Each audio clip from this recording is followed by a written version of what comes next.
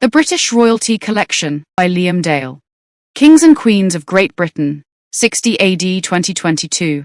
Anybody who visits London at the height of the summer will soon realize that the United Kingdom's capital city attracts sightseers from every far-flung corner of the globe. And what's on their list of attractions to see? 9 times out of 10 it will be Buckingham Palace, often followed by the Tower of London, and since the tragic death of Diana, Princess of Wales in 1997, her former residence, Kensington Palace.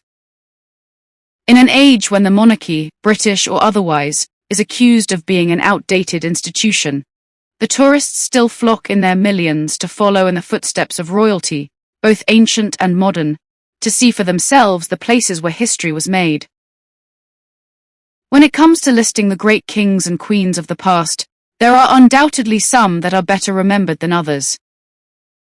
Richard the Lionheart, Henry VIII, and King George III are renowned for very different reasons, and when it comes to the ladies, Mary I, both, one of England and one of Scotland, Elizabeth I, and Queen Victoria are as fascinating today as when they were alive. But there are many more characters worthy of investigation that are far less well known. So, whether you want a basic who's who of the British monarchy to help you in the next pub quiz, or you'd like to find out how we got from feuding tribes of ancient Britons to the present day, prepare for a right royal romp through the history books so that you never need to get your Henrys, Georges, Edwards, Richards, Marys, and Williams mixed up again. Before we get down to the nitty-gritty of succession, it's well worth stepping back further in time to take a closer look at the British Isles just after the birth of Christ, when the Romans were masters of all they surveyed, including a large part of the United Kingdom. Of the native Brits, many of whom were Celts, there was considerable opposition to the Roman occupation, not least from the woman often dubbed the Queen of the Ancient Britons, Boudicca, or if you happen to be of a certain age, Boadicea. This fearsome warrior queen led her Iceni tribe to revolt against the Romans, and as neighboring tribes of ancient Britain swelled their numbers, Boudicca led a campaign that advanced from Colchester all the way to London and beyond, until the Romans finally managed to stop her in her tracks. Without actual records, it is hard to be precise about dates. It's believed Boudicca came to prominence in about AD 61, but even after her death, the Romans continued to have problems with the Celts. Rather than face the Scots in the north, who were as fearsome as the great warrior queen, in AD 122, the Roman Emperor Hadrian built a wall to keep the Scots out of England. This early separation of the neighboring nations would continue for centuries, but more on that subject later. Eventually, the Roman occupation came to an end when the overstretched empire recalled their soldiers back to Rome. But waiting in the wings were the bloodthirsty Saxons ready with invasion plans of their own. However, if legend is to be believed, one man united the tribes of the British Isles to resist the Saxon advances, and it is quite possible that he came from Wales. We have all heard of King Arthur and his Knights of the Round Table, fighting for chivalry and honor in a lawless age, but try and find him in an historic timeline, and you really will struggle. A true Celt, Arthur is thought to have lived in the 5th century AD, and this immediately gives us a major problem historically. Our images of King Arthur and his gallant knights belong to a much later age, but there is a very good reason for this. Way back in the 12th century, a bishop known as Geoffrey of Monmouth wrote a History of the Kings of Britain, and where the facts were a little sketchy, he simply filled in the blanks. Consequently, Geoffrey's rendition of the King Arthur story was set in the time that he knew best. His England was once more under threat of invasion, this time by the Danes, and this is how the story of the burnt cakes came about. Alfred escaped an attack by the Danes in the West Country, and legend has it that he sought refuge with peasants living on the Somerset levels, while he contemplated how to save his kingdom. One day, when the peasant's wife went out on errands, Alfred was left in charge of her baking, but he was so caught up with matters of state, he forgot all about the cooking and was duly chastised when the woman returned to burnt cakes. Whether true or not, this is the story that has gone down in the history books, when Alfred was in fact, as his name suggests, a much greater king than this footnote gives him credit for. After Alfred, and a succession of Eds of all varieties, including an elder, a fair, and a martyr, the next king that most of us will have heard of is Ethelred the Unready, who came to the throne in 978. However, it is a case of a meaning being lost in translation because Unrad, by which name he was actually called, means poorly counselled in Anglo-Saxon, and the unfortunate Ethelred might have benefited from some good advice. The Danes were still on the rampage, and Ethelred was no match for the Viking leader Sweyn Forkbeard, who seized the English throne in 1013. But Forkbeard's reign was short-lived, as he died about 5 weeks later, and despite his wonderful name referring to the way he wore his beard, it's his son Canute who is much better remembered, and all because of another much-loved royal legend. King Canute ruled England from 1016, after a brief reversion to Ethelred's son, and he was one of the best monarchs the country had ever known. Wise and fair, Canute modernized the laws of the land. Although many believe he considered himself so important he attempted to command the seas and the turn of the tide. However, this could not be further from the truth. Tired of his courtiers' flattery, when one insisted Canute could order the tide not to come in, Canute went down to the beach, set up his throne at the water's edge, and of course got wet, proving that he had no power over the elements, while at the same time exposing the courtier as very foolish indeed.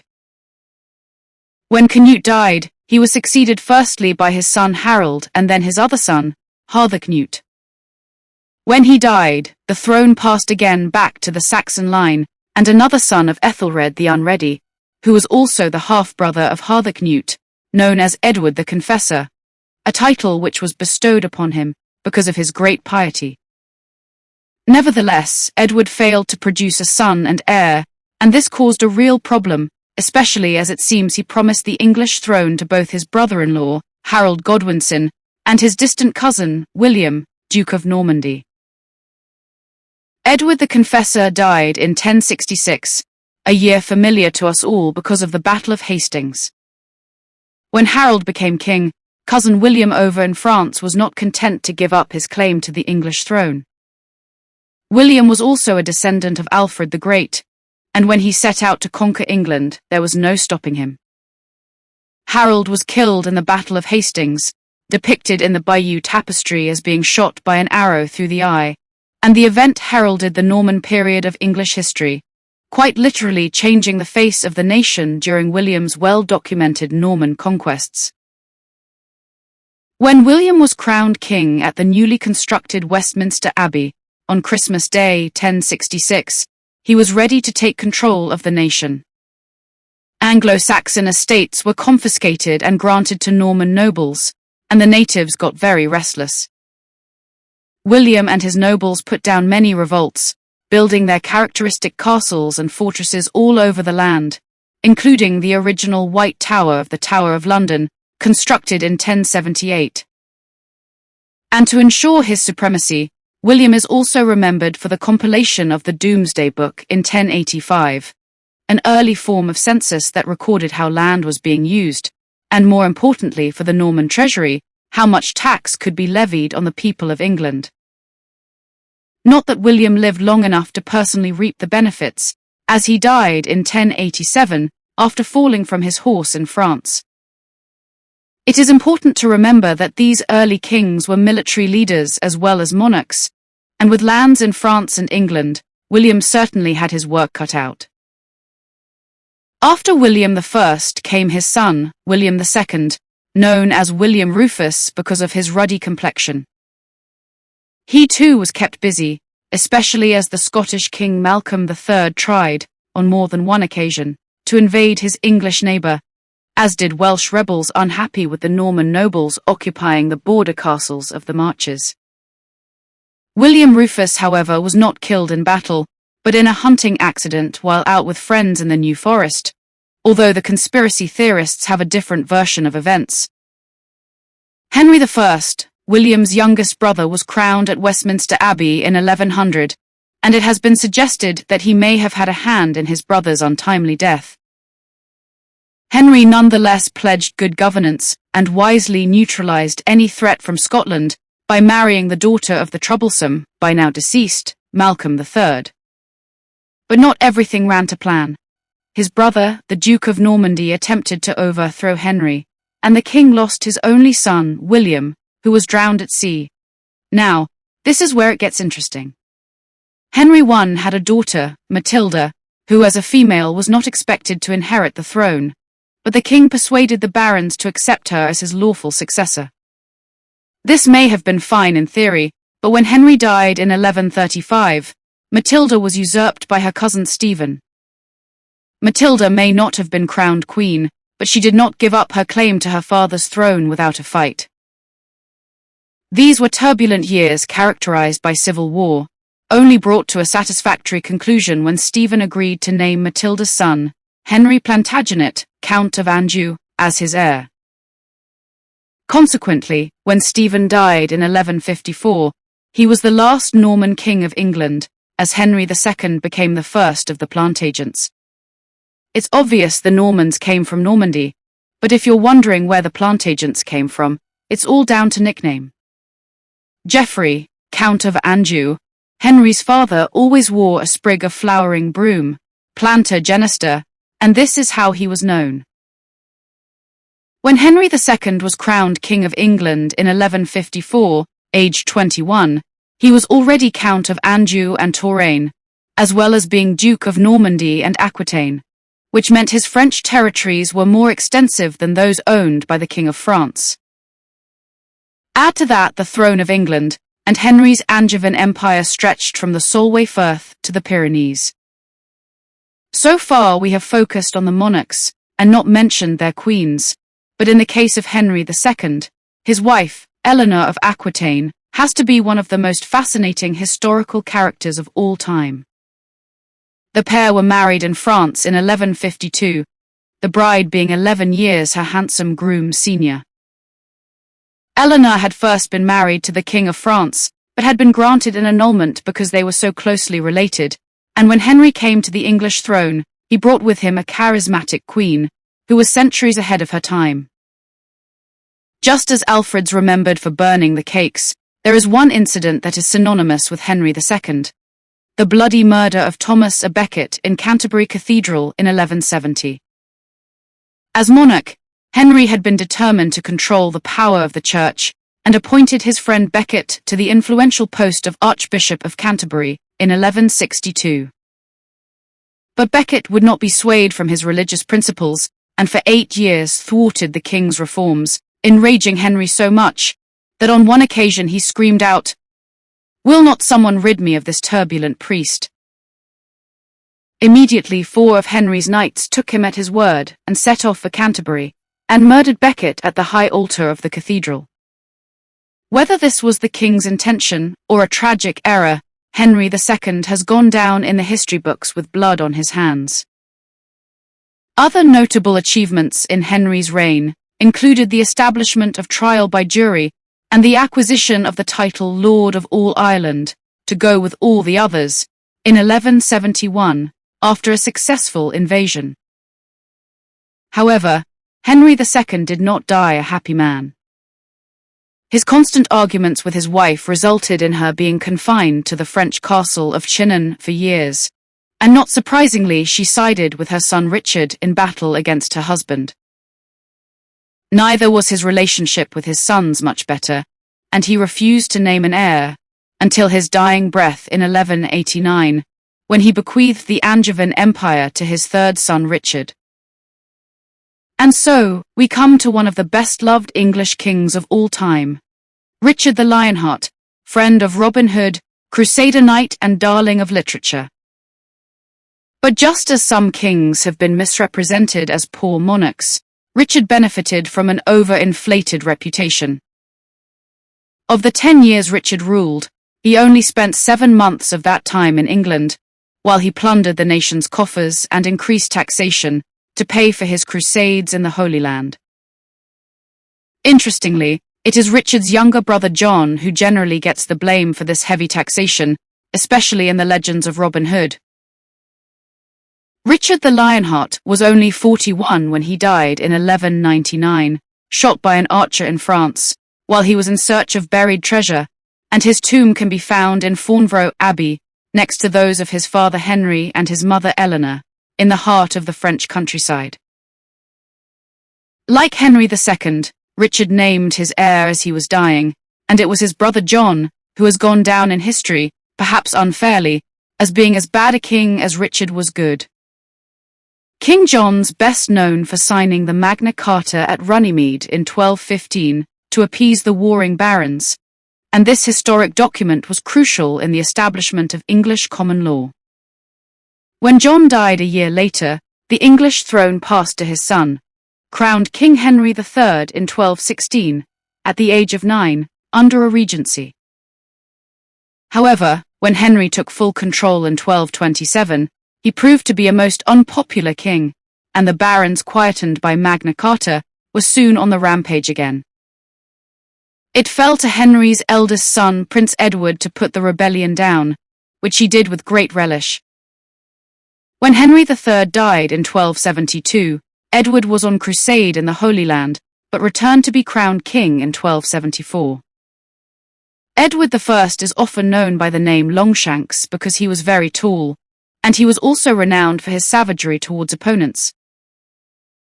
The Welsh certainly suffered at his hands when Wales was incorporated into his domain, and he was the first to appoint his eldest son Prince of Wales in 1301, a tradition that continues to this day. However, he is most famous for his barbaric treatment of the Scots. After deposing the Scottish king in 1296, he stole the Stone of Destiny from Kensington Palace, a historic artifact used in the Scots coronation ceremony, and took it to Westminster Abbey, where it remained until its return to Edinburgh Castle in 1996. Nevertheless, when Edward I invaded Scotland, he did not quite have it all his own way, thanks to the efforts of a now famous Scotsman by the name of William Wallace, whose armies beat the English at Stirling Bridge in 1297. Edward did defeat the Scots a year later at Falkirk, when Wallace was captured and taken to London, where he was executed. But when Robert the Bruce was crowned King of Scotland in 1306, the oppressed nation north of the border served notice that the English now had a fight on their hands. Upon the death of Edward I in 1307, ironically on his way north for another go at invading Scotland, his son Edward II, the first ever Prince of Wales, was crowned king.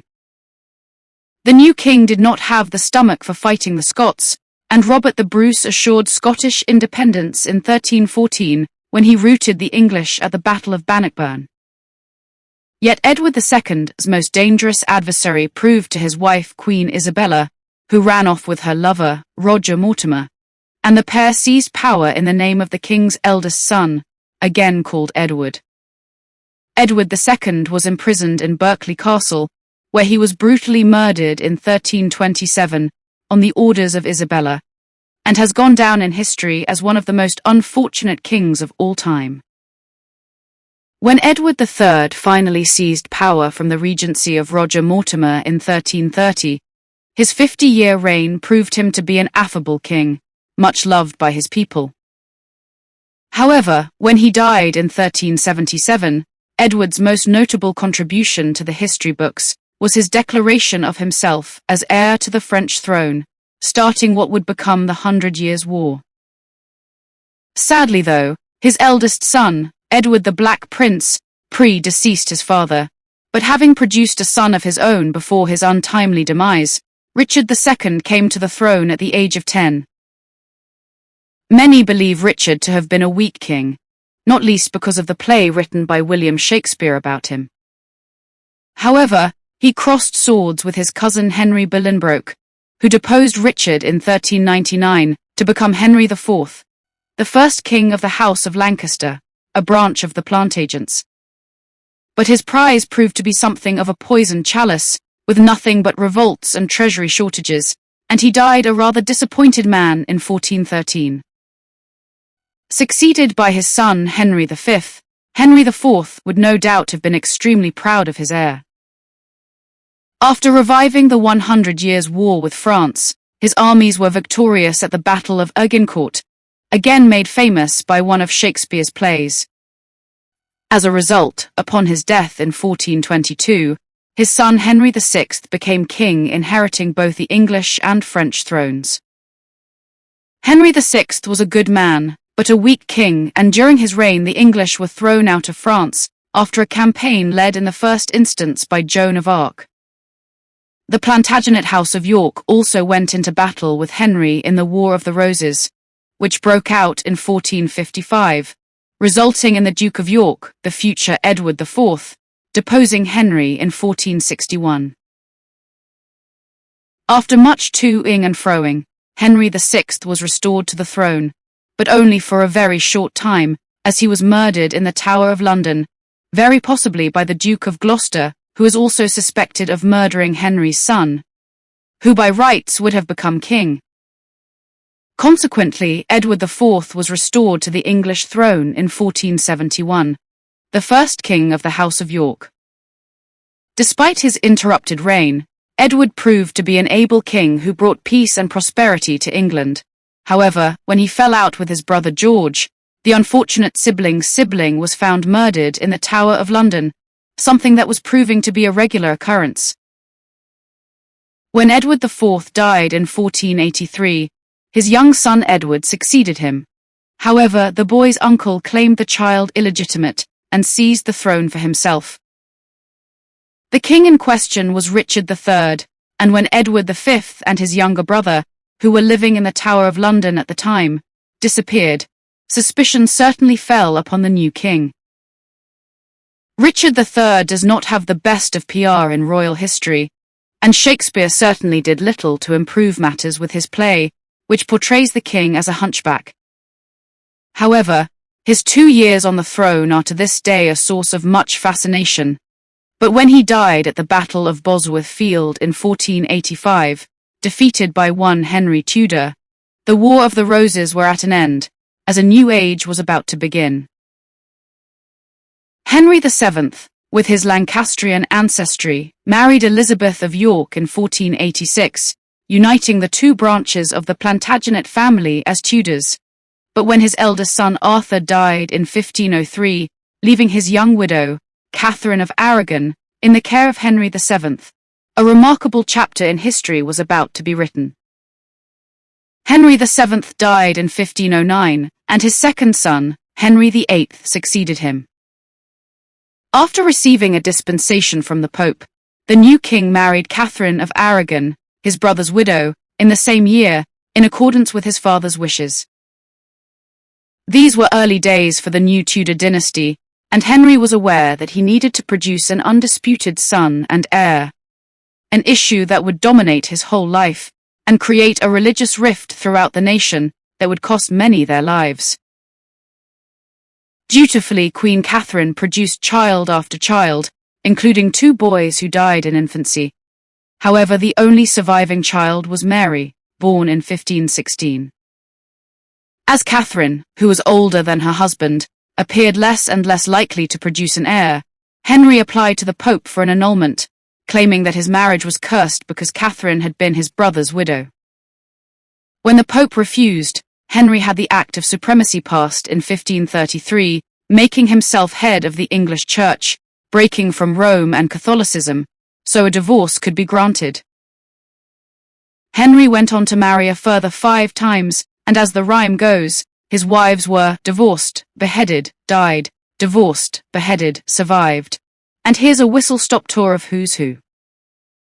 Henry married Anne Boleyn in 1533, but her only surviving child was a daughter, Elizabeth, and Anne was beheaded for adultery in 1536. Next, Henry married Jane Seymour in 1536, 11 days after Anne's execution, and in 1537, she gave birth to Edward, the male child Henry had been waiting for. But Jane's triumph was temporary. She died within weeks from postnatal complications. Henry next married Anne of Cleves on the strength of a portrait, but when he met her, she did not fulfill his expectations, and although he couldn't stop the wedding in 1540, the marriage was annulled 6 months later, as Henry claimed it had not been consummated. Shortly after Anne of Cleves, Henry married the young, vivacious Catherine Howard in 1540, but like Anne Boleyn, she was accused of adultery and beheaded. The last of Henry's wives, Catherine Parr, who he married in 1543, managed to avoid the fates of her predecessors until the king's death in 1547, only to die in childbirth a year later, after marrying the brother of Henry's third wife, Jane Seymour. Although, as Henry wished, his son, Edward VI, succeeded him, he was just a child of 9, and the nation was governed by 2 protectors. However, when Edward contracted tuberculosis, his days were numbered, and he died in 1553, at the age of 15, leaving England, quite literally, in turmoil. The Duke of Northumberland, the then protector of England when Edward fell sick, persuaded the boy to name Lady Jane Grey as his heir, in order to keep the nation Protestant. Needless to say, Henry VIII's daughter, Mary, believed she had a much greater claim to the throne, but was a devout Catholic, just as her mother, Catherine of Aragon, had been. A pawn in a very dangerous game, the 16-year-old Lady Jane was manipulated onto the throne of England, as what history often calls the 9 Days Queen, but when Mary and her Catholic supporters arrived in London, the unfortunate Lady Jane was imprisoned in the Tower of London until her execution in 1554. As soon as Queen Mary I took the throne, she set about restoring England to the Catholic faith, which she finalized in 1554, the same year that she married Philip of Spain. Many Protestants who refused to convert to Catholicism were burnt as heretics, and therefore this queen has gone down in history as Bloody Mary.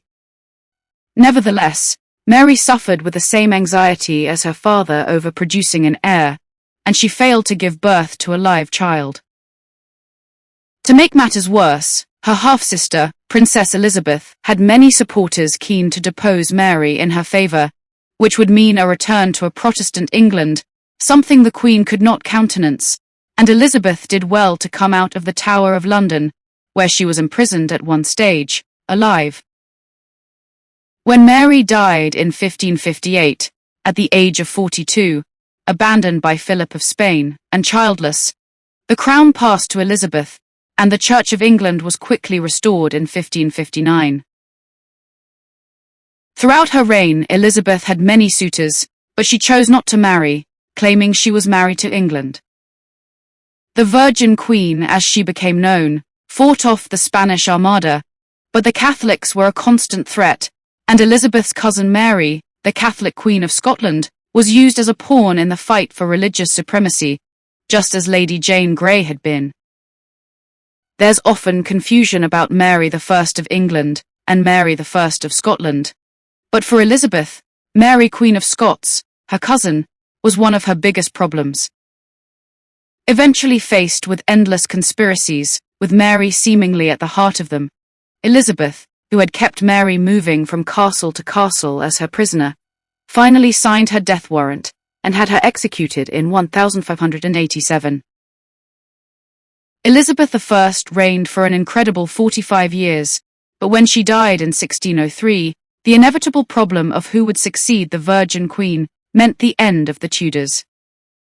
Ironically, it was the son of her cousin Mary Queen of Scots, James VI of Scotland, a Stuart, who became James I of England, at last uniting the nations to be governed by the same sovereign.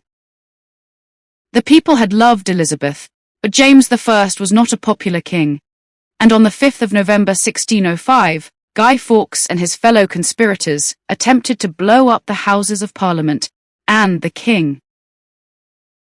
When James I died in 1625, his son Charles I succeeded him, and was, like his father before him, a great believer in the divine right of kings.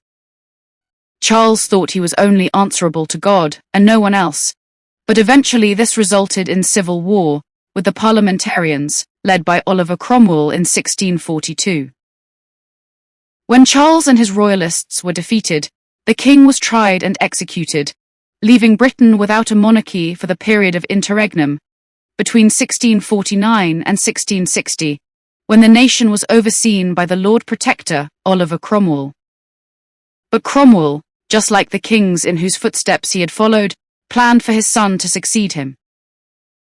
However, Richard Cromwell simply was not up to the task, and in 1660, the monarchy was restored when the son of Charles I, yes, you've guessed it, Charles II, returned to carry on the Stuart line.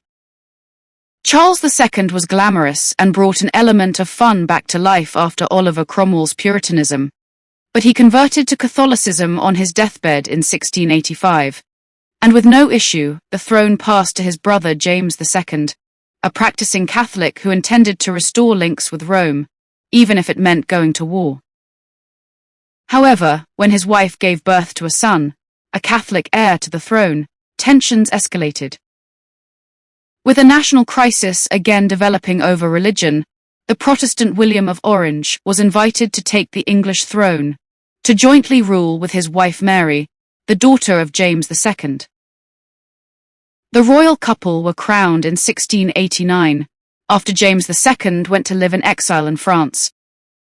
Sadly, William and Mary had no children to follow them, and after Mary's death from smallpox in 1694 at Kensington Palace, William ruled on alone until his own death in 1702. But the year before, the Act of Settlement was passed to ensure a Protestant succession, and when Queen Anne, the second daughter of James II, came to the throne in 1702, by which time all her 18 children had predeceased her, the nearest Protestant relation was the German Sophia, Electress of Hanover, who became her heir. Despite all the efforts made for a smooth Protestant succession, Sophia died shortly before Queen Anne in 1714, so her son George, who spoke no English, came to London to be crowned the first Hanoverian king. This was far from popular with the British people, and with a Jacobite rising starting in Scotland in 1715, planning to restore the Old Pretender, the Catholic son of James II, to the throne, all was not quite as straightforward with the Hanoverian succession as had been hoped. When George I died in 1727, he was succeeded by his son, George II, even though as Prince of Wales he had fought constantly with his father. And history repeated itself as the new king's quarrels with his own son, Frederick, Prince of Wales, were legendary. And as well as disharmony on the domestic front, George II was still far from popular with the people of Britain.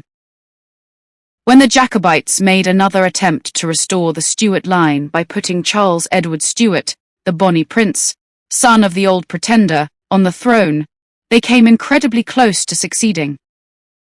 Bonnie Prince Charlie landed in Scotland in 1745, and after a conclusive victory over the British army at the Battle of Prestonpans, he marched south and got as far as Derby, with London in his sights.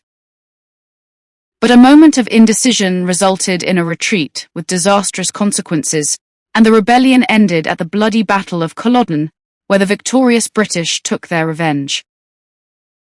The Bonnie Prince fled to Skye, rowed by the lovely Flora MacDonald, before escaping to France, and the Hanoverian George II continued his reign.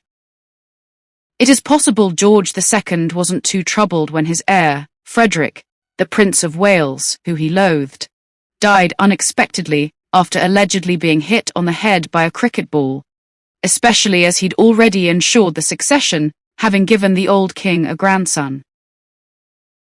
George II died in 1760, and his grandson became the next George in line, the third, and he was the first Hanoverian king born in Britain. Many believe George III was mad, and he certainly showed all the signs of being so on several occasions.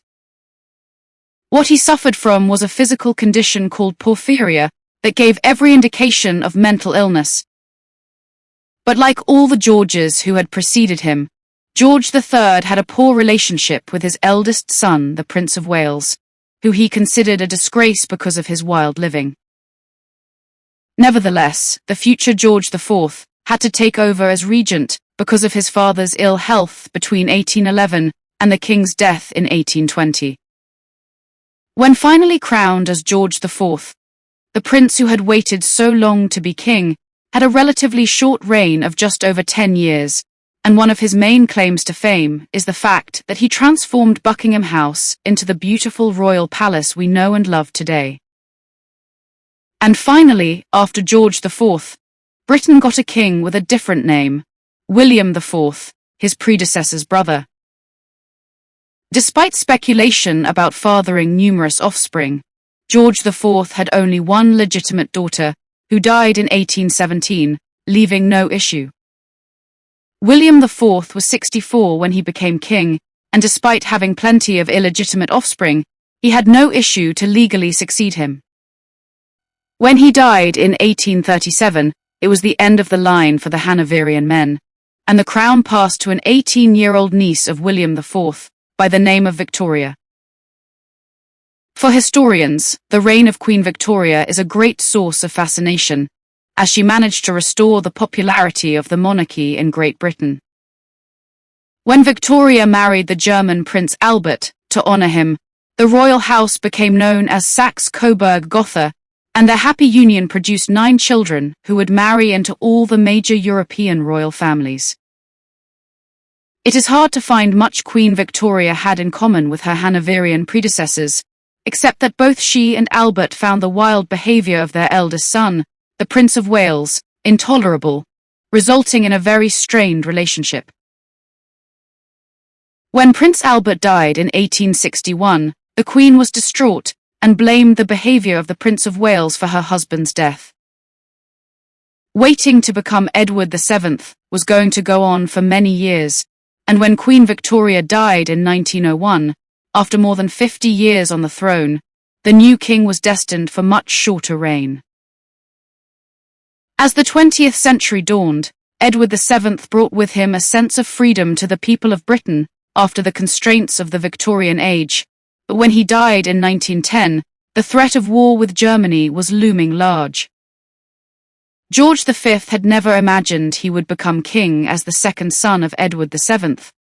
But when his older brother died unexpectedly, he took his responsibilities very seriously and was a popular king at a time when his German ancestry could have been a problem. The German Kaiser, William II, causing all the problems, was a cousin of the British king, who considerately changed the name of the royal house from the German Saxe-Coburg-Gotha to Windsor, showing precisely where his loyalties lay. Nevertheless, World War I, fought between 1914 and 1918, resulted in the king suffering ill health in the post-war years, and when he died at Sandringham in 1936, another war with Germany was threatening to disturb the peace. At such a difficult time politically, everyone had high hopes of the new king, Edward VIII, the eldest son of George V, but his love for the American divorcee, Wallis Simpson, resulted in his abdication in December 1936. The responsibility for saving the British monarchy on this occasion fell to the quietly spoken Duke of York and his young family, and with little time for preparation he became King George VI, as Britain again headed for war. George VI had 2 daughters, and the eldest Elizabeth became the heiress presumptive, with more time than her father to get used to the idea of becoming queen. Again, like his father before him, George VI found himself king of a nation at war in 1939, and the 7 years of the Second World War took a considerable toll on his health. Yet the young Princess Elizabeth could never have guessed she would lose her father and become queen quite as soon as she did. When George VI died in 1952, the new Queen Elizabeth II promised herself to the nation, and her coronation in Westminster Abbey in 1953 was watched by people everywhere, as it was televised. Moving into the media age, Queen Elizabeth II has seen her family face a hungry world press, constantly searching for the latest royal news stories. In 1981, her eldest son, Charles, the Prince of Wales, married Lady Diana Spencer, and their every move was under scrutiny. After securing the succession with two sons, Princes William and Harry, the marriage sadly ended in divorce in 1996, and a year later Diana, Princess of Wales, was killed in a tragic car accident on the streets of Paris. As a result, the Queen has carried the responsibility for leading her family well into the 21st century, as she still works tirelessly to guide the future heirs to the throne, as they too face a lifetime of service to the nation. And on that very positive note, as the next generation of the British monarchy steps into the breach, as William Shakespeare so eloquently put it, who can say what the future might bring? We have all come a long way from Boudicca, the Queen of the Ancient Britons, leaving a wake of destruction wherever she went, to Elizabeth II, leading gently but firmly by example, leaving mostly only happy memories for those of her adoring people, fortunate enough to meet her. As the history books tell, even with royalty, things do not always necessarily go to plan, with happy ever-after endings. But one thing is absolutely for certain. A monarchy that can adapt to the age in which they live will always survive and get stronger, whatever might have gone before.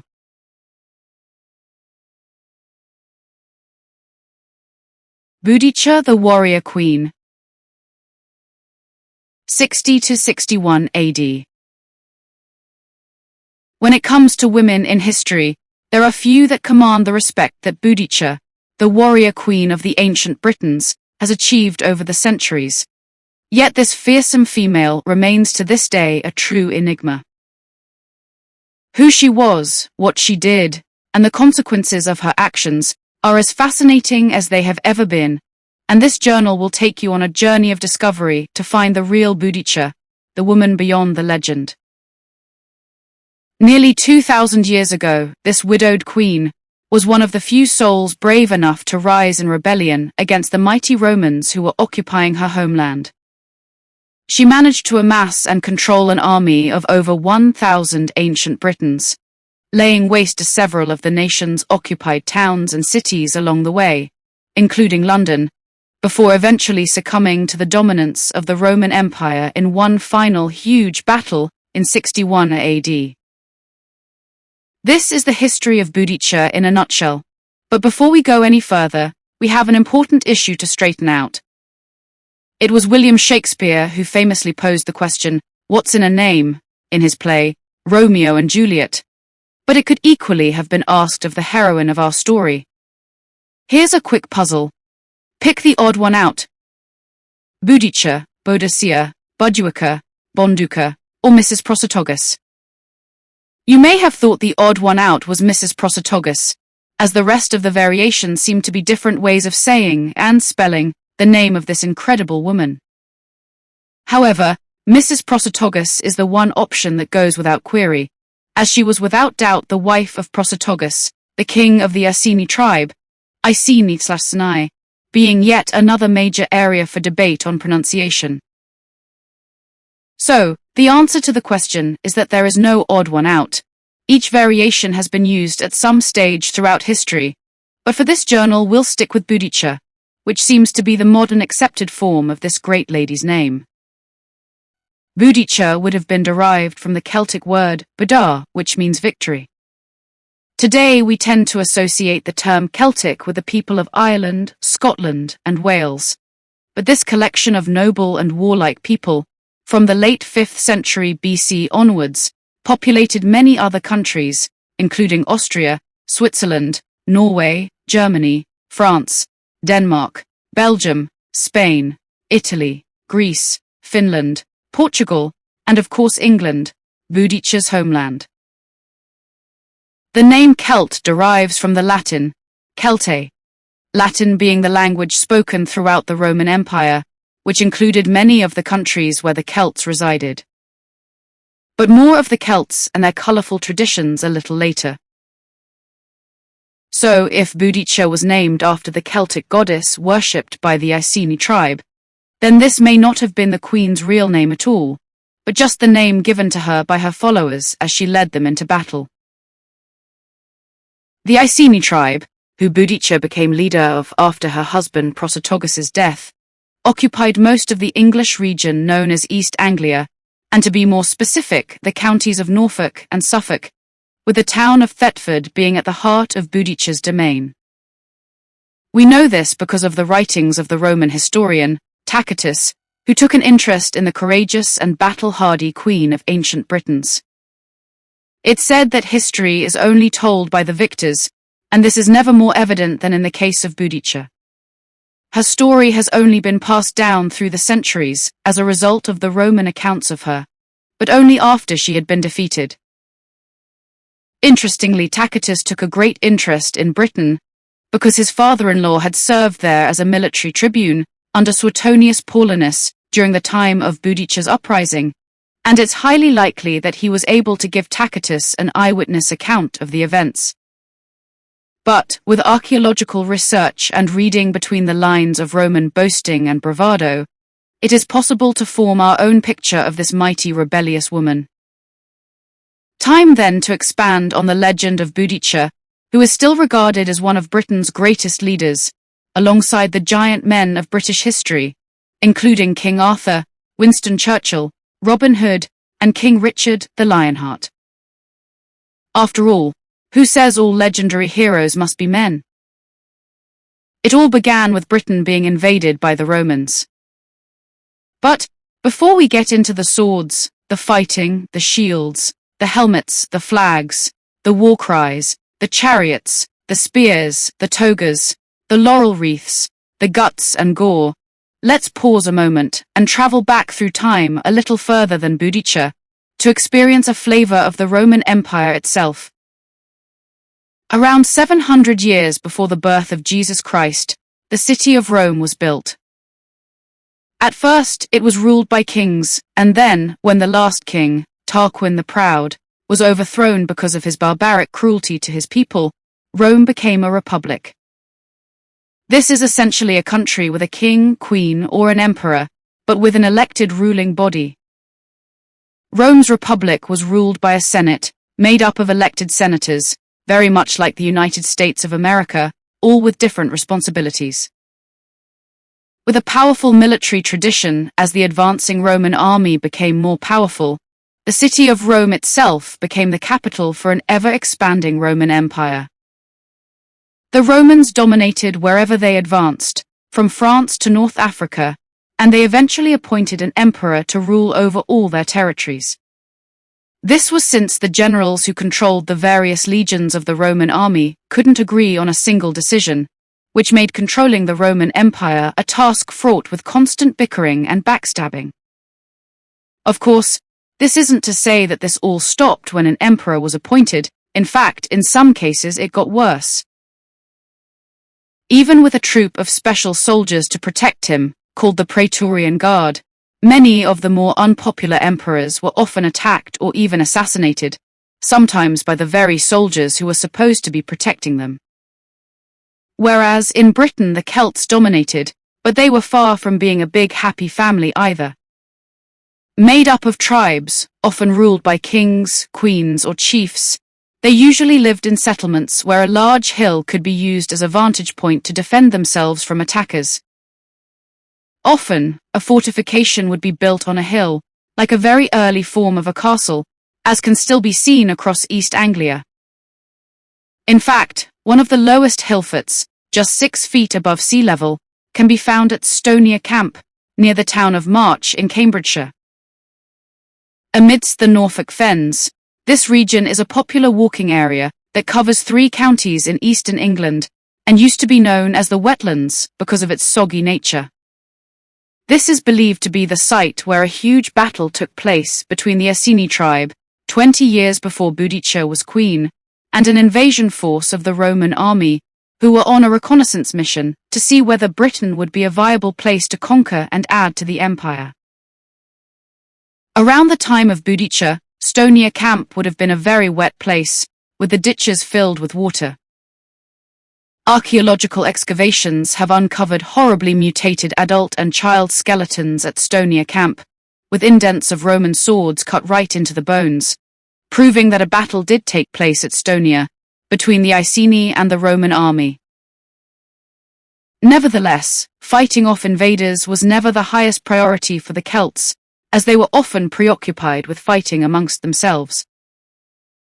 Neighboring tribes of Celts were never at ease with one another and were frequently engaged in arguing or fighting over something, very much like siblings in a large extended family. The invasion of Britain by the Romans began in earnest during the year 55 BC. Julius Caesar, probably the most famous of the Roman emperors, conquered France, then known as Gaul, in this year, before turning his attention across the Channel to England.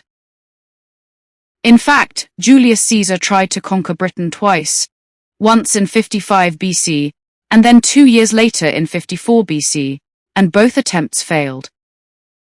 This was due to the ferocity of the British warriors, who never fought in massed ranks or with tactical precision like their Roman counterparts, battling to the death with anger, with passion, and with pride.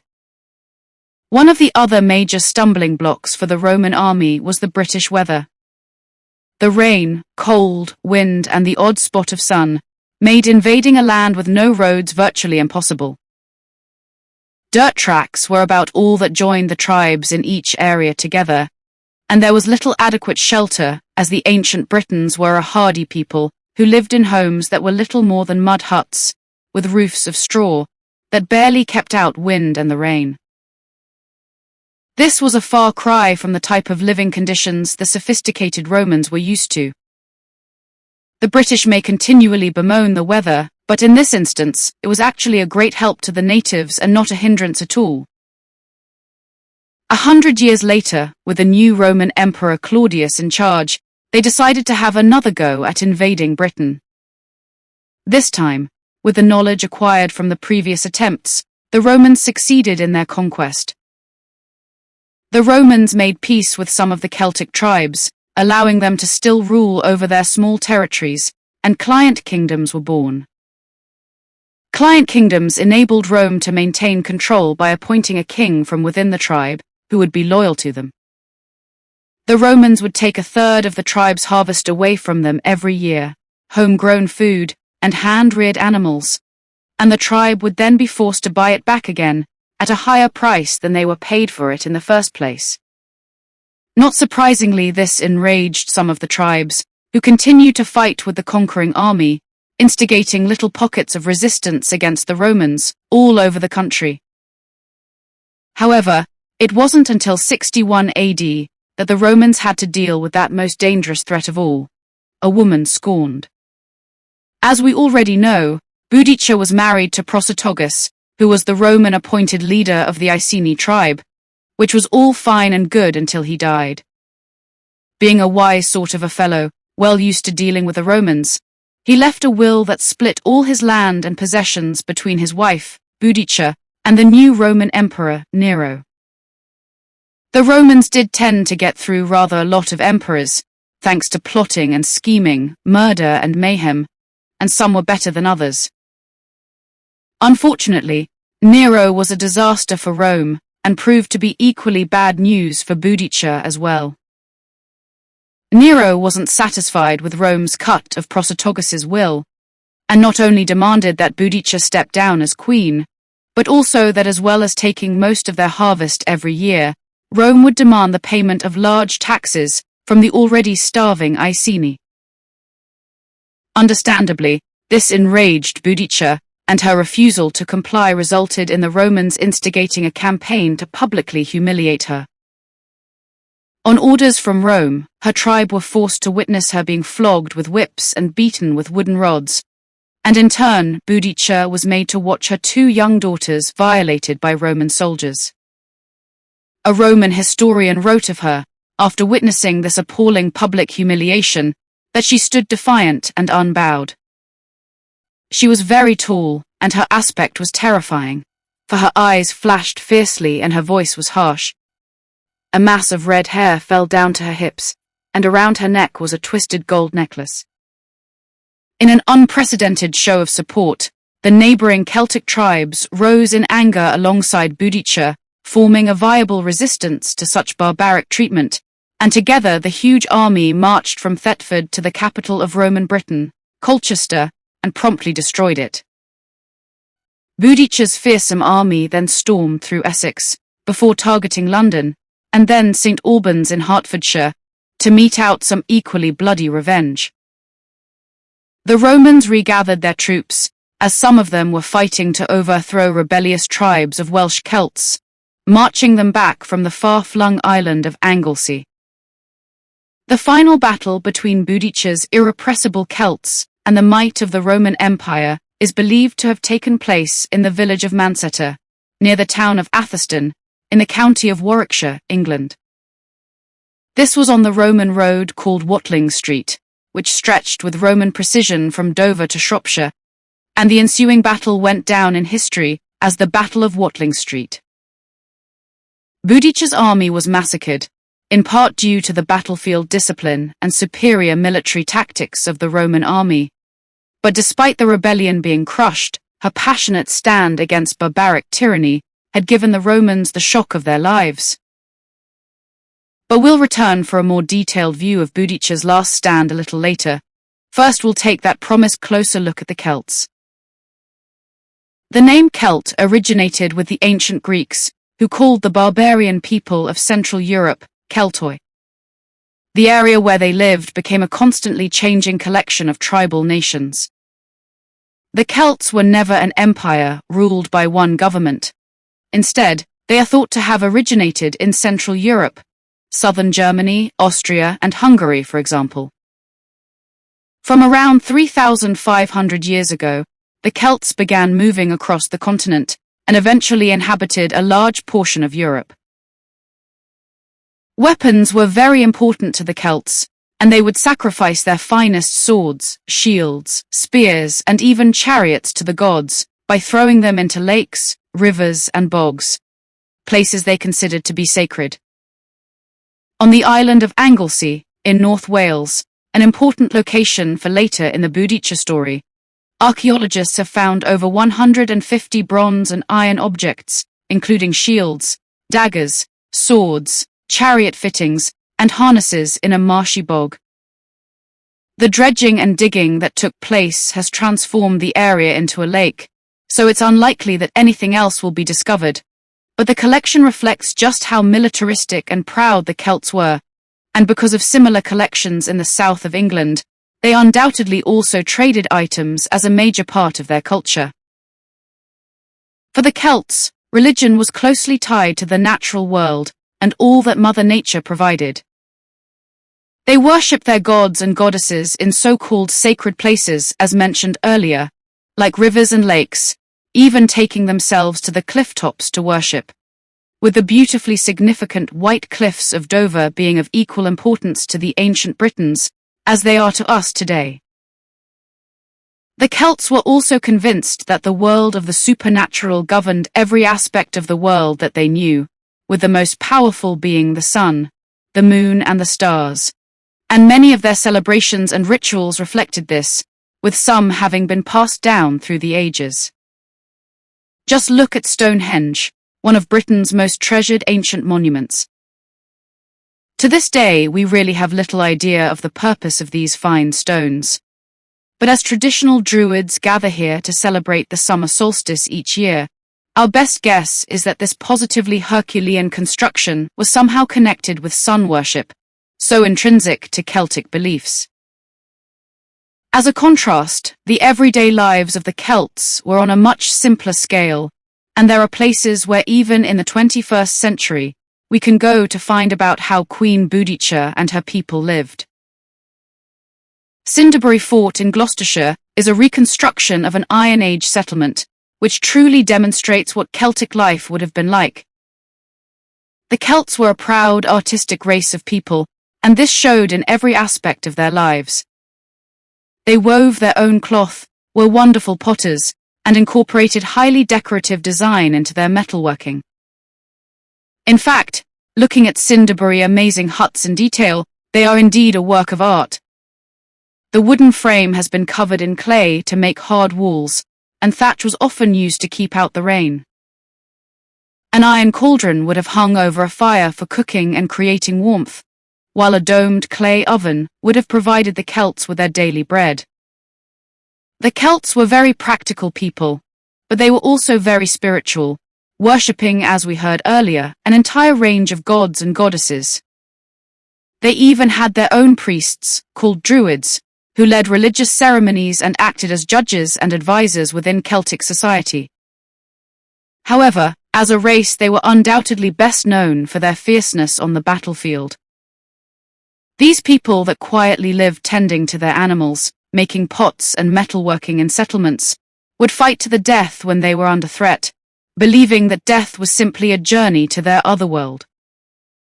Consequently, the Celts showed no fear whatsoever in battle, which even the disciplined Roman army had no answer for.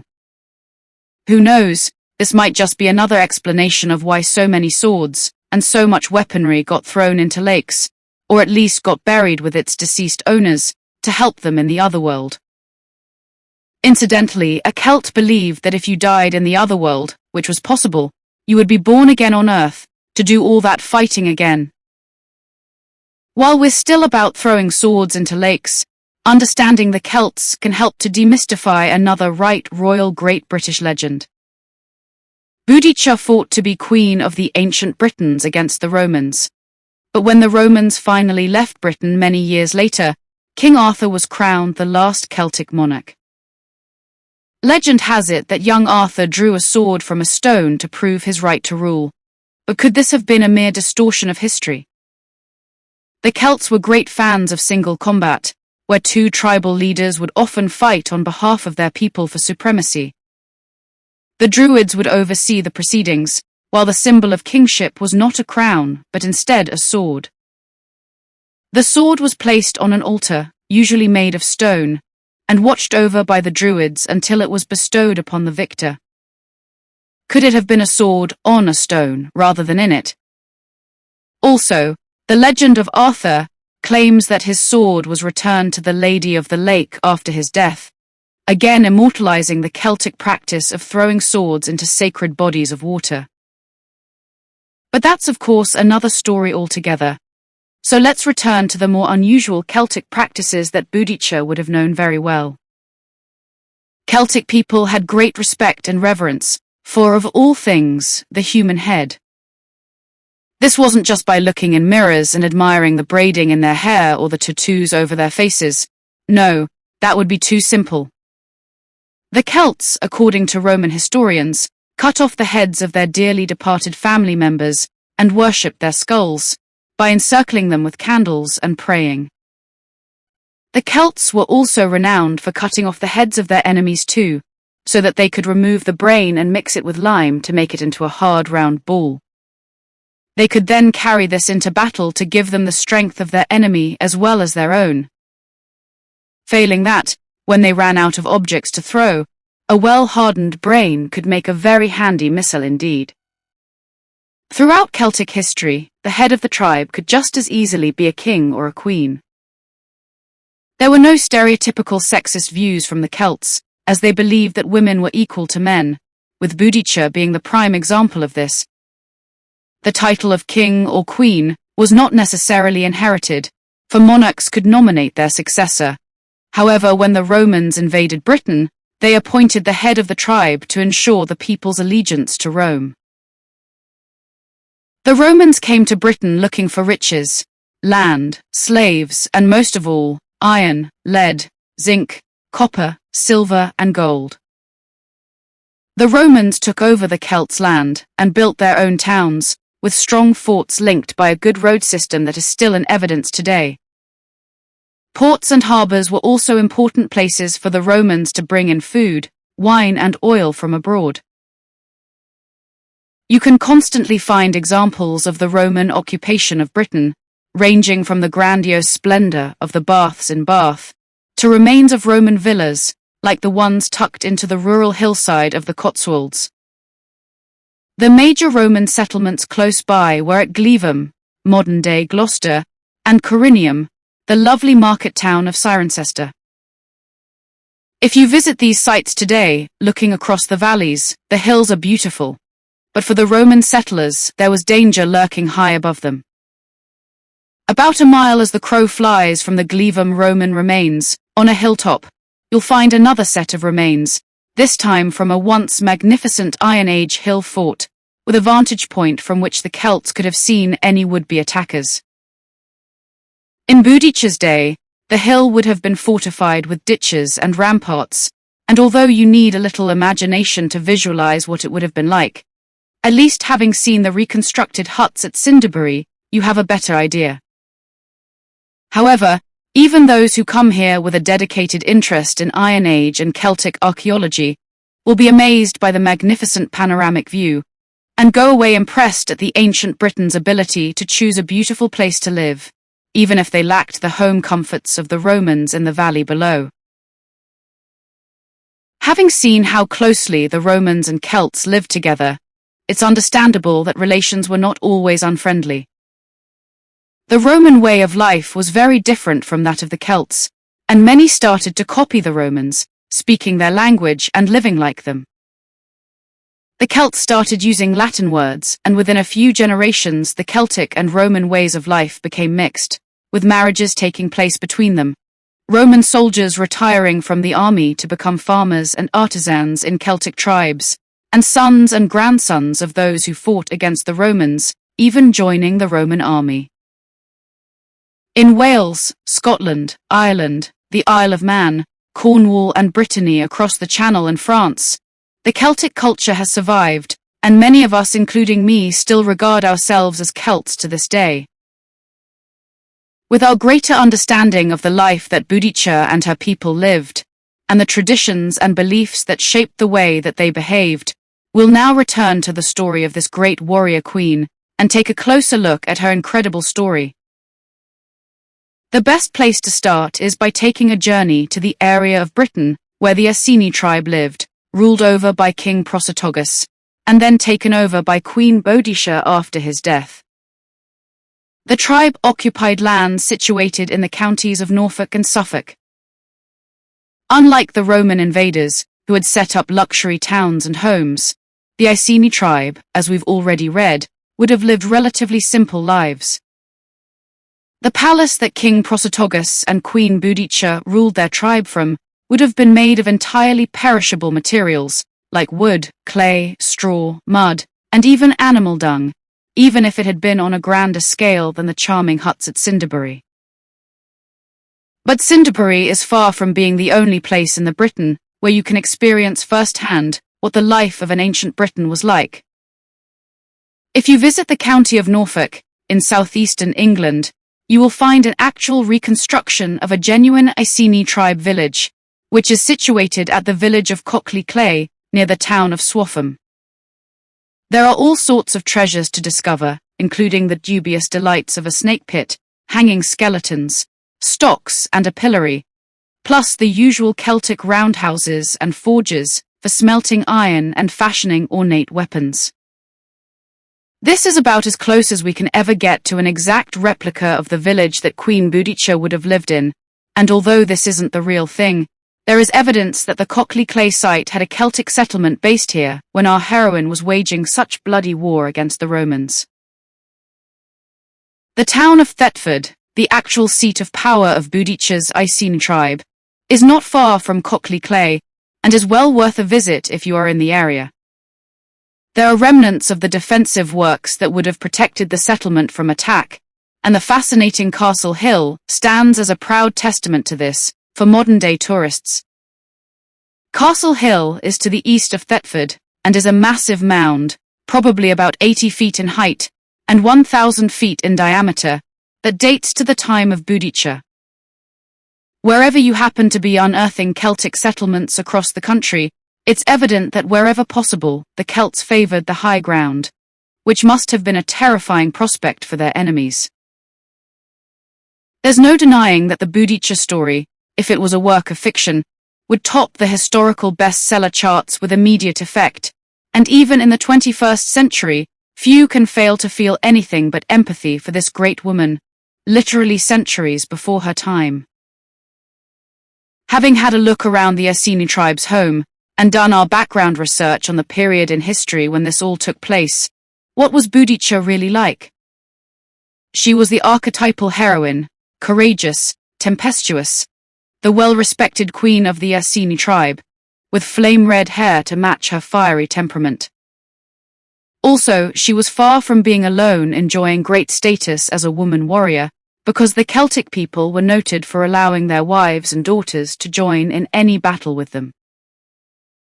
Although historians claim that Celts were no more than illiterate barbarians, with a rudimentary knowledge of farming that helped to keep them alive between battles, intertribal fighting and general skirmishes, they were wise enough to allow women to operate on an equal footing to men in all aspects of their culture. Boudicca's husband died whilst her daughters were still very young, and it's believed that she was in her late 30s at the time this happened. And what of the love interest? Prothotogus was Boudicca's older husband, who had taken over as leader of the Iceni tribe when the Roman invasion reached Britain's shores. The Romans allowed the Iceni to keep their land so long as Prothotogus, as king of the tribe, did as they asked and kept paying the taxes. Needing a queen, he married Boudicca, who was of the Celtic nobility, and they had 2 daughters. Prothotogus had been clever enough to keep the Romans happy, but he was also wise enough to know that if he died there would be difficulties, so he left a will that he thought would resolve matters nicely. He bequeathed half of his money, his personal possessions, and the Iceni lands, which consisted of Norfolk and Suffolk, governed from Thetford to Boudicca and his daughters. Because he had daughters rather than sons, he needed to ensure that they would have enough money for a dowry so that they could marry well. Also, Boudicca needed to be able to govern as queen of the Iceni and pay taxes to the Romans until she could marry again and hand over some of the responsibility. The other half his legacy was left to the Roman Emperor Nero in the hope of appeasement. Unfortunately, the Emperor Nero was not one of Rome's most reasonable citizens, and he greedily decided that he wanted everything Prothotogus left for himself. Without doubt, returning to our historical novel scenario, Nero would have to be classed as the true villain of the piece. This was one of Rome's most notorious emperors, who became corrupted by absolute power, absolutely. His mother, Messalina, had married the Emperor Claudius, her own uncle, as a means of gaining wealth and power. Through her scheming and conniving, she managed to get Claudius to adopt Nero as his own son, and thereby make him rightful heir to the Roman Empire. But before the ink was even dry on the statute, Messalina poisoned Claudius, and, at the age of 14, Nero became the new emperor of Rome. Spoiled beyond all measure, he loved living life to excess. He married frequently, divorced regularly, and had many of his wives and a whole host of lovers, of both sexes, murdered, just because he'd got bored with them. Nero also considered himself to be a great artist and performer, although it was considered shameful for a Roman emperor to appear as a public entertainer, acting, singing, and playing his lyre, a type of small harp. Never one to bow to public opinion, he continued to do exactly as he pleased, and never once left Rome, as other emperors had done, to see the territories claimed for the empire and congratulate the army on their conquests. When a great fire devastated Rome in July of 64 AD, just a few years after the death of Boudicca, Nero was accused of starting it himself to make way for a new and more glorious palace that he wanted to build, made entirely of gold. So, when the Emperor Nero decided to steal the rest of the money, lands and possessions from the widowed Queen Boudicca, it wouldn't have come as a great surprise to anyone.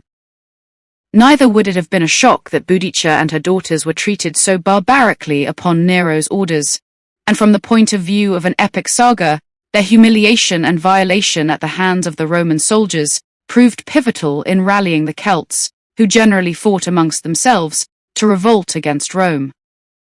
And if the story now calls for rage and retribution, this is exactly what the Romans were about to get. With the neighboring Celtic client kingdoms fired up and ready to follow Boudicca as their leader, the Romans had to face their biggest threat on British soil to date.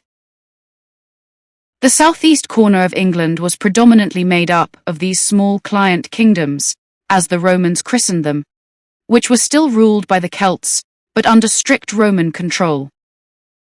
Nevertheless, there was always an uneasy sense that the status quo could be very easily upset.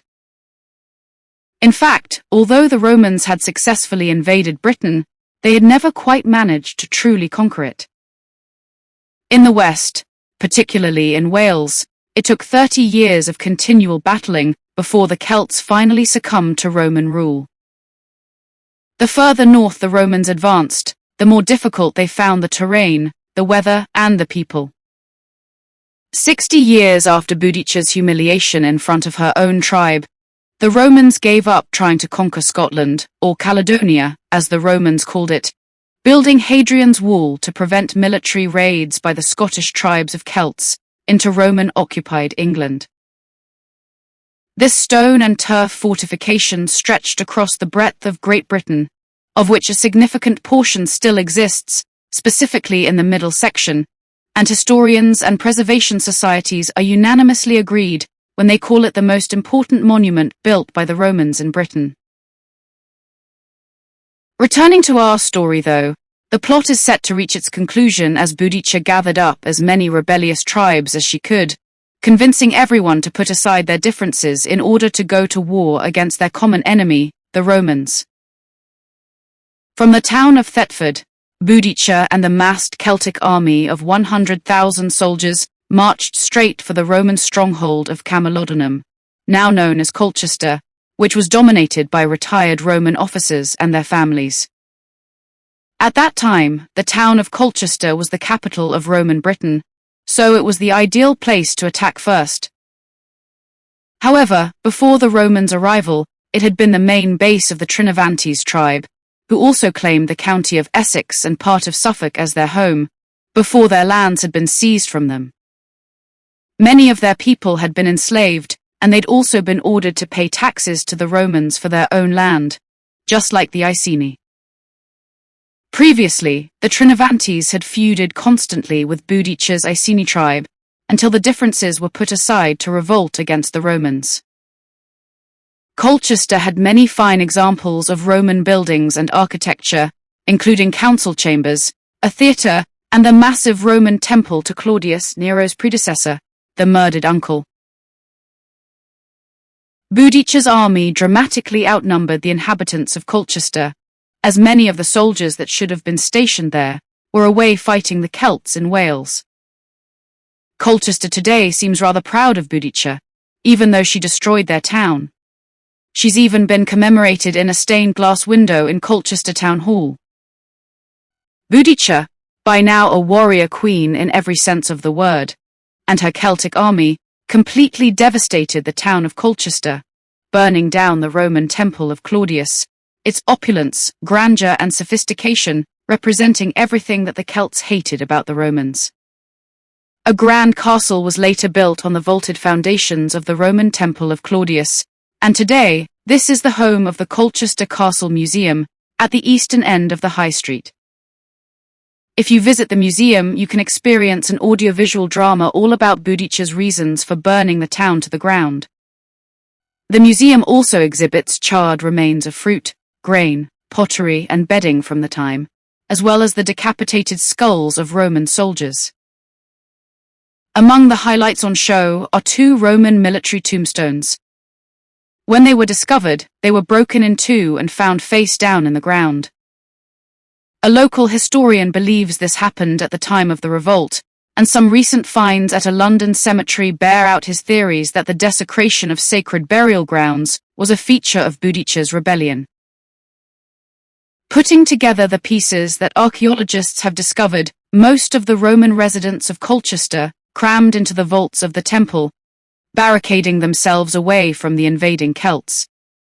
But Boudicca, remember, was a woman scorned, and no mercy was shown or quarter given, as they were all burned alive. However, compared to the violent deaths the marauding Celts inflicted on other Roman citizens of Colchester, it was perhaps a better option. Although there is no sign of the Roman temple above ground, the vaults where so many Romans died are still to be found below the castle, and if you're not afraid of ghosts, you can take a guided tour around the vaults if you visit the Colchester Castle Museum. And just for added interest, in the basement of an old coaching inn called the George, on the main high street, not too far away from the Colchester Castle Museum, there is a pane of glass that protects a cutaway section of the soil that has been built upon over the years. It's about 6 feet below the surface, and near the top you can see a distinctive layer of bright red burnt clay. This is all that remains of the wattle and daub buildings of the Celts that became, when burned, a hard, red clay, and this is often referred to as the Buckingham destruction layer. But for now, we'll leave Colchester smouldering behind us, as another exciting male protagonist comes to join the story. With a final showdown between Boudicca and her Ancient Britons, and the Roman army already looming large, we meet the commander of the opposition. The Roman soldiers, fighting in Wales at the time of the burning of Colchester, were led by Gaius Suetonius Paulinus, and as soon as the news broke of Boudicca's terrible attack, the Roman army was mobilized, marching southeast in order to stop the warrior queen in her tracks. Suetonius Paulinus was the Roman general who had been appointed governor of Britain, and, at the time of Boudicca's revolt, he was trying to gain a stronghold on the island of Anglesey.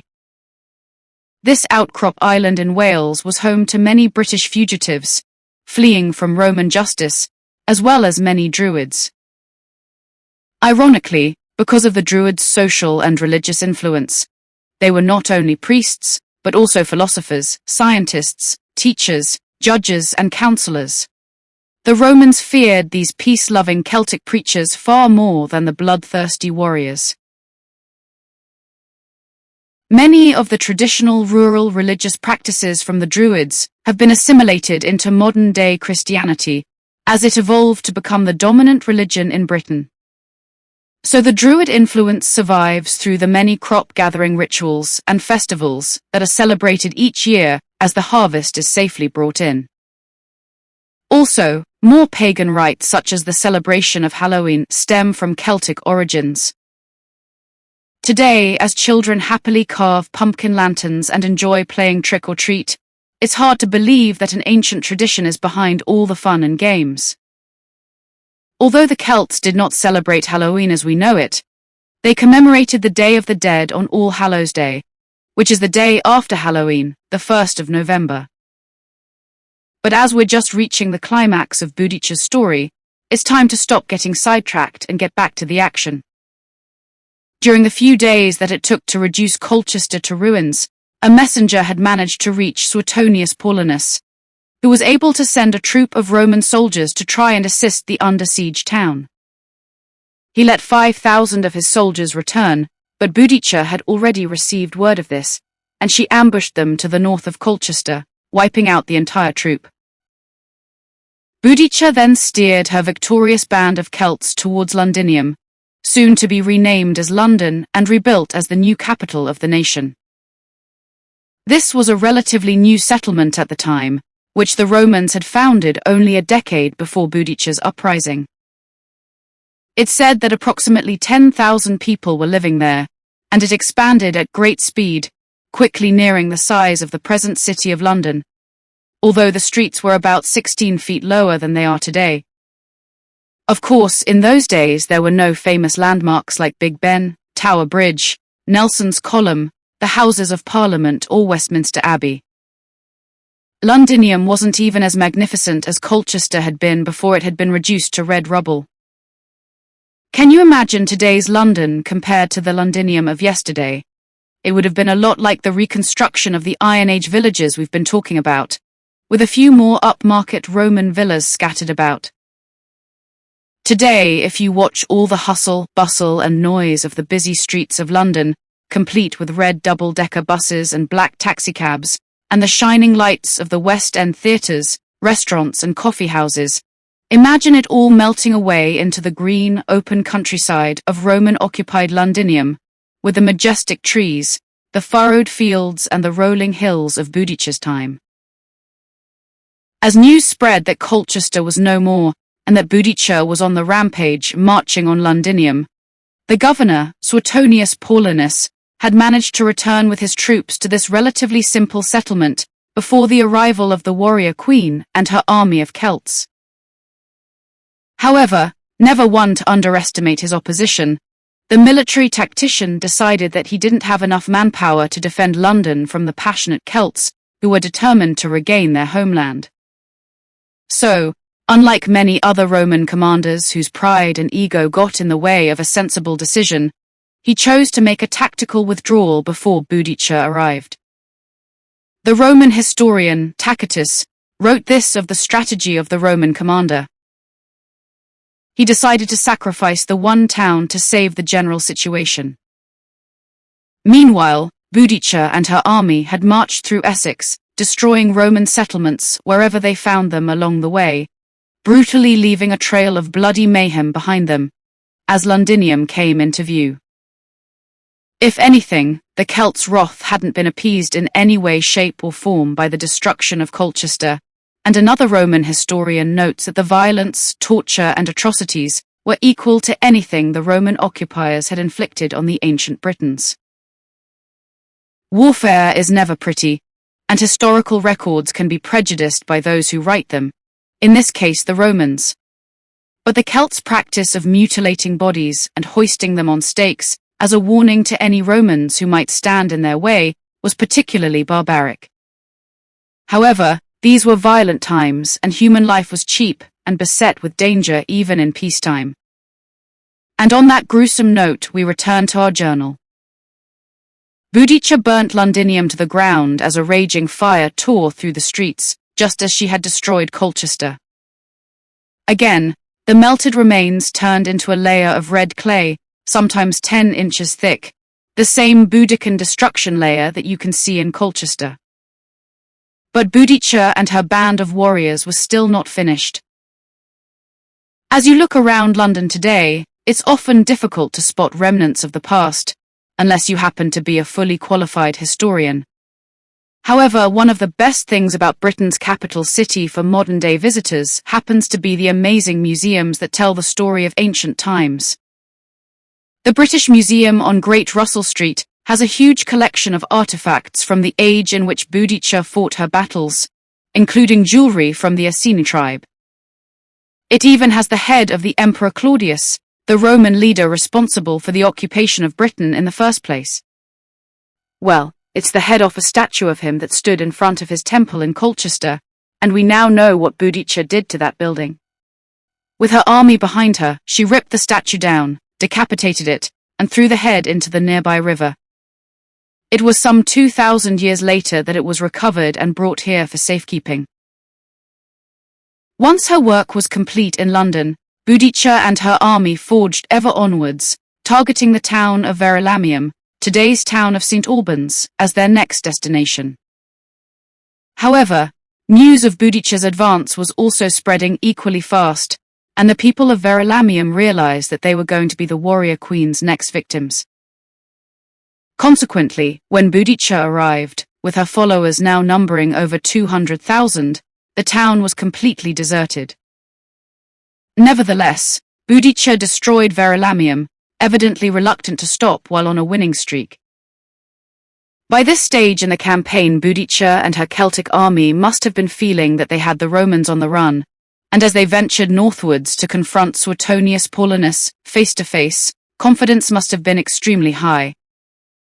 However, the Romans were not great empire builders for nothing, and he had managed to meet up with 2 Roman armies marching into Wales, swelling his army to over 10,000 soldiers. It was still nowhere near the 250,000 rebels that Boudicca was controlling, so Paulinus was anxious to find a battlefield where he could fully exploit the ancient Britons' weaknesses with the discipline of his Roman legions. What happened next was a great battle, and although there is disagreement about where it took place, the consensus is that both sides met at a little village called Manchester in Warwickshire, along Watling Street, which was the longest and most important of the incredibly straight roads that the Romans built, stretching from Dover through to London in the southeast of England to Anglesey in the north of Wales.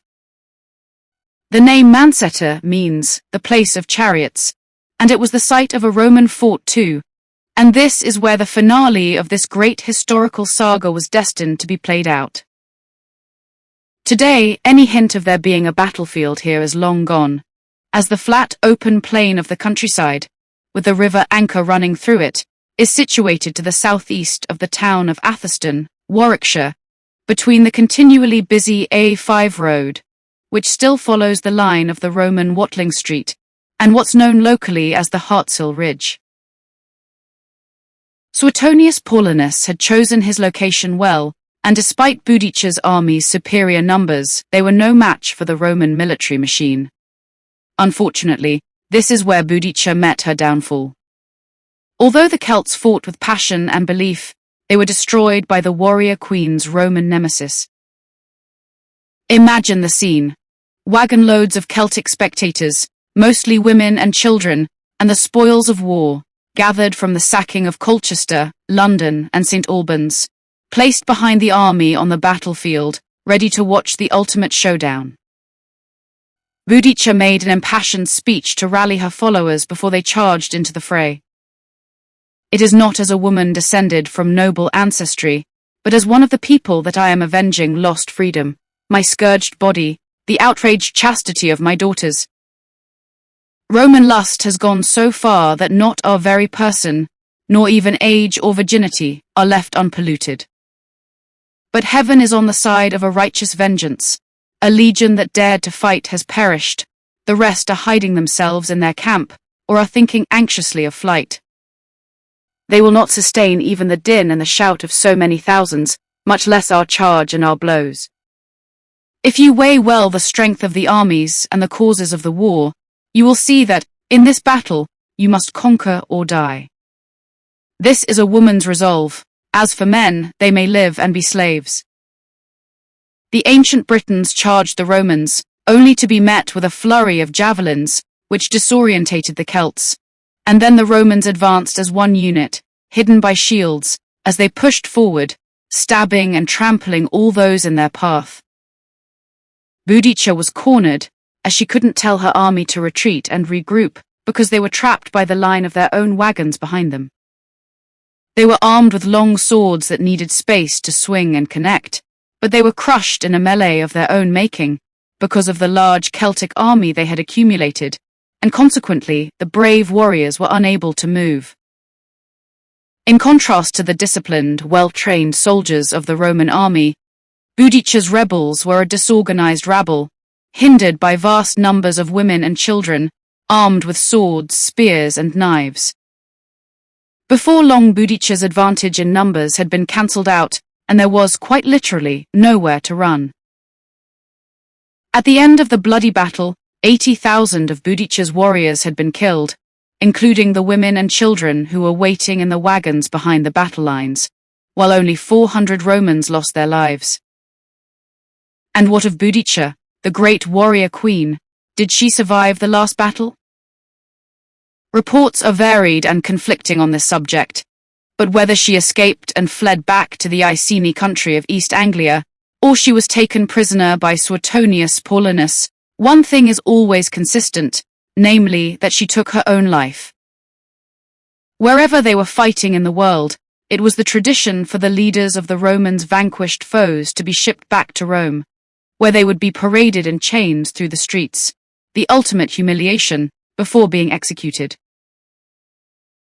Boudicca had certainly been a worthy adversary, and she would have suffered this fate without a doubt if she hadn't taken such drastic action. For a Celt, suicide was an honourable death, and wherever her remains lie, the legend of Boudicca, although lacking a happy ending, can at least boast a satisfactory conclusion. Despite Boudicca not living to see it, the Romans eventually left Britain, and the pages of history closed on this chapter of occupation. Yet this is far from being the end of the Boudicca story. Ironically, as the Dark Ages descended upon Britain, Boudicca vanished into the backwaters of history for many centuries. It wasn't until the Renaissance that her story was rediscovered in Roman manuscripts, most notably in the writings of Tacitus. The Renaissance is usually considered to have originated in the late 13th century in northern Italy and extends to the mid-15th century across Europe. It was the rebirth of the ideals of classical ancient Greece and more importantly, Rome. However, the true resurrection of this warrior queen didn't take place until the 19th century, when Queen Victoria became Britain's sovereign in 1837. As the word Boudicca translates as the Celtic word for victory, and through Roman Latin translation becomes Victoria, so Queen Victoria became associated with her namesake from the Ancient Britons. For Queen Victoria, there were few women that she could look back on in history that offered inspiration for a female fighting for supremacy in a male-dominated world. Queen Elizabeth I had ruled magnificently, but she came terrifyingly close to losing her life for her beliefs on several occasions, and she had also needed to bear the burden of sovereignty alone. When Queen Victoria lost her beloved husband Prince Albert, she too was alone, and a fascination with the long-dead British queens, Elizabeth and Boudicca, would have been inevitable, and where Queen Victoria led, the rest of the population followed. In London today, you will see many statues of Queen Victoria, and if you know where to look, you'll find Boudicca as well. As written earlier, there are some that believe Boudicca's last battle did not take place in Warwickshire, but instead in London. A rumour started in 1937 by an expert in mythology and Celtic folklore stated that Queen Boudicca's body was buried under the site of platforms 10 and 11 at King's Cross Station, London. In this version of events, this wouldn't have been far from where the final showdown between the great warrior queen and Suetonius Paulinus took place. However, it should be stated that the strongest evidence in favour of this version of events is the existence of London's Battle Bridge Road, which does perhaps seem a little flimsy. But if you want to find Boudicca in London today, you need to travel to the embankment of the River Thames. Her bronze statue, sculpted by Thomas Thornycroft, depicts her in a war chariot with her daughters riding beside her, and she stands majestically next to the north end of Westminster Bridge and the Houses of Parliament. The statue was commissioned by Prince Albert, Queen Victoria's husband, before his untimely death at the age of 42 of typhoid fever. It's a magnificent commemoration of one of Britain's greatest female leaders, and standing so close to the Houses of Parliament, there are some who liken Britain's first female Prime Minister Margaret Thatcher to Boudicca, as there are few others who have made such a public show of strength against all the odds.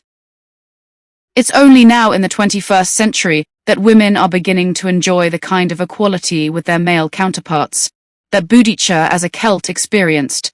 So who can say how many budding Boudicca's are out there waiting for their finest hour? Boudicca has continued since the Victorian era to be the inspiration for copious quantities of songs and stories, with the warrior queen making many appearances in music and literature. And as the struggle for equality between the sexes is ongoing, she will no doubt remain in the public eye as an inspirational role model for battling women everywhere. Yet, as our journal draws to a close and we all cry, "Hurrah for Boudicca," we must remember that there are two sides to every story. Under her leadership, some of the most barbaric acts of reprisal were carried out against those that were innocent of any crime, just as Boudicca's own daughters had been. The Roman women who were captured suffered the worst treatment of all on the orders of Boudicca, so there was little empathy for a universal sisterhood. In truth, we must accept that although Boudicca is perceived as a symbol of women's liberation, this is in fact a distortion of history. It's so easy to look back into that past and judge the actions of our ancestors by the standards of the present. Boudicca belonged to a Celtic culture that didn't discriminate against women. She simply was fighting for survival just like her male counterparts. Those who wish to portray her as a heroine have conveniently forgotten Boudicca's barbaric behavior. Many of the great heroes from history have also been treated in the same way. A prime example is Alexander the Great, who for many admirers is the greatest hero the world has ever known. He probably treated his horse kindlier than any human unfortunate enough to be in his vicinity, and as absolute power, again, corrupted absolutely, his despotism ended up knowing no bounds. So just remember as you stand before the majestic statue of Boudicca, Don't take everything you hear about this remarkable lady at face value. If you need confirmation of this, all you must do is go back to her name, which today we pronounce as Boudicca. However, for anyone reading this journal who was born before 1960, as per my school years, Boudicca is the only way to pronounce this warrior queen's name. So, I hear you ask, is this due to a fashion trend, or a great archaeological discovery unearthed during an excavation in Iceni country? No, it's neither of these things. The most likely explanation is that when some medieval scribe was laboring over making a copy of Tacitus's historical Roman manuscript, he made a spelling mistake, and that's probably all there is to it. Form your own opinions about Boudicca, and don't let historical prejudice sway you. And now our time journeying into the dim and distant past to discover the identity of Boudicca, Bonduca, or even Boudicca if you prefer, really is at an end. Hopefully you'll have enjoyed the tale that forged the character of this truly remarkable Celt, who just happened to be a woman. This is one adventure into the past that truly can be described as herstory rather than history, just for a change. Arthur, King and Country. 590 AD. Tintagel, Cornwall, England, on a wild and windy day is a spectacular place to be. However, for anyone with an interest in King Arthur, Tintagel is far more than a dramatic landscape. Search the history books, and you'll struggle to find any reference made to England's best-loved king, yet make your way to this craggy outcrop, where the sound of the sea is simply mesmerizing, and you'll find yourself closer to the legend of King Arthur than in any other place on earth. There are those who consider Tintagel to be the site of King Arthur's court at Camelot, but for most, Tintagel is generally recognized as the place where Arthur was born. As you begin to uncover the story of Arthur's entrance into the world, you will quickly understand why he's absent from the factual records of history. Our tale is set in an age when the Romans had departed Britain's shores, leaving the nation at the mercy of marauding Saxons, with a particularly bloodthirsty pair of brothers, Hengist and Horsa, leading the attack. Resisting their advances was Vortigern, a scheming opportunist who had seized power after disposing of the prince, who was the rightful heir to the throne, at which point the guardians of two further princes and heirs apparent whisked the young boys away into hiding. Meantime, Vortigern tried to appease horrible Hengist and hateful Horsa by giving them the county of Kent, but the Saxons were on the rampage and soon had added London and York to their wish list. Quite reasonably, Hengist called a peace conference with the local nobles, but he ran true to form when he murdered every one of them who attended. Evidently, slaughter suited Hengist better than democracy, although Vortigern was spared in recognition of services rendered. Vortigern thought better of remaining in Hengist's unpredictable presence, and his alternative of location was high up in the mountains of Snowdonia in Wales. Up until this point, all sounds perfectly feasible, and if you look at Vortigern's Welsh hideaway, everything appears very sensible indeed, even if the names of Hengist, Horsa, and Vortigern are not instantly recognizable in association with the King Arthur legend. However, it's time for the first major twist in our tale. No matter how hard he tried, Vortigern could not construct a castle fortress. Every day his men would build the walls high and strong, but every night the structure would tumble down to the ground and lie in ruins. With no available explanation for things quite literally going bump in the night, Vortigern called in a team of soothsayers, who soon worked out a solution. What was required was a boy, not fathered by a mortal man, who was to be slaughtered for his blood, to be sprinkled onto the stones, so that the castle would stay standing. Such a commodity was of course in very short supply, and the dying part of the job description was, to say the least, rather off-putting. Incredibly, a boy came forward, with a name that every Arthur enthusiast will instantly recognize. He was none other than Merlin, who would in years to come faithfully serve King Arthur as magician, counselor, teacher and friend.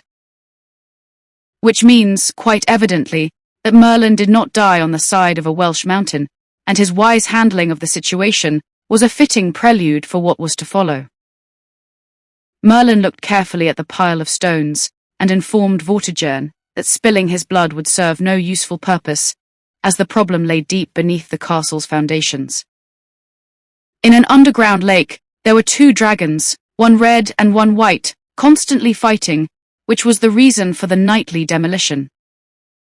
Intrigued, Vortigern spared Merlin's life, but in return asked the boy wizard to interpret exactly what the battling dragons meant. What Merlin had to say was hardly music to Vortigern's ears, as the red dragon represented the native Ancient Britons, whilst the white dragon was the Saxon invader. Although the white dragon was winning at that moment, the red dragon would eventually overcome to reign victorious. Unfortunately, there was no future for Vortigern, as the two princes in hiding had grown up and were on their way back to avenge his murder of their older brother. Aurelius, the elder of the two princes, was crowned king, and he tracked Vortigern down to Monmouth Castle in South Wales. The castle was burned to the ground with Vortigern inside, and the Saxon collaborator was no more. Hengist was also soon dispatched to his maker by King Aurelius, and Horsa, along with the rest of the Saxons, was driven out of Britain, back across the North Sea. Merlin's prophecy had been fulfilled. This was an age when being a king was a very dangerous business indeed, and Aurelius, despite having the magician Merlin at his side, was murdered by an assassin. And so it was, by right of succession, that Uther Pendragon, brother of Aurelius and father of Arthur, became King of England. Uther was a brave warrior, but ruthless when it came to get what he wanted. Our story now leads us back to Tintagel, the scene of Uther's most notorious conquest. The beautiful Igraine was wife to Gorlias, another brave warrior, until Uther fell hopelessly in love with her. Gorlias wanted to keep his wife safely out of Uther's grasp, so he brought her to Tintagel, where she could be guarded around the clock. The narrow causeway leading out to what's known as the island, where Tintagel Castle stood, was the only way that Uther could get to Igraine, which meant the lovely lady was completely out of reach. That was, of course, until Merlin was called in to assist. With Gorlias conveniently away waging war elsewhere, Merlin created a magic potion that would transform Uther to look exactly like Gorlias. It was the perfect disguise, and Uther walked straight past the guards and into the arms of the unsuspecting Igraine. It doesn't take too much imagination to work out that this is how the great King Arthur was conceived, but as always in cases of myth and legend, nothing was quite as straightforward as it seemed. Very usefully, Gorlias was killed in battle, and when Uther presented himself to Igraine, the couple were married just before Arthur was born. The date of this royal birth is generally thought to have been around 475 AD, but the somewhat peculiar circumstances of Arthur's arrival does explain the lack of any historical documentation. Also, Merlin had demanded a high price for his magical love potion, claiming the firstborn child of this union as his prize, and when Arthur was just a mere babe in arms, he was handed over to Merlin here at Tintagel to be raised by the watchful magician. For true historians, this is of course a fanciful tale, and visitors to Tintagel Castle today will find ruins that date back to the early 13th century, long after Arthur's time. However, who can say what lies beneath the spectacular remains, where archaeological excavations have already unearthed much earlier relics and artifacts, which will undoubtedly be added to in the future. Merlin took his, in loco parentis, responsibilities very seriously indeed, especially as Uther died when Arthur was still a young boy. The Saxon threat had certainly abated during Aurelius and Uther's reign, but it had never gone far away. Uniting the disparate tribes and clans of ancient Britain was a tough enough job, and keeping the Saxons at bay only added to the enormity of the task. Putting a child on the throne, no matter what his ancestry, would be disastrous, and knowledge of Arthur's existence would make the feuding nobles search him out to either seize control through the boy or kill him. Wisely, Merlin entrusted the care of Arthur to a noble knight by the name of Sir Ector, who was not told who the boy was. Arthur grew into a fine young man, and just like his foster family, was completely unaware that he was the rightful king of all the land. Celebrating Christmas as we do today owes much to the Victorian era, but back in the dim and distant Dark Ages, the midwinter festival of Christmas was equally as significant. For Merlin, it was a perfect opportunity to present King Arthur to his people, but it would prove to be a far from easy event to stage manage. The wise magician knew that Arthur would need to prove himself worthy from the outset if he was to stand any chance of survival, and like all good manipulators, Merlin had the perfect plan in mind. Mention the name of King Arthur, and the image of the sword in the stone is never far behind, and this was the crux of Merlin's great master plan. When all the nobles gathered for a Christmas church service, outside a sword miraculously appeared lodged firmly in a stone, although in some accounts it's a blacksmith's anvil. The challenge was simply this: whoever could pull the sword from the stone was the true and rightful king of England, and many tried with all their might, but failed miserably.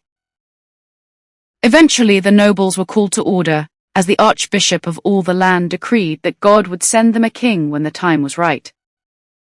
A tournament and great feast were announced for New Year's Day, when would-be monarchs could once again attempt to pull the sword from the stone. News travelled fast, and people came from far and wide to try their luck, including Sir Ector and his son Kay, with young Arthur tagging along for the ride. Quite by chance, Arthur was sent to fetch a sword for Kay, and spotting the fine specimen in the stone pulled it out, knowing nothing of the reason for the sword's being there. The uproar that followed was understandable. How could this youthful lad be the right and true King of England? It was just too much for the expectant masses to take on board. After all, they'd been waiting for a mighty statesman, or at the very least a grown-up to govern them. Arthur put the sword back and pulled it out again, many times, whilst nobody else could budge it an inch. By the time Merlin appeared to announce that Arthur was indeed the son of Uther Pendragon, there was no doubt that the young man before them was the once and future king that the entire country had been waiting for. So, we have a young king, a mighty sword, knights, tournaments, and a fair scattering of damsels in distress thrown in for good measure. Not to mention, of course, a wily old magician on hand to direct proceedings. This truly is the Middle Ages personified, post the Norman conquest of 1066 and onwards, which historically speaking is some 500 years plus after the supposed birth of Arthur.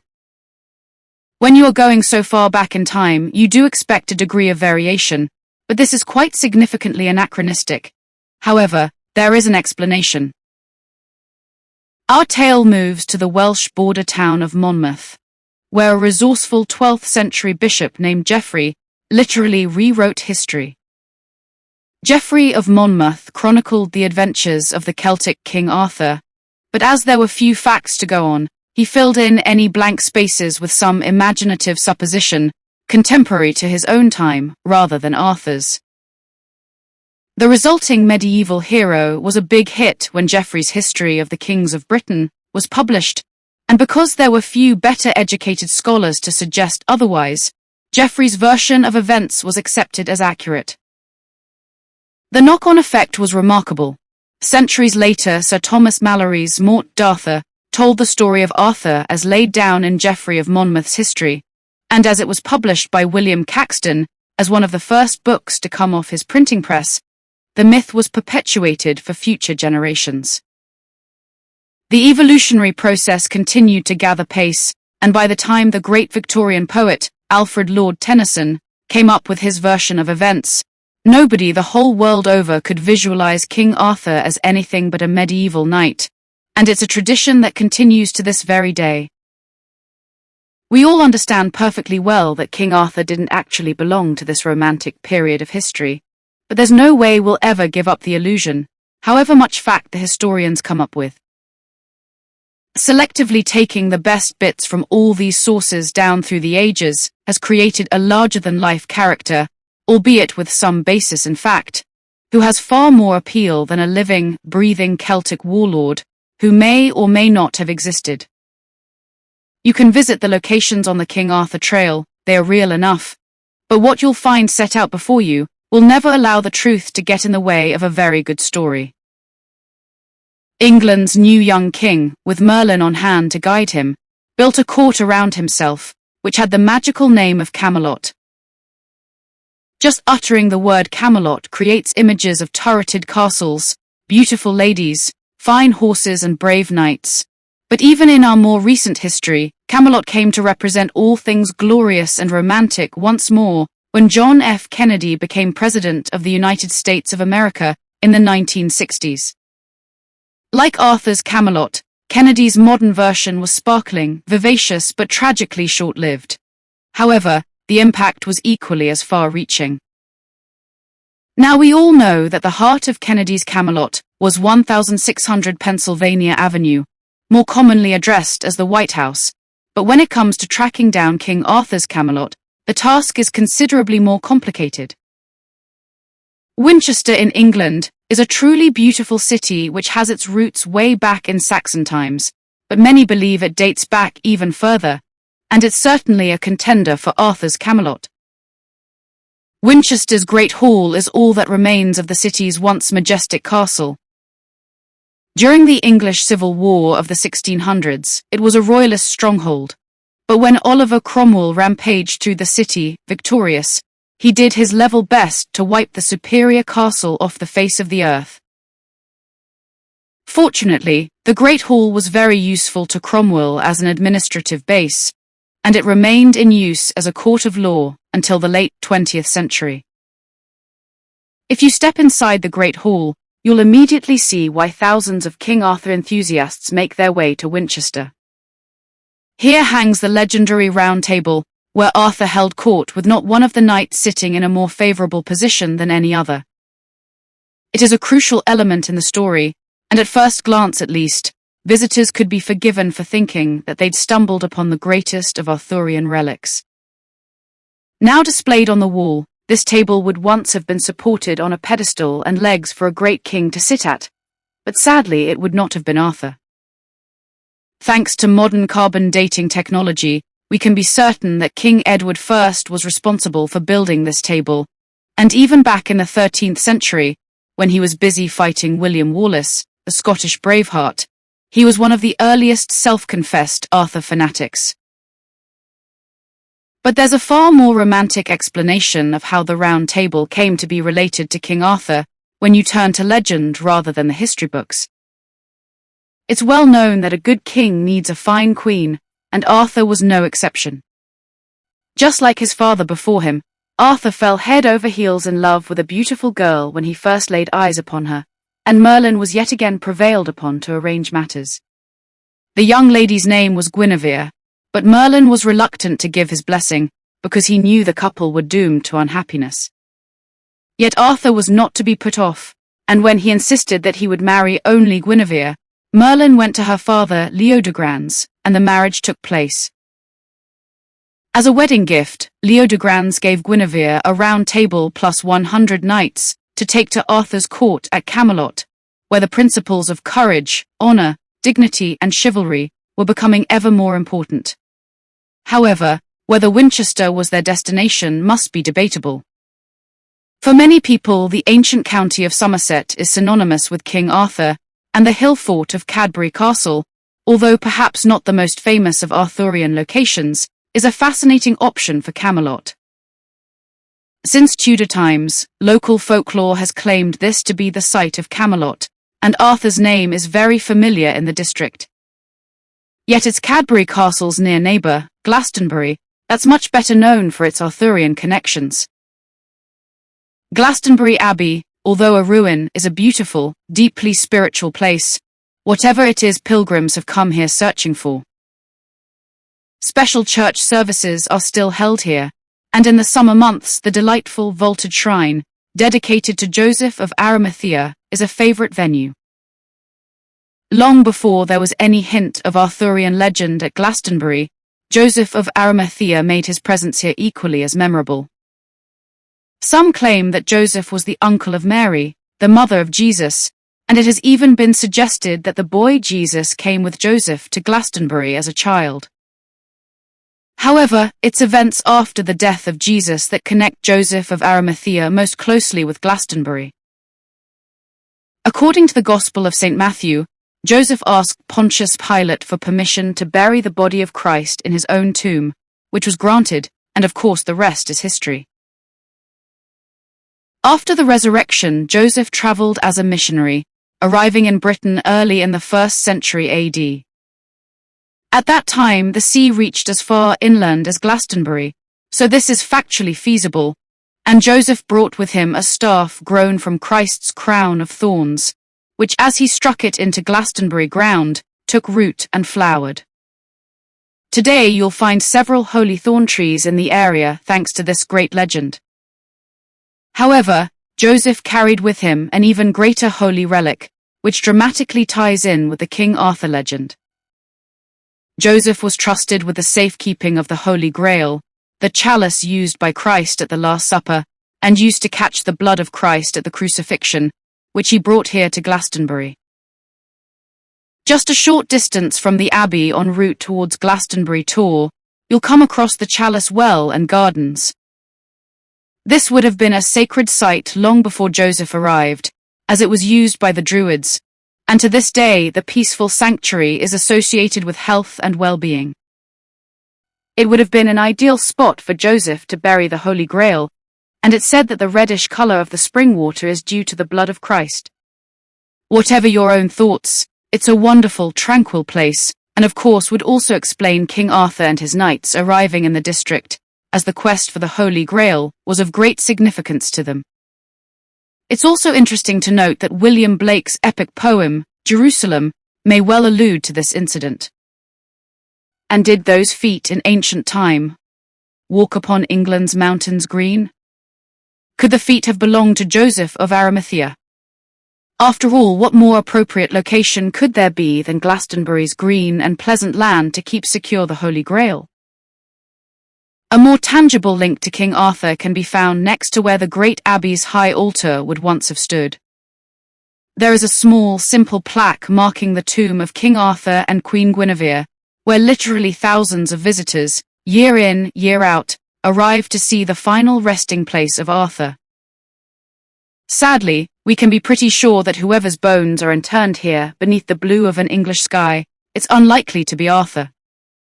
Monks at the abbey found the remains in 1191, along with a lead cross, complete with convenient identifying inscription.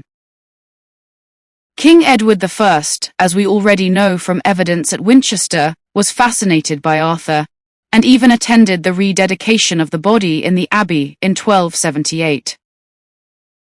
Cynics will point out that the monks did very nicely out of the publicity, and pilgrims brought great wealth and prosperity to Glastonbury, but not all monarchs were quite as helpful to the cause.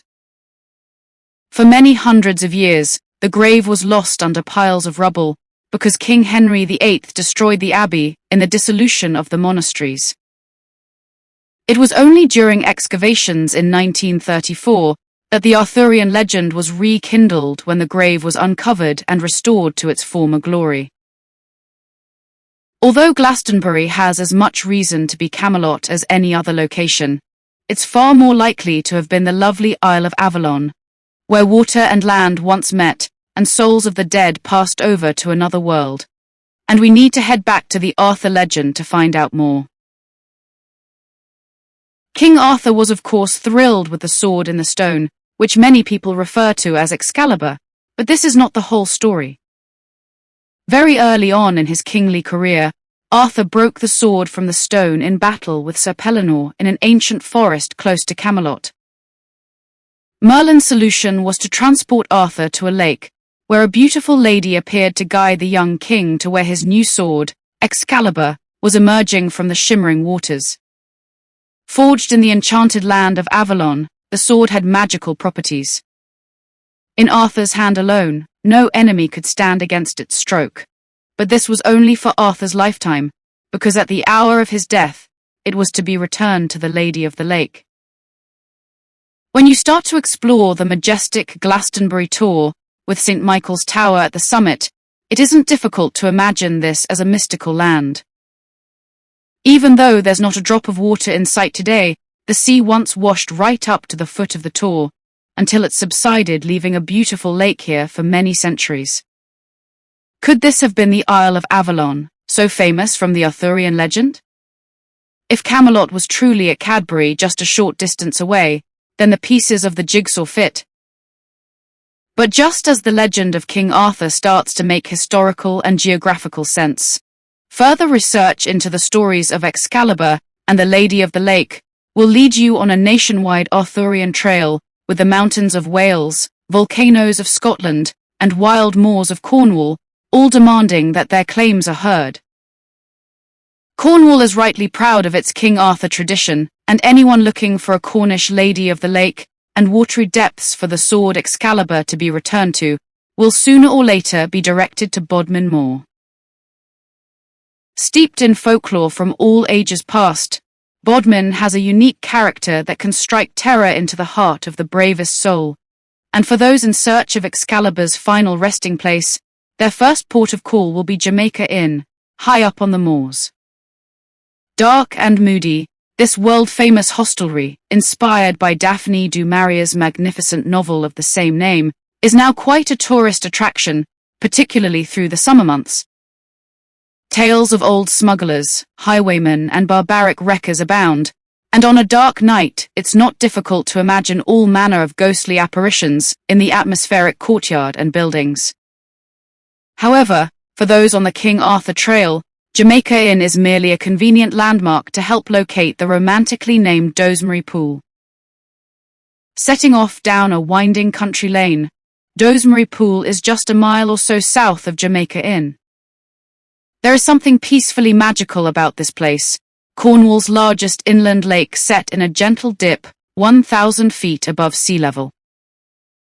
This is a perfect example of legends converging, because there are still people today who believe Dosemary Pool to be a bottomless lake. So what better place could there be for the Lady of the Lake and Excalibur to reside? But another great local myth also focuses on Dosemary Pool, albeit many centuries after King Arthur's demise. Our time is the 17th century, ironically an age when witchcraft and magic was as predominant in England as it was in Merlin's day. Many folks were persecuted as witches, tried and executed in an atmosphere of fear, when even a midwife going about her daily duties could be accused of witchcraft. At St. Briac's Church, a short distance from Dosemary Pool, a local villain by the name of Jan Tregeagle donated vast amounts of cash so that the men of God here would fight the devil, Faustus style, for his soul. Satan and his hellhounds agreed that Tregeagle's soul would be spared if he toiled eternally, and the task was to empty the bottomless Dosemary Pool with a perforated limpet shell. However, should he cease his labors, the devil could claim Tregeagle's soul as a prize. There is no mention of Excalibur being found, which is hardly surprising when you consider the lake-draining properties of a perforated limpet shell. Eventually, after the devil had bombarded Dosemary Pool with thunder, lightning, earthquakes, and torrential rain, Tregeagle fled to Roche Rock in the south, with the hellhounds in hot pursuit, and local ghost hunters claim to have encountered his evil ghost at both locations. On a fine day, it's hard to imagine Dosemary Pool as a hotbed of supernatural activity, but on a dark, stormy night when the wreckers' and smugglers' ghosts tread softly on the cobbles at Jamaica Inn, you might just encounter the spirit of Tregeagle and the hellhounds at Dosemary Pool, along with a phantom King Arthur, his faithful knights Sir Bedivere, and of course the Lady of the Lake to complete the full set. Remembering that Somerset had the logical claim of Camelot at Cadbury Castle and the Isle of Avalon at Glastonbury, what logical progression of the King Arthur legend could possibly point to the far off the beaten track Dosemary Pool, high up on Bodmin Moor? King Arthur and Queen Guinevere presided at court, with the knights performing great feats of daring as the golden age of Camelot shone brightly. Sir Gawain did battle with the Green Knight, and the pure Sir Galahad took on the quest for the Holy Grail, but the light of Camelot was dimming, as Merlin's predictions for the marriage of Arthur and Guinevere proved correct. Family feuds have throughout history given us some of the most fascinating tales, and in Arthur's case, the treachery of a relation struck a fatal blow. There are those who believe that Sir Mordred was Arthur's nephew, whilst others with more of a taste for royal scandal suspected him to be Arthur's son from an incestuous liaison with his half-sister. Whatever the truth, the other knights warned Arthur about Mordred, but the king refused to listen, and it cost him dearly. But Mordred wasn't Arthur's only problem. The brave and handsome Sir Lancelot had taken the fancy of the queen, and the pair fell head over heels in love. Whether they were lovers in the true sense or not is incidental, as Mordred went to Arthur and told him that Guinevere had committed adultery with Lancelot, the king's first knight. This was enough to set Arthur into a jealous frenzy, pursuing Lancelot countrywide, and even the brave knight's stronghold at Bamburgh Castle in Northumberland, northern England, could offer no protection.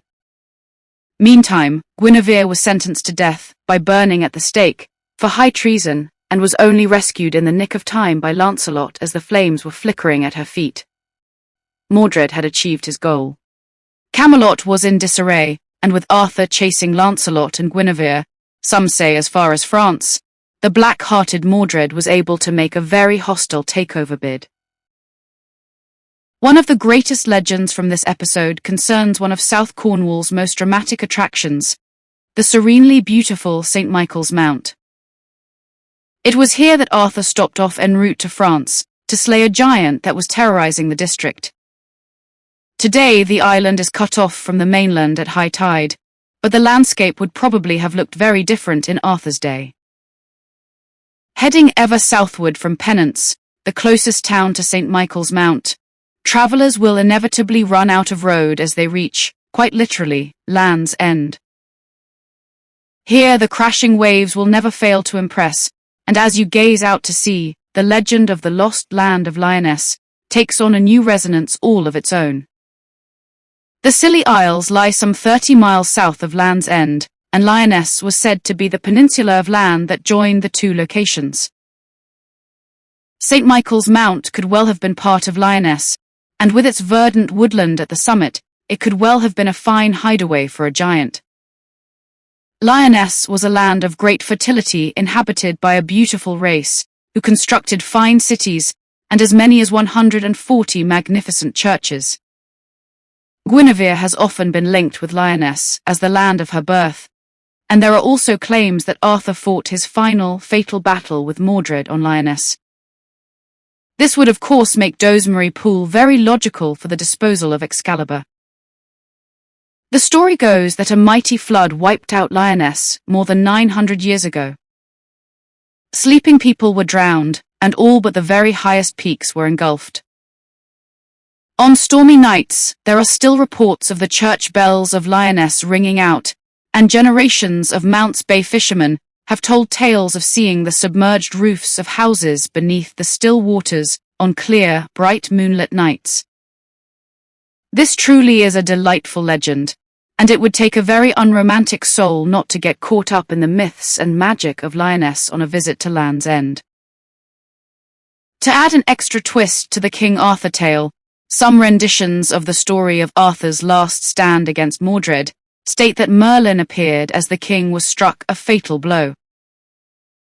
Lyonesse was lost as Merlin created a mighty tidal wave to drown Mordred's army, allowing Arthur's knights to escape, and the land was never restored. Whether act of God or act of magic, the story of Lyonesse will live on eternally as Cornwall's very own answer to the lost city of Atlantis. The Welsh also have a very strong claim to the legend of King Arthur, not least in part due to Geoffrey of Monmouth's colourful history of the kings of Britain. Returning to Snowdonia, where the Celtic and Saxon dragons of Vortigern once battled, the Welsh have their own version of events. Arthur's last battle, according to them, was fought in a narrow, mountainous pass where the treacherous Mordred and his archers ambushed the king and his knights.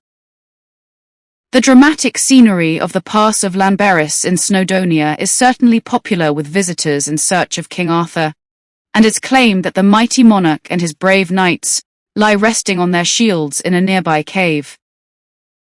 There is also conveniently a lake close at hand, where Excalibur could have been disposed of, and with Caerleon in the south of Wales providing yet another possible location for Camelot, the jigsaw pieces can undoubtedly be made to fit.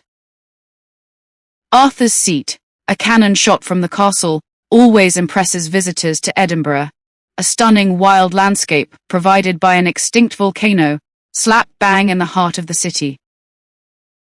There are water features aplenty to satisfy any lady of the lake, but this location is unlikely to have had any connection with the author of this tale, although it does illustrate very neatly how a legend can grow.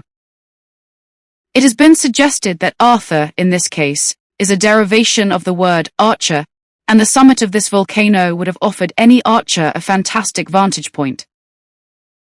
The last battle of Arthur and the great knight's final resting place is perhaps an even greater fascination for modern-day Arthurian enthusiasts than finding the location of Camelot itself. Turn to Thomas Malory or Lord Alfred Tennyson, and the story is equally as gripping, although the actual location remains frustratingly mysterious.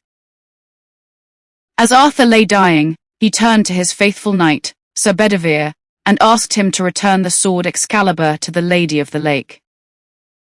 Now, for the Celts, this would not have seemed a strange request, as it was standard practice to throw their finest metalwork into lakes as an offering to the gods. But the beauty and power of Excalibur tempted Bedivere, and it took him 3 attempts to do as he was asked. Then the Lady of the Lake appeared in a boat draped with blackened sails to take Arthur to the Isle of Avalon. To add to the locations already considered as possible sites for Arthur's last battle, Cornwall has a further contender at Slaughter Bridge near Camelford, and a site close to Cadbury Castle in Somerset has also been suggested for obvious reasons. But this was not the last to be heard of Arthur, and if the final battle near Cadbury Castle is a possibility, then the next part of the story will make sense.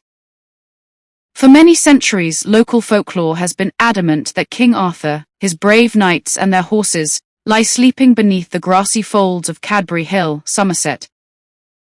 Their ghosts have been seen down through the ages, with Midsummer's Eve proving to be the most popular time for them to walk the earth. Custom has named a nearby watering hole, Arthur's Well, and it's to that spot that the ghostly procession of knights on horseback, led by King Arthur himself, slowly make their way. Local residents have even heard tell that on one occasion when the ghosts appeared, a witness to the event picked up a silver horseshoe that fell by the wayside. No doubt this became a treasured possession indeed, but who it was and what happened to the horseshoe, just like the tales of King Arthur, have long since been consigned to the annals of myth and legend. Unfortunately, there's no guarantee that taking the King Arthur trail for yourself will uncover any horseshoes, or that you'll get a glimpse of an Arthurian ghost. But what you will experience is a sense of the past that really does make history come to life. From the wild landscape of Tintagel, Arthur's birthplace, there is a sense of majesty, man pitting his wits against the elements and surviving against all the odds. Then there's the strength of the Roman remains at Caerleon, the Great Hall at Winchester, and the undulating Cadbury Castle, all claiming the title of Camelot. Moving on, we have the lakes, ranging from the mountains of Snowdonia to Avalon at Glastonbury, and Dozemarie Pool high up on Bodmin Moor. Finally, there are a multitude of proposed resting places for Arthur and his knights, and you really can take your pick, which is undoubtedly the key to each new generation's fascination with the story. What happened to the other main protagonists also makes for interesting speculation. There are plenty of folk who believe that Merlin is alongside King Arthur and the sleeping knights. However, some years earlier Merlin was tempted by a better offer from his beautiful apprentice Vivian. Sadly for him, she was as treacherous as Mordred, and sealed the old magician in a tomb to die a slow and tragic death. As for the feuding between Lancelot and Arthur, it's hard to imagine the Knights of the Round Table, even in waiting, without the king's first knight. Perhaps all was restored between the two men when poor old Guinevere got sent off to a nunnery, the standard fate for all disgraced medieval heroines. Yet for incurable romantics everywhere, the legend of King Arthur brings with it a message of hope. The brave knights who lived by a chivalrous code are not dead, but only sleeping, waiting for the day that they will be called upon to protect their beloved country once more. The fact that if an Arthur really did exist and take on the Saxon invaders, he would have been nothing like Malory's medieval king, doesn't matter in the slightest. This truly is the stuff of legend, and very good it is too. In times of national troubles, Arthur will always boost morale. Just the thought of Camelot and all it stood for, the preservation of honor, truth, and justice, has made the toughest battle worth the winning.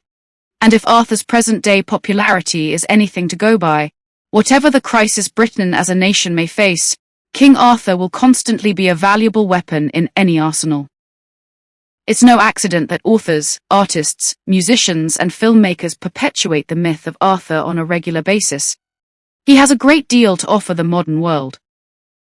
The legendary Arthur was, is, and always will be a source of inspiration for kings and commoners alike, a chivalrous hero to shape the future, whatever the truth about King Arthur's past might prove to be. Richard I, the Lionheart, 1157 AD. There have been some truly great kings and queens of England, and by equal measure several truly appalling monarchs to have made their indelible mark on history. Many factors influence public opinion on whether a sovereign has been good or bad, hero or villain, sinner or saint, and on just a few occasions it's difficult to make a judgment either way. This is absolutely the dilemma that surrounds King Richard I, the Lionheart, who could transform from a brave, chivalrous crusader knight into a cruel despot within the space of a heartbeat. Over time, Richard the Lionheart has become a fascinating figure in Great Britain's history, and his worldwide travels through lands that are still, to this very day, at the heart of global conflict, also bestow upon him an international resonance. This history journal will set out on a journey of discovery to find the man behind the myth and explore, expand, and expose the legend that is Lionheart. Standing majestically along the banks of the River Thames, which connects Great Britain's capital city, London, to the sea, is the ornate and beautiful Palace of Westminster. This grand and ancient building is also known as the Houses of Parliament, as it is home to the House of Commons, where the democratically elected members of Parliament sit and debate every issue of government, and the House of Lords, where the unelected peers of the realm and clerics of the Church of England discuss the new laws that their neighbouring house will pass. The Palace of Westminster is overlooked by the equally famous Clock Tower, a giant structure which houses the Great Bell of Westminster, popularly known as Big Ben, which chimes regularly every hour on the hour. However, the oldest part of the Palace of Westminster dates to the late 11th century, when Westminster Hall was built. Inside this London landmark, underneath the world's finest surviving hammer beam roof, is where they lay the newly departed statesmen and royal family members, for the public to pay their last respects. People like William Gladstone in 1898 and Winston Churchill in 1965, two of Great Britain's finest prime ministers, and the beloved and much-missed Queen Mother, wife of King George VI and mother of the present Queen, Elizabeth II, who passed away at the amazing age of 101 in 2002. But it's the vicinity just outside Westminster Hall that commands the attention for the tale we are about to tell. For here, in the open air cast in the finest bronze, is the likeness of King Richard I. He is sat astride his trusty horse, brandishing his sword as if ready to charge into battle, and demands respect even as an immovable statue. This solidified ghost of a warrior king has captured the imagination of the public like no other king before or since. He was given the title Cœur de Lion, which translates as Heart of a Lion, because of his courage and bravery in battle. Although he could speak little English, and only spent 6 months of his decade-long reign in the country he ruled. His short time as King of England made him more famous than any other king, and firmly established him as a literary icon, appearing in swashbuckling tales of chivalrous knights, like Sir Walter Scott's Ivanhoe, and as the focus for folk tales such as Robin Hood. Nevertheless, to sideline King Richard I in history as nothing more than a so-called absent king does him a grave injustice. Richard the Lionheart was the son of King Henry of Anjou and Queen Eleanor of Aquitaine, two of the most intriguing and domineering royal characters in medieval history. Richard's father, King Henry II, held several titles. He was the King of England, the Duke of Normandy, the Count of Anjou, and after he married Richard's mother, Eleanor, the Duke of Aquitaine. He was also the firstborn to begin the Plantagenet dynasty, which had started with his own father, Geoffrey of Anjou. Plantagenet was a surname derived from the broom flower, which is an evergreen deciduous shrub, with slender stems, yellow flowers and small leaves, which Geoffrey of Anjou used as an emblem and a good luck charm. Due to the way that history is on occasion sensationalized, where certain instances seem to stick in the mind more readily than others, King Henry II is probably most famous because of his treatment of his old religious friend Thomas à Becket, who he appointed Archbishop of Canterbury in 1162. Becket had originally been King Henry's trusted chancellor when they worked tirelessly, side by side, to bring law and order to an England ravaged by internal strife, civil war and corrupt landowners. In medieval England, the Church held all the power. The fear of going to hell meant that people did what the Church told them, as only the Catholic Church could save your soul and allow you to go to heaven. The Catholic Church sent its orders from Rome, where the Pope held office. In medieval England, the Archbishop of Canterbury was the most important position in the Church. Thomas à Becket's appointment as Archbishop was a political one, as King Henry II wanted the powerful Church to become the monarchy's servant.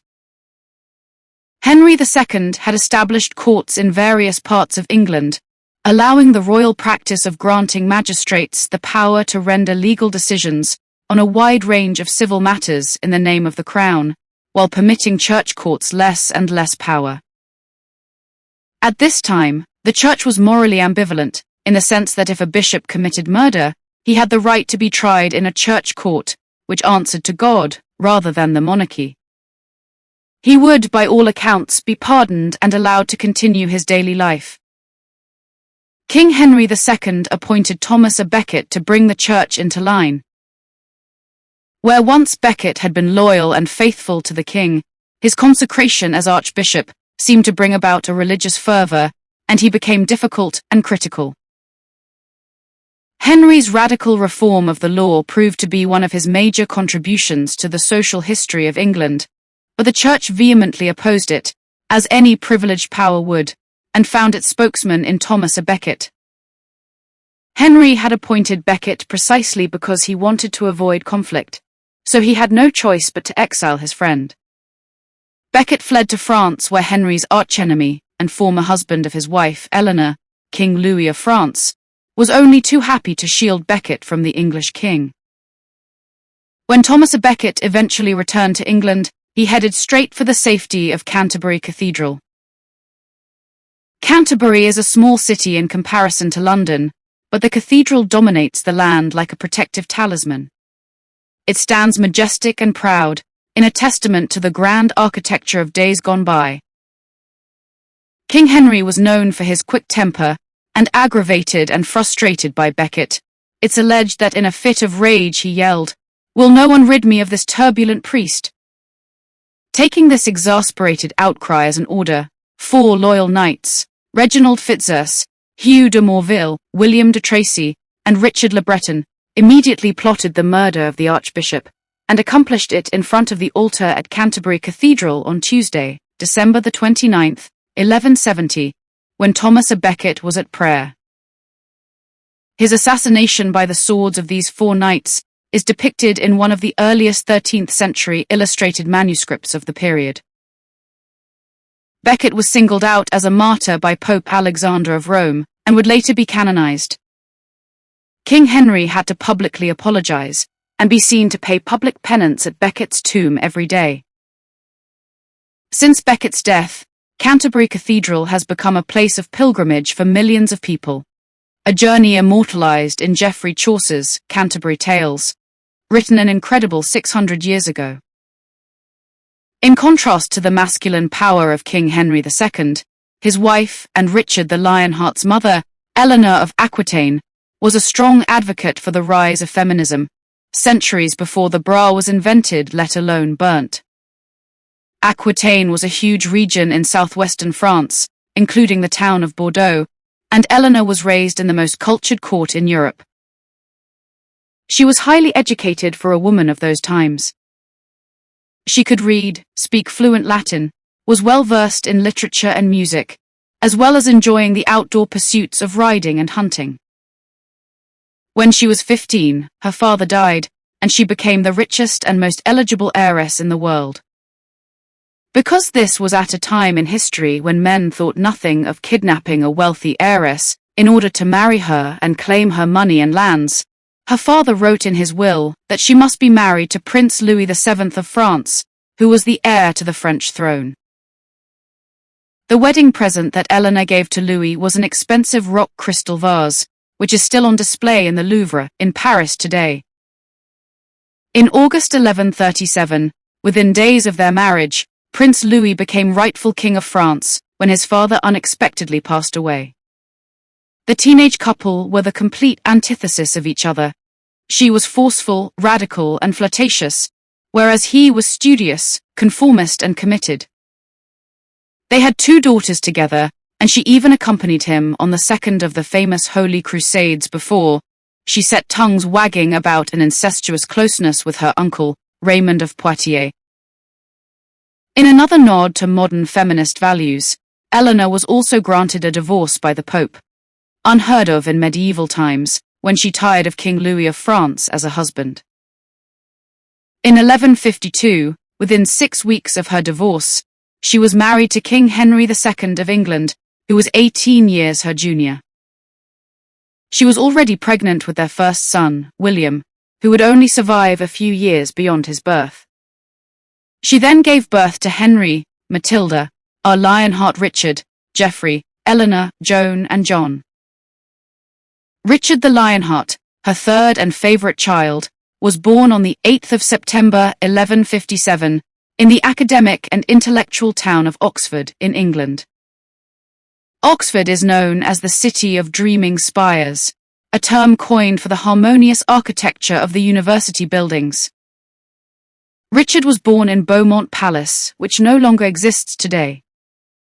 However, Worcester College, founded in 1714, lies across the end of Beaumont Street, and built into the stone pillar for the garden railings, there is a small plaque marking the location of Beaumont Palace.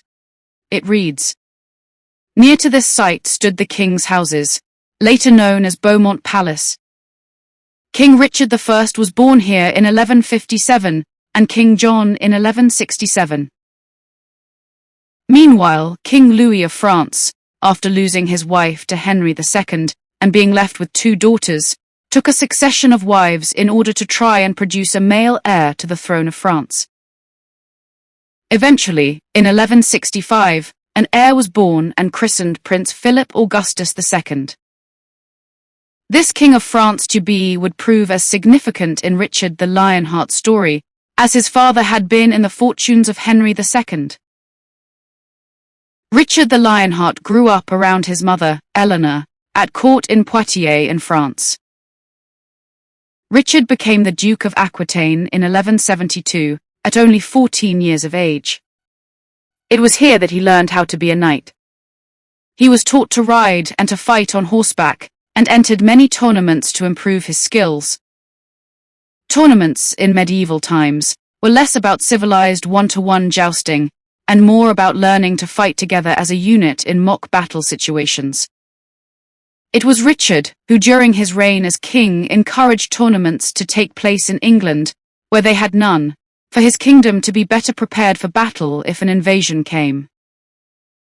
The rivalry and relationships within the Plantagenet family were unhealthy and vicious. King Henry II decreed that, after his death, the bulk of his dominions would go to his namesake and eldest son, Henry, known as the Young King. In 1170, long before his father died, young King Henry was crowned and given his title. This meant, effectively, that England had two kings, both called Henry. Meanwhile, Richard the Lionheart was promised to Princess Alice of France, the daughter of King Louis and the brother of Prince Philip. Richard had also been given the Duchy of Aquitaine, to stop him feeling jealous of his brother, the young King Henry, and the investment ceremony took place in Saint-Hilaire-le-Grand Church in Poitiers. 2 years later he was given the Duchy of Poitiers too, and was invested in the very same church again. However, nobody was happy with these arrangements, as the three sons, Henry, Richard and Geoffrey, believed that their father gave them titles freely but wouldn't give them any authority. They were also suspicious that he would eventually pass on his lands to the youngest son, John. Their mother, Eleanor, fueled by jealousy brought on by Henry's many extramarital affairs, encouraged her sons to take what was rightfully theirs. So, in 1173, the three brothers took up arms and fought against their father in battle in order to leave the young King Henry as the only holder of the throne in England. In 1174, a year into the war with his father, Richard managed to secure the French town of Saintes and, in doing so, impressed his father greatly. Because of his financial resources, quicker speed, and mastery of organization, Henry II defeated his two sons, Henry and Geoffrey, quickly and painlessly. However, Richard was the last to give in after his father tried to invade Aquitaine, not once but twice, fighting for the honor of his mother's birthright, with her support. When he did bow to his father's superior forces, Henry II pardoned his son, and was keen to make use of Richard's military brain and tactical knowledge. He did not, however, let Eleanor off so lightly. She was imprisoned and kept locked away in Chinon Castle for the remainder of Henry's life. The victorious Henry II wanted the various barons of Aquitaine, forever rebellious of English law, crushed into submission.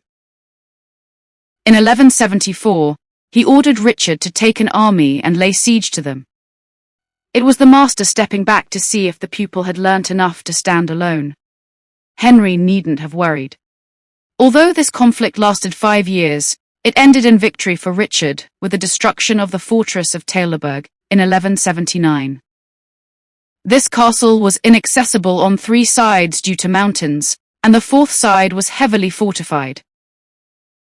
Richard knew that the overthrow of Taillebourg would lead to the immediate surrender of the barons. Within 14 days, Richard had secured the Virgin Fortress, as it was known, due to its impregnability, and as he predicted, this show of force and brilliance made the rest of the rebel barons immediately surrender to his control. This victory earned Richard increasing fame and praise. Young King Henry had become increasingly jealous of the fame and responsibility heaped upon his brother Richard in those 5 years. Like a good Plantagenet, he was soon plotting against him. Richard's reign over Aquitaine led to a major revolt in 1183. The future Lionheart had a terrible reputation, causing many casualties of war. The rebels hoped to rid themselves of Richard, and asked his brothers Henry and Geoffrey to help them succeed. Henry II feared that the conflict between his 3 sons could lead to the ultimate destruction of his kingdom, and threw his support behind Richard. Then tragedy struck when the younger Henry died unexpectedly of dysentery, ending the revolt, and again Richard won the day. It was at about this time in his career that Richard heard news of the recapture of the Holy Land by the Muslim army after the Battle of Hattin, which set in place the foundations for a third crusade. The First Crusade had begun nearly 100 years previously, in 1095. The holy city of Jerusalem was controlled by Turkish Muslims, who forbade Christians to worship there, even though the Christians regarded Jerusalem as their most holy city too. In order to regain control, the Pope decided that the Christians should reclaim their Holy Land.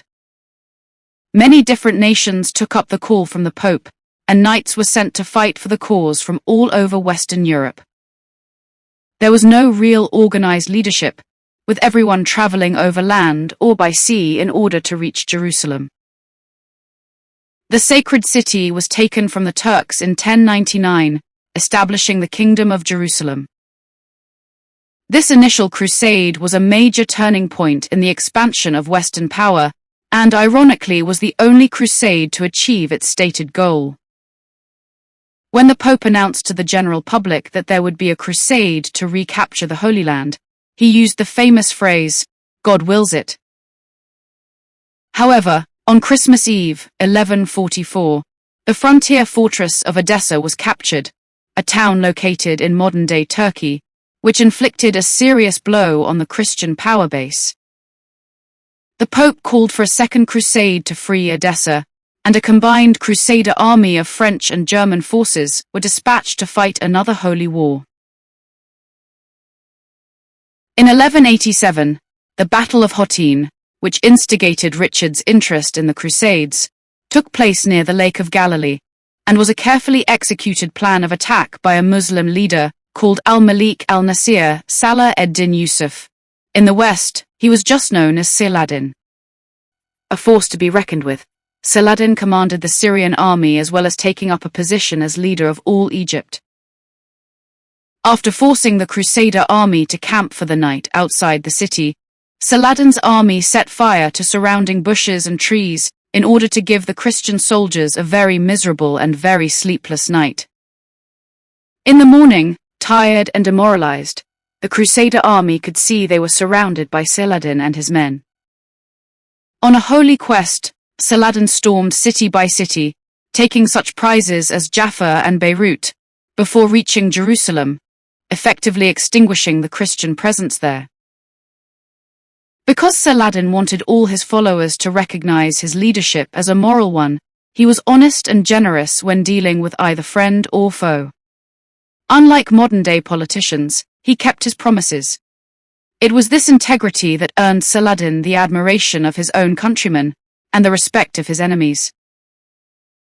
As was characteristic of Richard the Lionheart, he decided to take the cross, which was a vow to go on a crusade, in the form of a piece of material shaped like a cross, and didn't even think about consulting his father.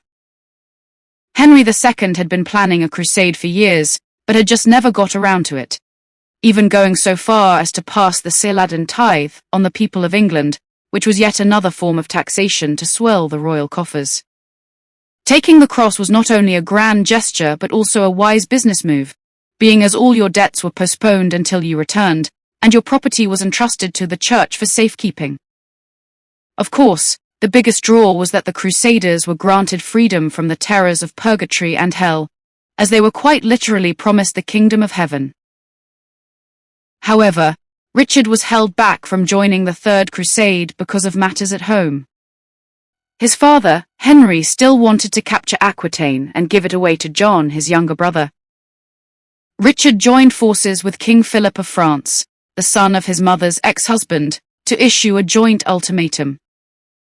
Richard would marry Princess Alice, the sister of Philip, and King Henry would publicly declare that Richard was the rightful and only heir to the throne of England. However, never one to do as he was bid, Henry refused, forcing Richard to pledge allegiance to France's king instead. He agreed to give away his rights to Normandy and Anjou if King Philip of France would help him defeat Henry and his army, and that was exactly what they did. It's often been hinted that there was more to the relationship between Richard and Philip than meets the eye. It was undoubtedly very complicated, and a homosexual liaison is certainly one possible explanation for the evident affection between the two men, turning to bitter enmity during the Third Crusade. Yet there are plenty of alternatives, one being the treatment of Philip of France's sister at the hands of the Plantagenets. The truth was that Princess Alice could not have married Richard without a great public outcry, because she was in fact already the mistress of his father Henry II.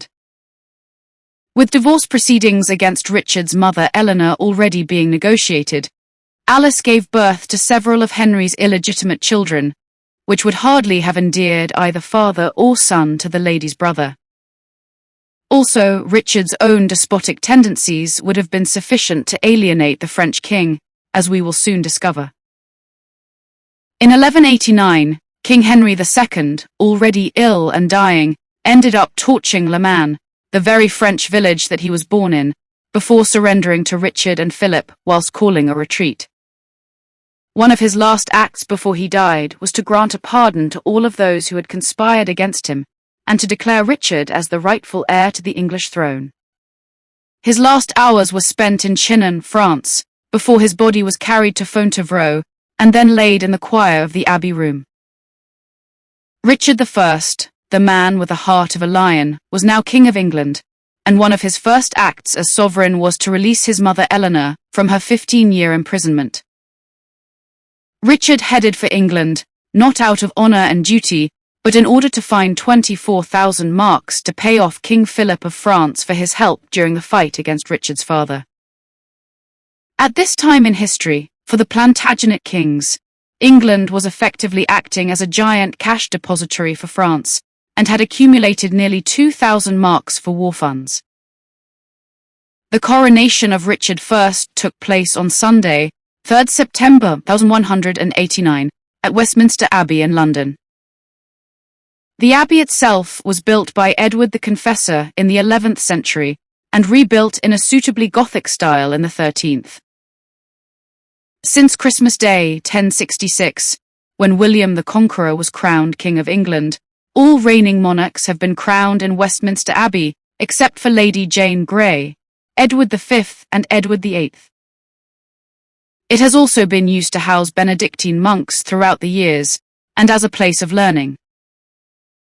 Poets' Corner is probably the most famous burial place in the entire nation, being the final resting place of Geoffrey Chaucer, author of the Canterbury Tales, because he was living here at the time of his death. The honour soon spread beyond just poets, and includes such famous names as Sir Isaac Newton, William Pitt the Younger, Clement Attlee, Rudyard Kipling, Thomas Hardy, Ralph Vaughan Williams, and William Shakespeare. In the writings of the time, there is a fully detailed account of this coronation, the first proper record of such a ceremony, from the 13th century Chronicle of the Kings of England.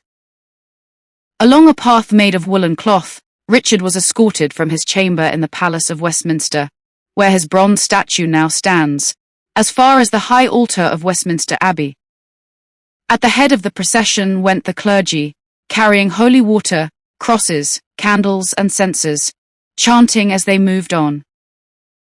There were priors, abbots, bishops and Richard's own brother John, each of them carrying a sword of state, which were made from solid gold. 6 barons carried the royal robes and insignia. The Earl of Essex carried the ornate golden crown, studded with priceless stones. When he reached the high altar, Richard took the coronation oath. He swore that he would observe peace, honour and reverence towards God and the Holy Church.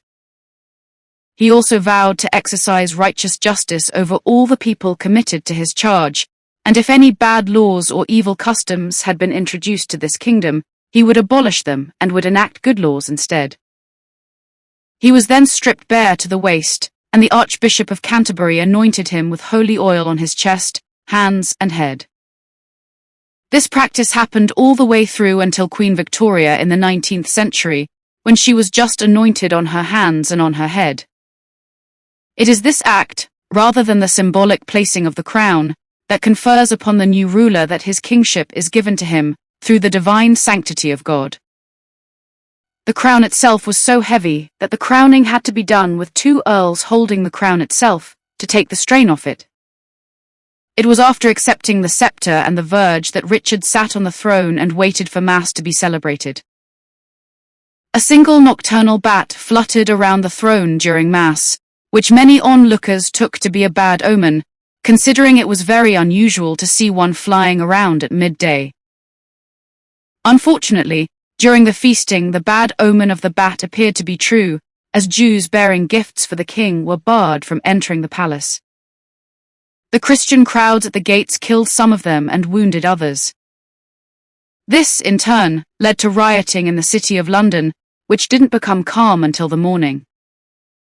King Richard was furious, not because he had a special affection for Jews, but because this group of people were under his protection, mainly since they were a very rich seam of income and revenue. More riots followed throughout England as the crusading spirit took over and anti-Jewish feeling prevailed.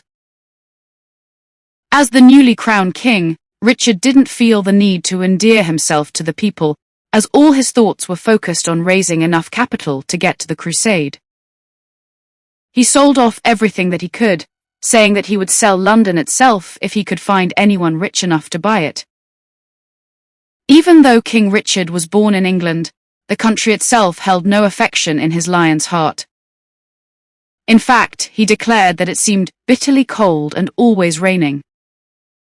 Richard, like his father before him, saw the country as his own personal investment fund. A tax system had been set up in England years earlier by the Anglo-Saxon kings, which was always high, especially compared to anywhere else in Europe. To appease his younger brother John, he gave him the title of Earl of Gloucester, as well as relinquishing control to him of whole counties, such as Nottinghamshire, Derbyshire, Somerset, Dorset, Devon, and Cornwall. But again, like his father before him, King Richard gave with one hand and took away with the other.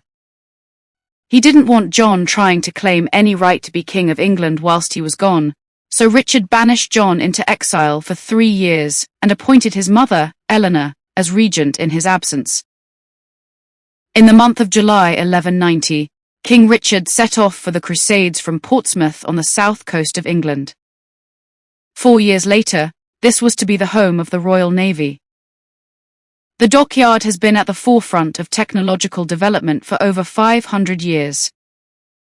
The world's first dry dock had been built here in 1495, and it was later home to the father of Isambard Kingdom Brunel, noted architect of the Clifton Suspension Bridge in Bristol. Mark Brunel, Isambard's father, invented the first steam-powered industrial production line for the manufacture of wooden pulley blocks, and it was also in the Portsmouth dockyard that the revolutionary steam turbine-powered HMS Dreadnought was built at the beginning of the 20th century.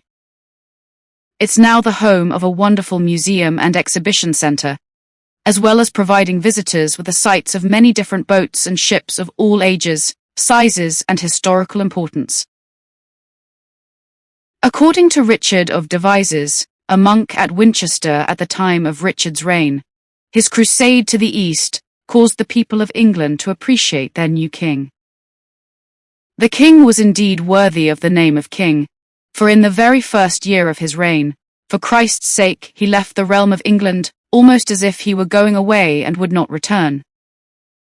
So great was this man's devotion, and thus quickly, thus speedily and hastily he ran, or rather, flew to avenge Christ's injuries. Richard the Lionheart joined up with King Philip of France almost immediately, and the vast army of men then split in two when they reached Lyon, as food supplies from the land were no longer enough for them to journey together on the same route. King Richard's route started out from Vézelay to Lyons, then to Marseille, and through to Genoa in Italy. Through Tuscany he went until he got to Rome, heading straight on for Naples, before reaching Messina, in Sicily. It was there that they met up again with King Philip of France's men. Upon arrival, they were swept up in a crucial moment in Sicily's history. Following the death of King William II of Sicily, there was some dispute over who was going to take the throne. His heir was an aunt called Constance, who was married to a German. Nobody wanted a German king, and so the Pope and the Sicilian barons passed the crown on to Tancred of Lecce, an illegitimate cousin of their original king. King Richard ignored the political shenanigans and attempted to keep his men trim and trained by arranging tournaments. In one such duel, the French knight William de Barras scored such a hit on the English king that it dented his helmet. In a fit of pique, Richard counterattacked William, but fell to the ground when his saddle slipped from underneath him. He immediately summoned for a new horse and attacked again. William would not budge from his seat. with dented pride and bruised ego, King Richard ordered the brave French knight to be sent away. It was only on the eve of their eventual departure from Sicily that Richard relented and allowed William to return to King Philip's service. During their stay in Messina, the question of King Richard's betrothal to King Philip's sister, Princess Alice, became a major issue. His mother, Eleanor of Aquitaine, even travelled to Sicily with a new bride for her son, Berengaria, daughter of the King of Navarre. Eleanor wanted to bring peace to the southern border of Aquitaine with the alliance of this arranged marriage.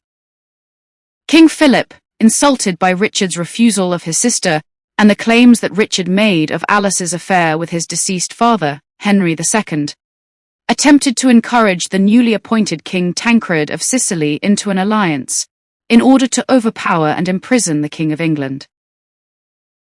Tancred made a treaty of friendship with Richard instead. This was marked by the exchanging of gifts, and Richard's present to Tancred was the famous sword Excalibur, owned by the legendary King Arthur. This was since, around this time, the tombs of King Arthur and his wife the Lady Guinevere were believed to have been discovered at Glastonbury.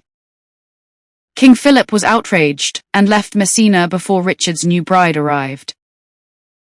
Eleanor of Aquitaine, now an elderly lady of 70, wanted to stay long enough to see her son's wedding, but the marriage was postponed because of Lent, so she completed the long journey home to France, pausing only in Rome to visit the Pope. Back in England, Prince John, left to his own devices without the controlling presence of his mother, Eleanor, caused merry havoc and mischief whenever visiting England, and, even upon his mother's return, continued to try and usurp his brother's power as king. King Richard, eager to set sail for the Holy Land, took his bride-to-be with him. His huge fleet of 200 vessels set off from Messina on 10th of April 1191. Only 3 days out from Messina, a storm blew through the large convoy and many ships were blown completely off course. Richard's ship guided the way forward with a burning light at the masthead, but not everyone could keep pace. Upon reaching Rhodes in Greece, he was shocked to discover that one of the ships missing was the one carrying his fiancée, Berengaria. Fast galleys were sent out on a rescue mission to see if they could discover the whereabouts of these lost vessels. Eventually, the ship carrying Berengaria was found moored off Limassol, on the south coast of the island of Cyprus. Some of the other off-course vessels had been run aground, and anyone who reached dry land was seized, stripped of all their possessions and then thrown into prison. Limassol was built between two ancient cities, Amathus and Curian, and the ruins of Curian are extensive and include well-preserved mosaics. To the west of the city is the Akrotiri, sovereign base area of the United Kingdom, a leftover from the days of the rule of Richard the Lionheart. This allows the island to run as an independent state, but aids in defense, foreign affairs, and trade issues. Back in medieval times, Cyprus was an island famous for its vineyards, and had long been a cherished part of the Byzantine Empire, but had recently been taken into independence by Isaac Ducas Comnenus, who claimed to be the island's new governor by producing forged documentation from the center of the empire, Constantinople, which would later be known as the city of Istanbul in Turkey. As Cyprus greeted Isaac with open arms, he ditched his governor title and became, on his own insistence, an emperor. He quickly took the island out of the safety of the Byzantine Empire and forged links with Saladin, the leader of the Muslim army and the catalyst for Richard's crusade. However, it didn't take long for the people of Cyprus to realize their mistake, and as Richard's crusaders came ashore to release Isaac's prisoners, the battle for the island began. The self-styled emperor publicly announced that whatever rules or treaties Richard proclaimed, they would not bind him. This gave the Crusader king the incentive he needed to mount a full-scale takeover of Cyprus. On the 12th of May 1191, King Richard and his fiancée, Berengaria, were married at Limassol Castle, and immediately afterwards, Richard set about conquering Cyprus. Isaac had hidden himself amongst the castles in the high, rugged mountains, and left his wife and daughter in the confines of the most inaccessible and easily guarded castle of them all. He surmised that Richard would eventually get bored and move on to the Holy Land, which wasn't a bad plan, but he totally underestimated the tactical genius and quick thinking of his opponent. Richard simply besieged the castle and captured Isaac's wife and daughter. Isaac was horrified and gave himself up for surrender on the condition that he should not be clapped in irons. So Richard had shackles made from silver instead and chained him in those. Richard the Lionheart and his army continued to join up with King Philip at the siege of Acre. The siege had been running since Saladin and his army captured Jerusalem and ordered the King of Jerusalem, Guy of Lusignan, to never take part in any fighting again. Guy promised to do so until he was out of the city, and then found a priest to break the oath for him, as a Muslim oath was considered breakable for a Christian. Guy then laid siege to the city of Acre, as it was the chief port and the largest town in the Kingdom of Jerusalem. His army grew as the siege continued, but neither side was gaining anything. The stalemate continued for 2 years, with all Muslim and Christian eyes trained on this small siege. If Acre fell, it would be the first major blow to their leader, Saladin, who had been so victorious at the Battle of Hattin.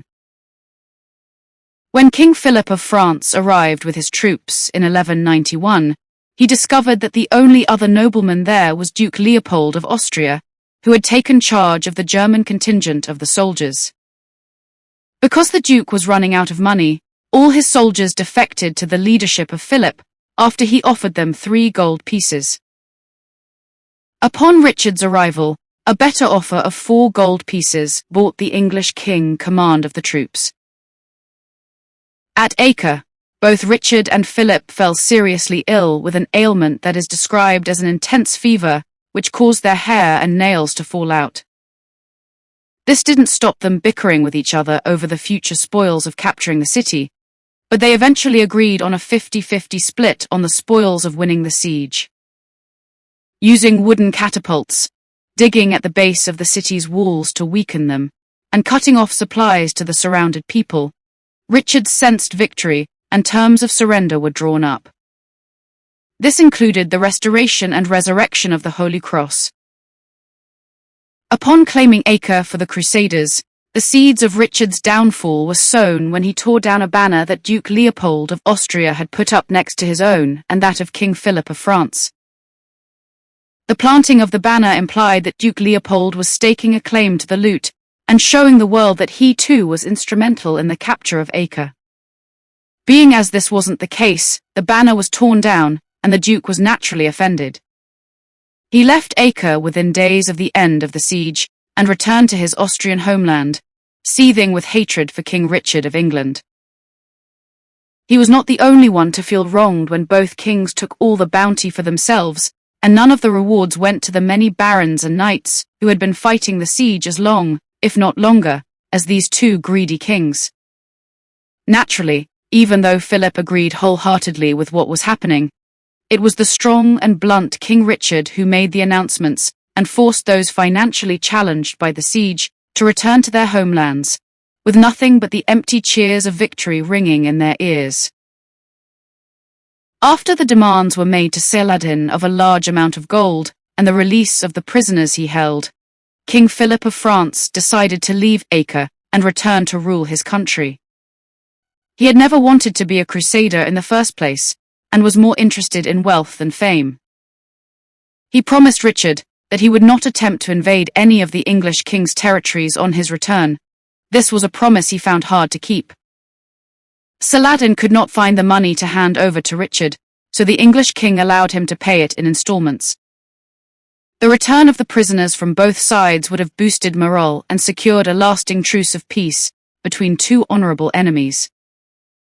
Unfortunately, with rumors that Saladin had already executed his Christian prisoners, the first installment was not forthcoming, and Richard's set deadline was passed. Acting on King Richard's orders, the lives of the captured Acre garrison were extinguished by the victorious soldiers.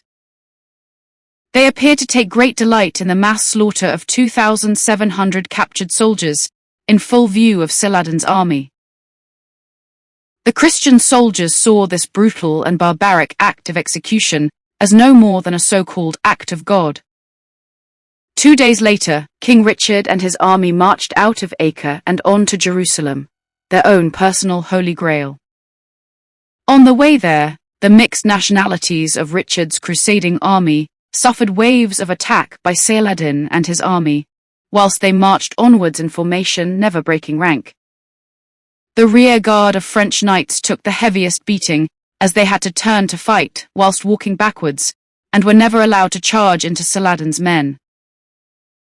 William de Barras fought so nobly during these skirmishes that any grudge that Richard bore him from their lance tournament in Messina was quickly forgotten and forgiven. King Richard scored many victories after Acre, defeating Saladin at Arsuf, rebuilding Jaffa and Ascalon, and capturing Daran. Richard conquered the entire coast, yet still failed to take the holy city itself. When they were 12 miles away from Jerusalem, King Richard began to realize that attaining it would be almost impossible. The fact that nobody wanted to stay on and run it, as it was not the land of milk and honey, as it had been previously and erroneously described, was also a major factor in his decision to sound the retreat. In their final encounter at Jaffa, King Richard was outnumbered heavily, but he used his considerable skill and knowledge of tactics to defeat Saladin's army of 7,000 with only 54 of his own knights and 2,000 infantrymen. Saladin held real respect for his worthy adversary, and this was shown after King Richard was unhorsed in battle. Saladin sent him 2 fresh horses to continue fighting on, and Richard won the day, causing his enemy to retreat to the safety of Jerusalem. Another major factor for Richard's speedy exit from the Holy Land, before taking Jerusalem, was the receipt of news about his brother John causing trouble in England and plotting with King Philip of France, who had broken his oath to stay away from Richard's lands. King Richard negotiated a deal with Saladin that there would be a 3-year truce between everyone. From Tyre to Jaffa, it would be Christians who ruled. Jerusalem was to be kept by the Muslims, if they allowed Christian pilgrims to visit the city. Saladin agreed, and many of Richard's followers took the opportunity to visit Jerusalem. King Richard decided against doing so himself, only wanting to enter the city as its victor. He had vowed to stay on until the following Easter, but when he heard of the plotting of his brother with the French king, Richard began his long return journey home.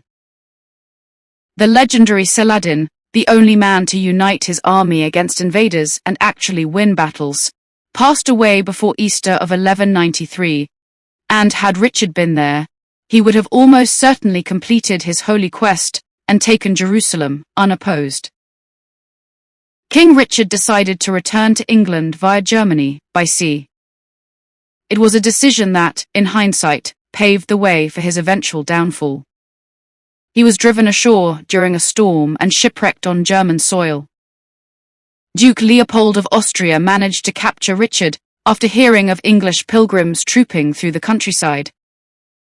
The English king was imprisoned in a very secure castle called Dürnstein, overlooking the river Danube on a high mountain slope in Lower Austria. News of Richard's capture reached his younger brother, John, who instantly drew on the Welsh and the Scottish to help him seize control of the English throne with an organized rebellion. Prince John's claim was that he was the rightful heir and that his brother, King Richard, had died in the Crusades. It was against this backdrop that the legend of Robin Hood emerged to bring hope to the people of England. The heavy burden of taxation imposed by Prince John, as he stood in his brother's place, left the poor starving, while the nobles and barons became richer and richer. If you travel to Nottingham and Sherwood Forest in England today, you'll find mention of Robin Hood everywhere you go, and although there are numerous versions of the story, the best-loved tale is as follows. Robin of Locksley, a nobleman by birth, went off to fight for King Richard in the Crusades. When he returned to his castle and his lands close to Sherwood Forest, they had been taken over by Prince John and his barons. Robin joined a band of outlaws in Sherwood Forest to fight against Prince John, refusing to believe that King Richard was dead. Because the outlaws wore green hooded jackets to hide their identities, Robin of Locksley soon became known as Robin Hood, and he and his band of merry men stole from the rich to give to the poor. By doing this, Robin could undermine Prince John's rule until Richard's return. As in all good legends, there is romance in abundance, as Robin Hood falls in love with Maid Marian, a beautiful noble lady who is a cousin of King Richard. Despite all manner of trials and tribulations, the couple are set to marry in the green wood of Sherwood Forest. It's at this moment that King Richard the Lionheart returns to bless the marriage and take back the throne of England from his brother. The legend of Robin Hood has certainly been instrumental in painting Richard the Lionheart as a great hero and Prince John, who would be king after his brother, as a black-hearted villain. However, in order to find out whether this is fact or fanciful fiction, we need to return to what happened next in Richard's story as he languished in his Austrian jail.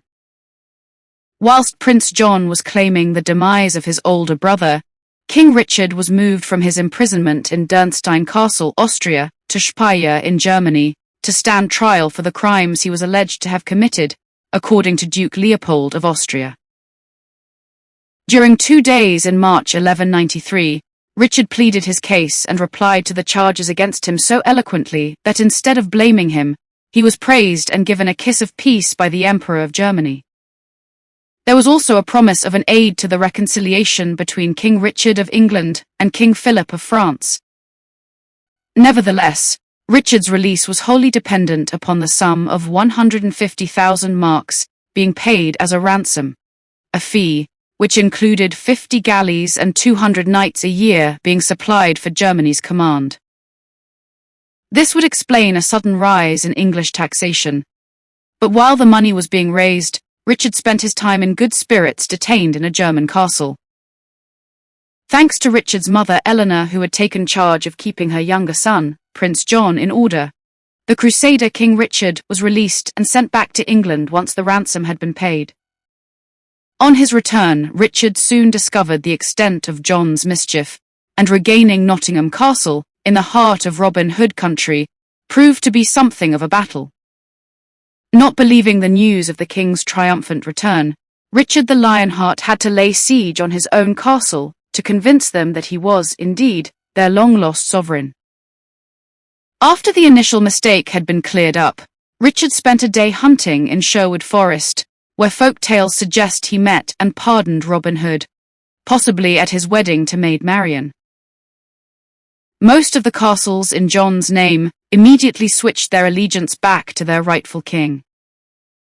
Rockingham Castle in Leicester was a favourite haunt of John when he sat on the throne, and it is believed that the crown jewels were stored there on one of his last trips north. Rochester Castle in Kent was another of John's preferred castles, and even to this day is an imposing fortress for visitors. After costing England so much in taxes to pay his ransom, the nation deserved a period of stability with Richard attending to the business of state, but the Lionheart evidently had other ideas. It wasn't long before King Richard became an absent king once more, as he left for Normandy, to quell King Philip of France's steady march into his overseas domain. The Lionheart would never return to England again. His brother John fled from his alliance with King Philip, and met up with Richard in Normandy, begging his forgiveness. Richard was benevolent and told him that he was nothing more than an errant child who had been misled, so John was able to return to England and prepare again for more mischief if his brother failed to overthrow King Philip. Meanwhile, Richard had built a great castle, Château Gaillard in northern France, to act as a base for operations. He combined his knowledge of siegecraft with the strongholds of the East and created the most formidable fortress ever seen. King Philip of France scoffed at his messengers' reports of this gigantic castle and said it would not stay standing for long. Richard, on hearing this comment, replied, By God's throat! If yon castle were built of neither iron nor stone but wholly of butter, I would without hesitation undertake to hold it securely against him and all his forces. This belief in his own invincibility would add to his imminent downfall. A 5-year truce was instigated, as Richard stamped his authority on the situation, and they began negotiations on the 13th of January 1199. Such was the animosity between these once great friends, that Richard stayed on a boat on the River Seine, whilst Philip sat on horseback on the riverbank. At this point, as our journal is ending, it's inevitable on past form that a period of peace would find Richard on the lookout for adventure, and sure enough, when news reached him of buried treasure at Chaillot, he was quickly on the trail. The Lionheart immediately claimed that the treasure was his, and set about attacking the little castle, with its garrison of no more than 15 poorly armed men. With his usual bravado, Richard rode up to the castle's wall in order to find where the weakest point was to attack. Spotted by a lone archer, a crossbow bolt hit him in the left shoulder and enraged him so much that he ordered an all-out attack. The iron arrowhead proved resistant to removal from the king's shoulder, and gangrene soon set in. King Richard knew then that his days were numbered. He wrote to his mother at Fontevraud, expressing a desire for her to be with him at the end of his life, and announced his younger brother, Prince John, as his successor. The archer who fired the arrow that injured Richard was summoned to his deathbed. With all French pride, he was unrepentant for his actions, yet the King of England guaranteed his pardon and release. Nevertheless, the archer was detained without Richard's knowledge and executed after Richard had died. Richard Lionheart gave out at the age of 41, on the 6th of April 1199. He was buried in a tomb in the 12th century monastery of Fontevraud Abbey, where his father Henry II's body had already been laid to rest. 5 short years later, his mother, Eleanor, was entombed alongside him. She died in her 80s, an incredible age in the 12th century, and Eleanor of Aquitaine has most definitely gone down in history as a woman way ahead of her time. Richard was succeeded by his brother John, one of the most unpopular English monarchs of them all, if urban myth is to be believed. King John was not a man for the people, and he had no great cause to fight for, with the righteous zeal of his brother. Yet ironically, his deep love of England meant that he may well have in fact been a better king than Richard ever was, as many of the problems he faced were inherited from his brother's reign, and the Lionheart's preoccupation with holy wars and crusades. In the 21st century, there is much that can be learnt from the actions of Richard the Lionheart. It has been said that those who cannot remember the past are condemned to repeat it, and even the most cursory glance at the Middle East today proves this to be the case. Way back in Richard's time, the belief that a holy war would bring personal salvation and gain entry to the kingdom of heaven, whatever atrocities were committed, sounds all too familiar. The places where Richard and Saladin fought, and the bloody battlefields where Muslims and Christians laid down their lives for what they believed in, are the very same locations that are so regularly featured in the global news reports of today, and the same issues are still disputed. Sadly, Richard himself died at a relatively young age, before he had the opportunity to develop wisdom as a result of his passionate, sometimes barbaric, and hot-headed youth. However, with the benefit of hindsight, the modern world has no such excuse. Richard the Lionheart, King Richard I of England, was a giant amongst men. He achieved as much as any other king, in terms of wealth, fame, and combat, in a remarkably short space of time, but inevitably at great personal cost. Whether he was a good or bad king is at the end of the day far less important than the legacy his crusades have left behind. Richard truly possessed the heart of a lion, and the echo of its roar can still be heard reverberating around history today, and for those prepared to listen, it is a salutary warning from the past that will forever build a bridge to the future.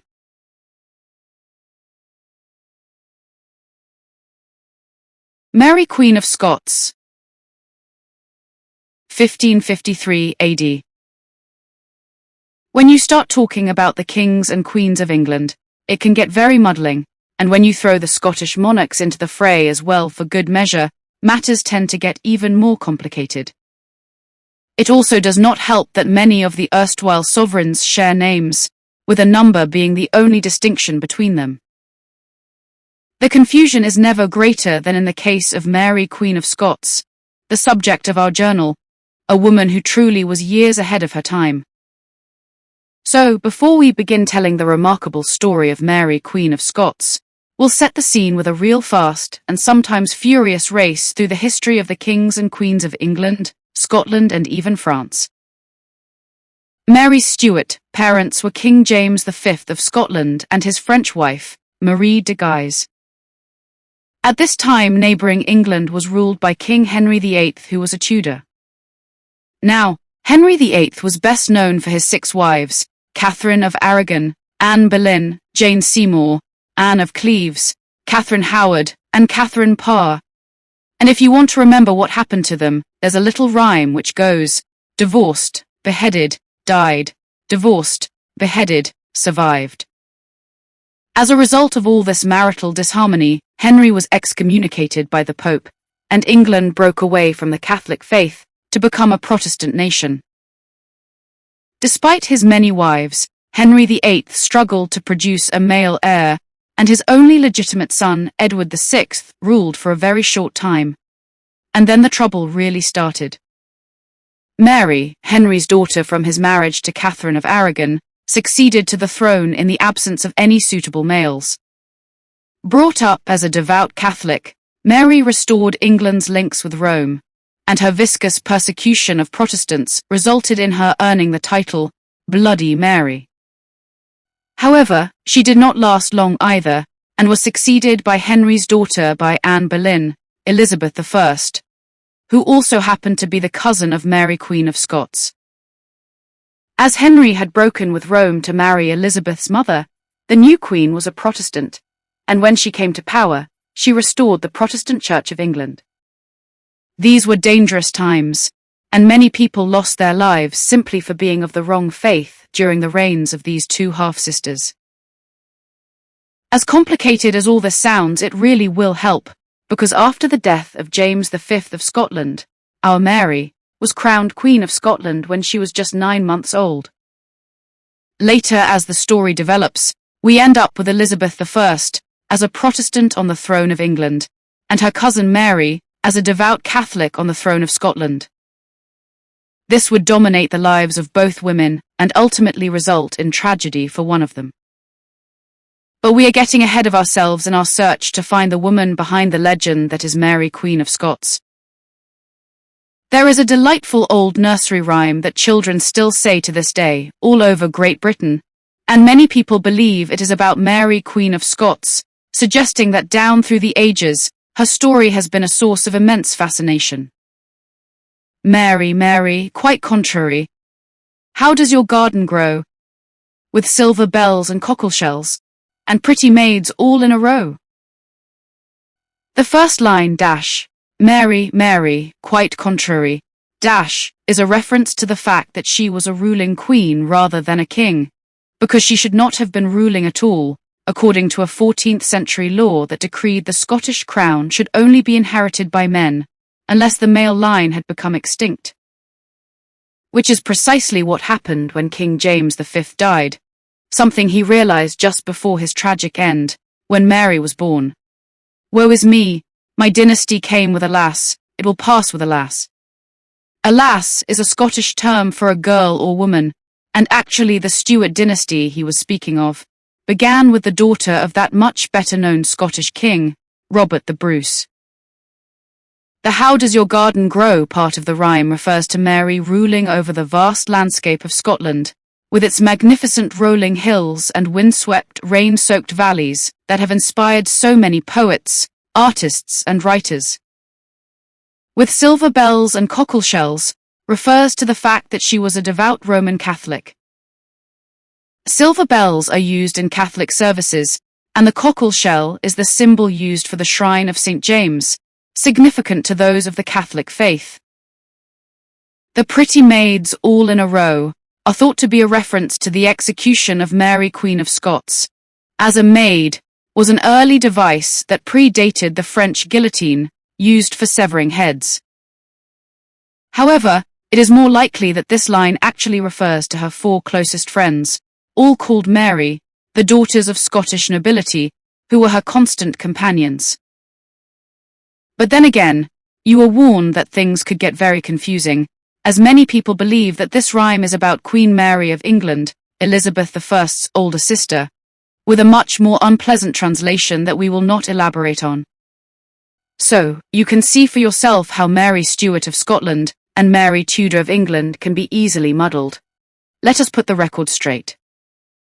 Mary's Stuart parents were King James V of Scotland and his French wife, Marie de Guise. At this time, neighbouring England was ruled by King Henry VIII, who was a Tudor. Mary Stuart, the future Queen of the Scots, was born on 8th of December 1542 at Linlithgow Palace, 15 miles to the west of Scotland's capital, Edinburgh. This majestic palace was an important landmark for the Stuart dynasty, and Mary returned to the palace many times during her reign. The palace itself is something of a hollow shell today, having been damaged by fire in 1746, but restored and renovated by historic Scotland.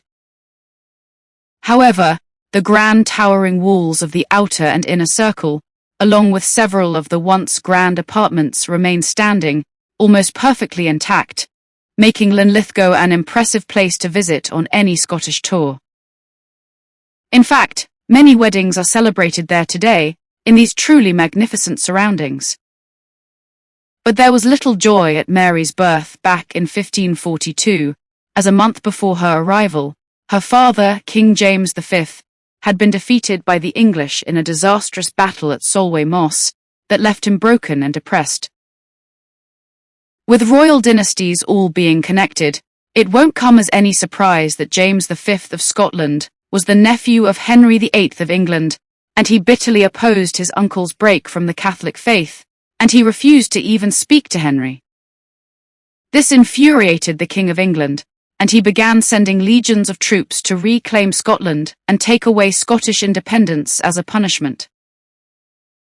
The biggest of the battles took place at Solway Moss, a large marshy peat bog just to the south of the Scottish borders in the English county of Cumbria, which resulted in up to 20,000 Scottish soldiers being overpowered by a much smaller English army of as little as 3,000 men.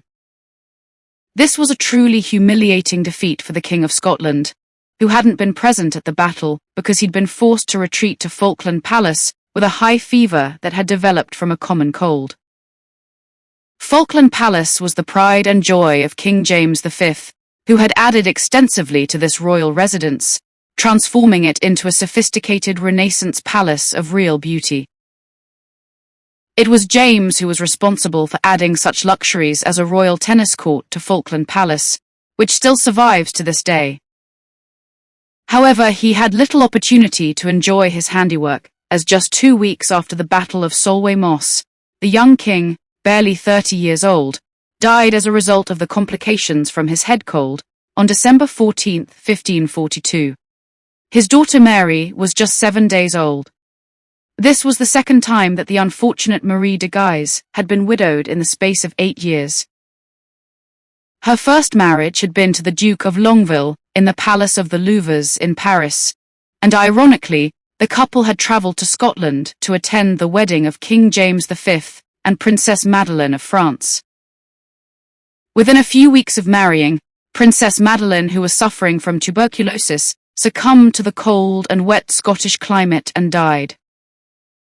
Then a few years later, Marie's husband the Duke also died, and James V of Scotland, who needed an alliance with France against his uncle, King Henry VIII, asked for her hand.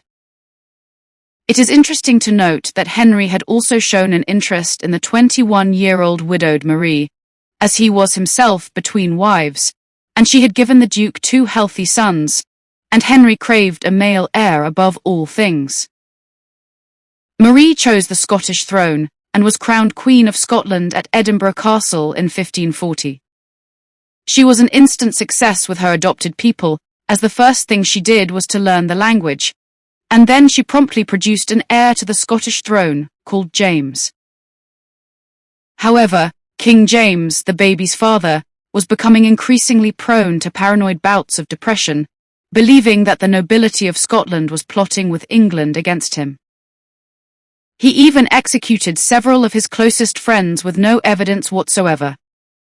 Marie then gave birth to a second son, Robert, in 1541, but within days of the christening, both he and his elder brother James were dead. The circumstances were suspicious, to say the least, and it is alleged that the family of one of the nobles the king had executed was responsible for poisoning the little boys. If you travel to Edinburgh and visit the magnificent Holyrood Palace, the two princes were buried in the peaceful surroundings of Holyrood Abbey. Although it is now little more than a ruin, due to an 18th century roof collapse, the building still has a majestic quality next to the imposing palace that is to this day the official Scottish residence of the reigning monarch, Queen Elizabeth II. If Holyrood sounds a strange word, rood is an old Scottish term for a cross, so the palace and the abbey literally translate as Holy Cross. Traumatic as all this must have been for the king and queen, the state of the Scottish nation was also deeply disturbed. Scheming and plotting were going on everywhere, and due to malicious rumours, James and Marie grew further and further apart. She was accused of adulterous affairs, and he took up with a string of mistresses, fathering several illegitimate offspring. Somehow, amidst all this turmoil, Marie became pregnant again, this time with a girl, the Mary of our story, and as we already know, within days of the birth, her father, James V, King of Scotland, died, leaving the tiny baby girl as the only rightful heir to the Scottish throne. After what had happened to her little boys, Queen Marie was justifiably afraid for her daughter and faced a tough decision: either return to France and relative safety, or stay in Scotland as Queen Regent. To leave Scotland would have meant leaving baby Mary behind, which was unthinkable, so Queen Marie decided to stay and do everything possible to stabilize the situation. The little girl was just 9 months old when she was crowned Mary Queen of Scots in the Chapel Royal at Stirling Castle, Scotland, on December 9, 1543. This unique ceremony saw Mary dressed in heavy regal robes that had been specially created in miniature. She even had a train of ermine, a jeweled satin gown, huge long sleeves, and a velvet mantle. She was sat in the throne of Scotland, but had to be held upright by the presiding Lord Chancellor.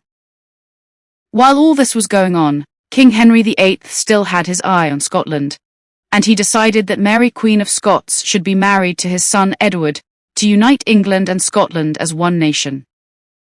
To achieve this, he set out to dominate Scotland, and this was known as the rough wooing, and indeed it was. Queen Marie, the child's mother, was forbidden to leave Stirling Castle, a huge fortress perched on a hilltop with high cliffs to 3 sides, leaving her unable to contact her family in France for help. Then King Henry VIII died suddenly in January 1547, and he was succeeded by little Mary's child fiancé Edward. The English throne was controlled by the Earl of Hertford, as Edward wasn't of age, and he swiftly invaded Scotland to claim it as part of England. To cement this alliance, Hertford was determined to force through the marriage that Henry VIII had arranged between the child monarchs. However, he had not counted on the determination of Mary's mother, who begged for help from France. Assistance came in the form of a marriage proposal from the king, no less, requesting Mary's hand for his newborn son, the Dauphin François. The Dauphin was the term used for the heir to the French throne, while if he had a wife, she was known as the Dauphine. Queen Marie agreed, and with the blessing of the Scottish Parliament, sent her daughter to the French court. By all accounts, Mary was a delightful child, graceful, pretty, and intelligent. The French people took her to their hearts, and the king himself no less described her as the most perfect child he had ever seen. Mary's travelling companions were the four Marys: Mary Fleming, Mary Seton, Mary Beaton, and Mary Livingston, all of whom were the daughters of Scottish noblemen. They would remain with their namesake for her whole life, right through from her marriage to the Dauphin, to her arrest, imprisonment, and eventual execution some 40 years later. According to sources close to the royal family, when the Dauphin met Mary for the first time, they were immediately friendly and affectionate towards each other. He was 4 years old, whilst Mary was a year older. These were peaceful years in France, after the turmoil of the Scottish court, and Mary was educated in the traditional manner of a French princess. She was taught how to speak French, Latin, Italian, Spanish, and Greek. She learned to sing and dance, and also how to play musical instruments. Mary was tutored in religious matters by a Scottish priest, and in 1558, she married the Dauphin of France in Notre Dame Cathedral, Paris. In all, Mary enjoyed 13 good years in France, and her marriage was evidently happy. But as we all know, 13 is considered unlucky, and in the case of the young Queen of France and Scotland, the fates were most definitely set against her. Within the space of a year, her mother, who had been keeping the peace in Scotland, died, and even more tragically, so did Mary's husband, shortly after being crowned King of France. There was no other option for the 18-year-old widow.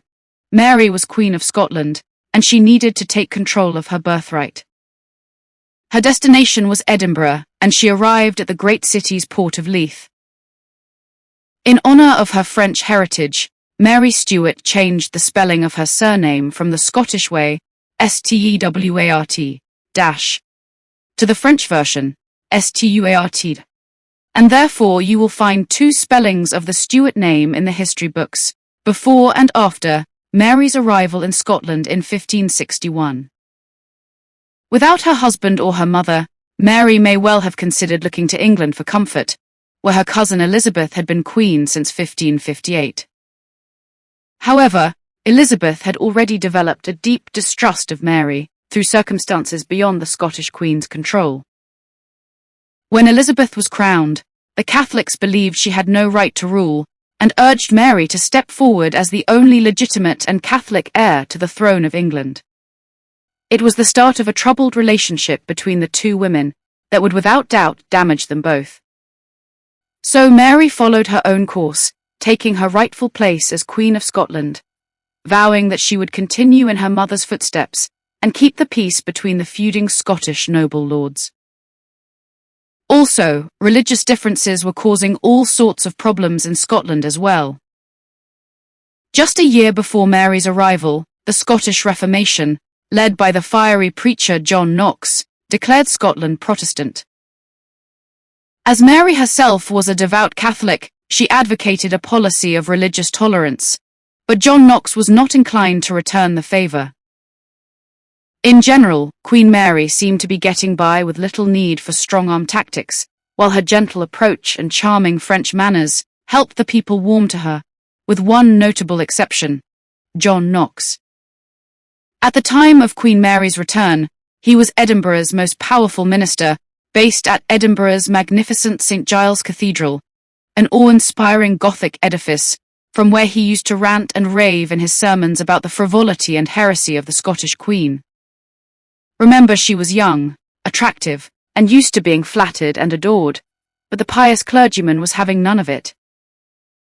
Knox published pamphlets, like the first blast of the trumpet against the monstrous regiment of women, in which he attacked and argued against a female monarch, writing that female rulers were most odious in the presence of God, and were undeniably traitors and rebels against the Almighty.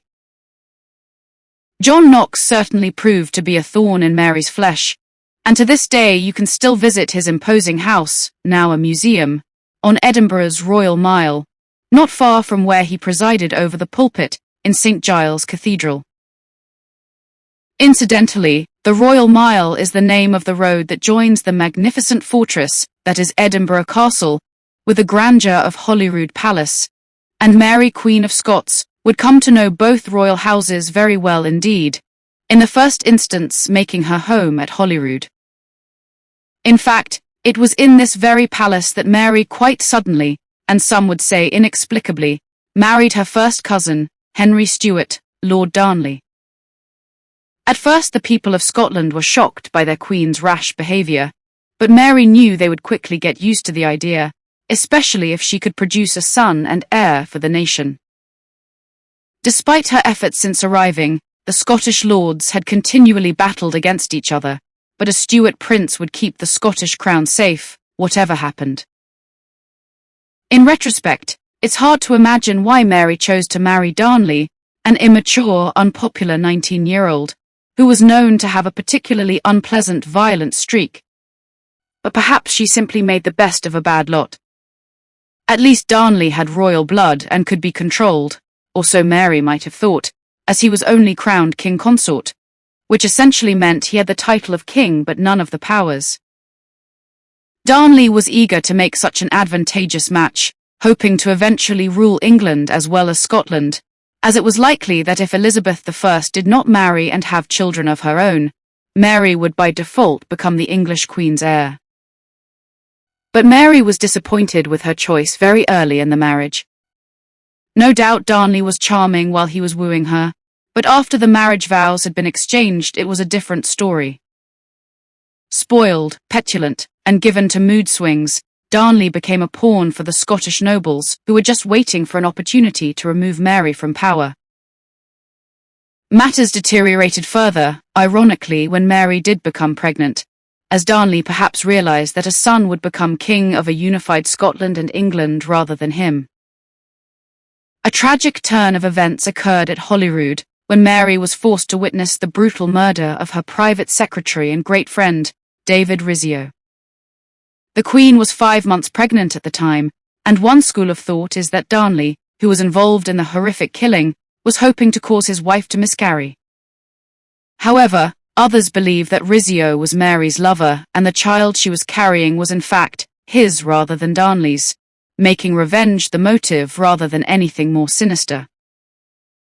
If Mary had thought her life troubled before, she now found herself pregnant with a violent husband begging her forgiveness and coping with the loss of her dearest friend at the Scottish court. As queen, she granted Darnley a pardon, but their relationship had been destroyed. John Knox, the Protestant preacher, who had spent the 7 years of Mary's reign verbally attacking her at every opportunity from the pulpit of St. Giles Cathedral, openly praised the murder of David Rizzio. Knox believed the worst of Mary, and with public opinion split, as well as her husband's treachery, she knew she would have to take steps to protect her unborn child. With great care, she managed to smuggle a message out of the palace to a loyal Scottish lord called James Hepburn, Duke of Orkney, and the 4th Earl of Bothwell, who took the distraught Queen to Edinburgh Castle and comparative safety. 3 months and 10 days later, on the 19th of June 1566, Mary's son James was born after a long and painful labour, the rightful heir to the Scottish throne. He was baptised a Catholic in the chapel of Stirling Castle, a short distance from Edinburgh, much to the disgust of both the preacher John Knox and Queen Elizabeth I. At 23 years of age, Mary had provided Scotland with a rightful heir to the Stuart dynasty. She now held power over the feuding Scottish lords because of her son, but in personal terms, her own life lay in ruins. Mary turned to Bothwell, who had protected her in the past as a valued personal advisor, as Darnley became sidelined and despised by the Scottish nobles, who now supported Mary. In fear of his own life, Darnley, ever the coward, decided to escape to France. He got as far as the city of Glasgow, still in Scotland, and had to rest there because of illness. Medical reports at the time suggest that this may have been syphilis, contracted before he married Mary. The fact that he didn't pass this disease on to his wife is often cited as another indication that Mary's son, James VI of Scotland, was not his son. Nevertheless, Mary did her duty as a wife and attended her husband on his sickbed in Glasgow, allowing him to rest and recover before returning with him to Edinburgh Castle, and surprisingly reconciliation was even considered. Then Darnley decided at the last minute to stay elsewhere rather than risk infecting his son. The house was at Kirk O'Field, not far from Edinburgh, but Mary chose not to remain with him. On February 13, 1563, unluckily for Darnley, a huge explosion tore through the house and was even felt on the streets of Edinburgh. Gunpowder had filled the chamber below Darnley's rooms, and the finger of suspicion immediately pointed in Bothwell's direction. Ironically, when Darnley's body was found, the only marks upon it were of strangulation, and it's believed he realized what was happening and tried to escape. The fact that he'd been strangled implies he was prevented from doing this, and the plot curiously thickens. It doesn't take much detective work to add 2 and 2 together to get 5. Did Mary really attempt reconciliation with Darnley, or was she, under Bothwell's instruction, luring him into a trap? It was all too coincidental for the canny Scots, who became very suspicious of the Queen's part in the murder, and more importantly, Bothwell's influence over her. What happened next in this strange saga relies a great deal on conjecture, as Mary went to visit her son James at Stirling Castle. It would be the last meeting of mother and child, as the series of events that followed sealed Mary's tragic fate. On her return from Stirling to Edinburgh, Mary was kidnapped by Bothwell, although some accounts suggest that she was a more than willing captive. The next thing that the people of Scotland knew was that in the May of 1567, Queen Mary married the Earl of Bothwell at the Palace of Holyrood. They were not best pleased, and John Knox demanded that the pair be brought to justice for Darnley's murder. A mere month into the royal marriage, the Scottish lords decided that Bothwell was a dangerous man to hold so much power, and was a considerably worse prospect as the Queen's husband than even Darnley had been. The battle lines were quickly drawn, and Mary realized that her marriage had compromised her position, so in order to avoid bloodshed, when an army of rebel nobles and their forces met her own troops at Carberry Hill, 8 miles southeast of Edinburgh, she handed herself over to them as a prisoner. Mary, Queen of Scots, was then taken to yet another Scottish castle, this time Lochleven, a small square fortress on an island in the middle of a loch, strategically placed between the towns of Edinburgh, Stirling, and Perth.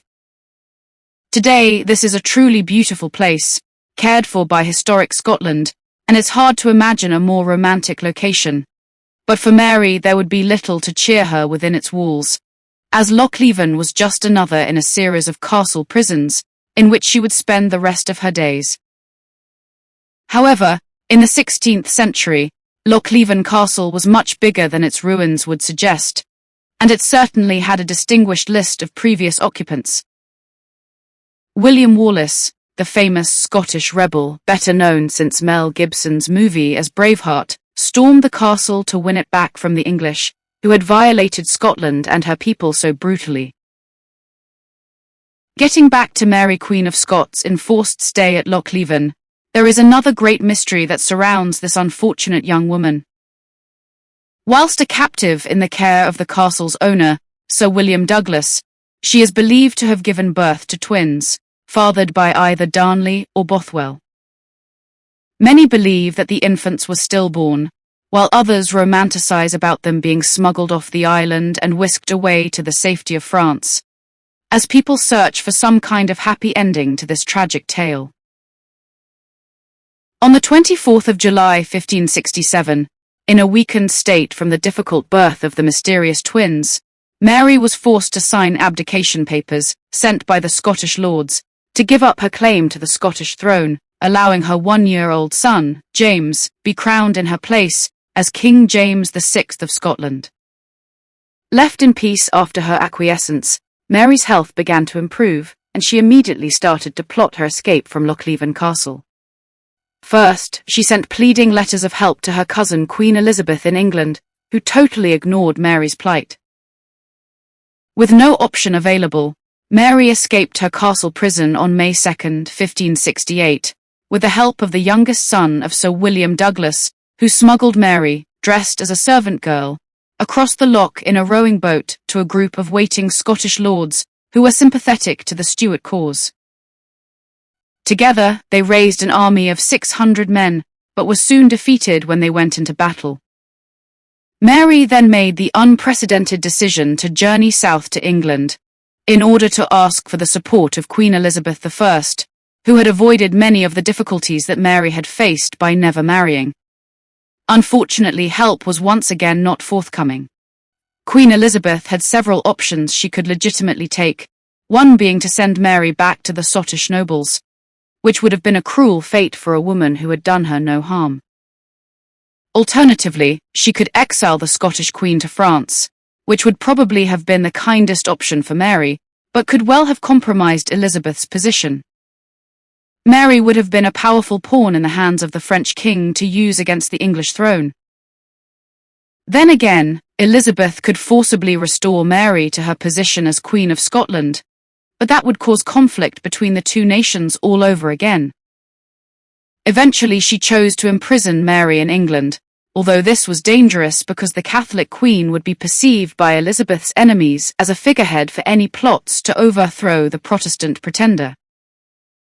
To avoid this happening, Elizabeth kept moving Mary from castle to castle as her political prisoner. Catholic plots grew thick and fast, and always Mary's name was attached to them, somewhere in the background. Elizabeth's paranoia increased as the years passed by, and Mary lived out her days, with only a handful of loyal companions by her side, and she would probably have known nothing of the plots bearing her name. Eventually, Elizabeth bowed to the pressure of her advisors, who wanted the threat posed by Mary eliminated, and the Queen of Scots was put on trial for the murder of Darnley. This trial took place without Mary present, so she was unable to defend herself, and revolved around a series of letters and documents written to Bothwell before they were married. These love letters and poems were the only evidence against her, and they were probably forgeries created to imply Mary was an unfit mother and adulteress. They were called the casket letters, as they had been kept in a silver casket, and even by 16th century legal standards could not have proved Mary guilty of anything. However, the court delivered a guilty verdict, and everyone waited to see what Elizabeth would do next. The Queen of England did nothing, and Mary continued her existence within the walls of her castle prisons. Bothwell had fled Scotland and sought refuge in Denmark, where eventually his life of drink and debauchery caught up with him. An angry father whose daughter had been taken advantage of by Bothwell locked him up in a Copenhagen castle, chained to a dungeon wall with a low roof that didn't allow him to stand up straight.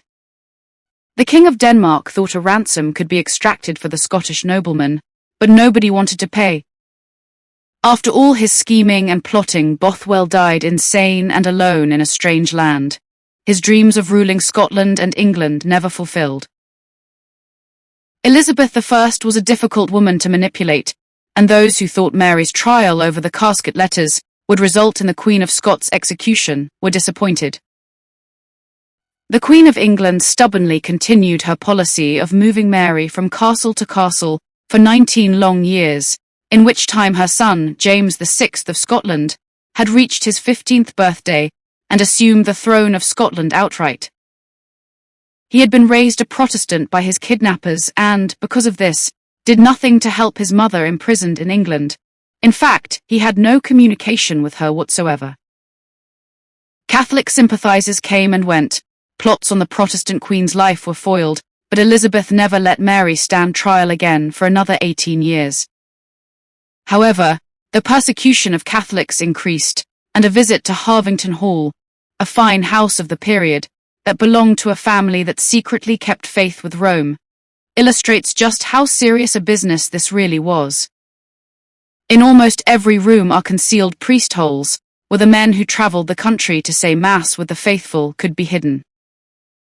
The penalty for this act of worship was death, for the Catholic priest and the household, and the priest holes saved many lives. But it was an issue that continued to threaten Elizabeth's position on a personal and political level, and eventually a law was passed that deemed any Catholic plot against the Queen of England, regardless of whether it was instigated by Mary or not, would result in the Queen of Scots being tried for treason. Sir Francis Walsingham, England's Secretary of State, was responsible for Elizabeth's safety, and he was certainly keen to remove the problem of Mary, Queen of Scots, once and for all. A plan was hatched and cleverly executed that has gone down in history as the Babington Plot, consisting of secret letters between Mary and Sir Anthony Babington. Walsingham had the letters added to with a forged postscript, and Mary's fate was sealed. She was implicated in a conspiracy to assassinate Elizabeth. Mary, Queen of Scots, was moved to Fotheringhay Castle in September 1586 to stand trial for treason. Despite strenuously denying the accusation with a spirited defense, she was found guilty.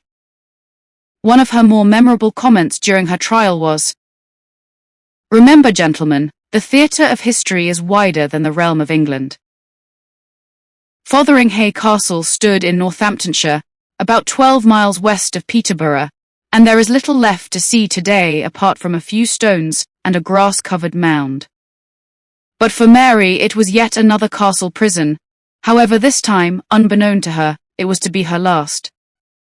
She wasn't told the outcome of her trial, and it was months later, on the 7th of February 1587, that Mary learned she was to be executed the next day.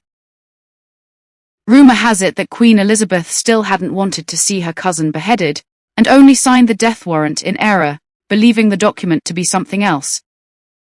But whatever the truth, Walsingham and his supporters had what they'd wanted for a very long time, and on this occasion there was no reprieve for the ill-fated Queen of Scotland. Mary entered the Great Hall at Fotheringhay Castle on the 8th of February 1587, knowing that unlike the 200 or more spectators, she would never leave again. She wore black satin and velvet, but as she reached the block, the outer garments were cast off to reveal a dress of red, the colour of Catholic martyrdom. It's reported that it took 4 attempts for the executioner to fulfill his task, and after the first blow failed, Mary is said to have cried out, "Sweet Jesus!" This must have been a horrific enough spectacle, but worse was to come as the Scottish Queen's headless body began to move. Mary's faithful pet dog, a little terrier called Skye, had been hiding under the red skirt and had been present throughout the entire brutal affair.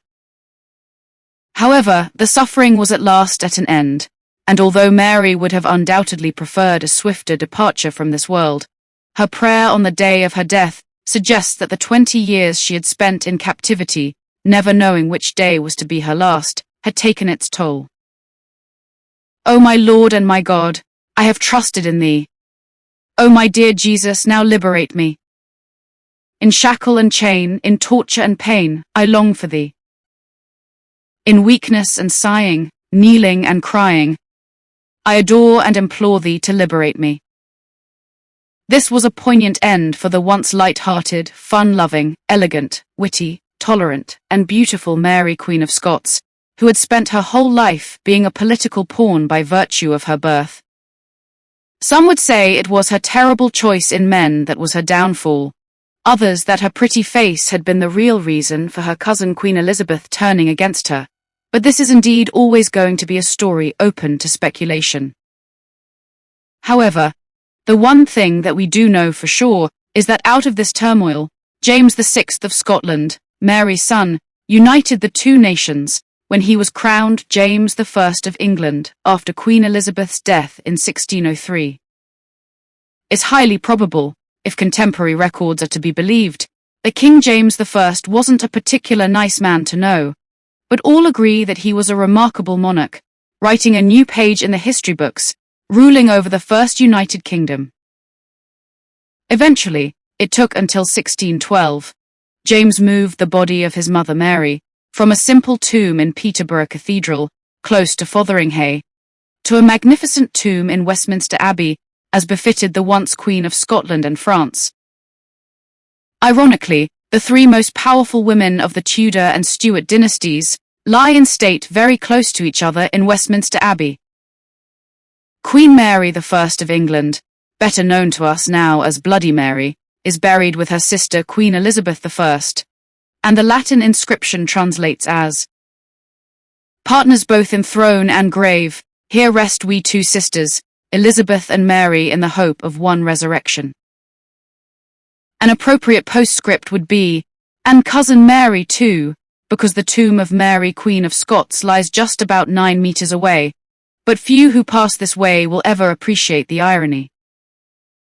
Whatever their struggle in life, monarchy, religion, and in Mary, Queen of Scots' case, men, these 3 women, who had more in common than they ever got the opportunity to realize, in a different set of circumstances, might well have been the greatest of friends.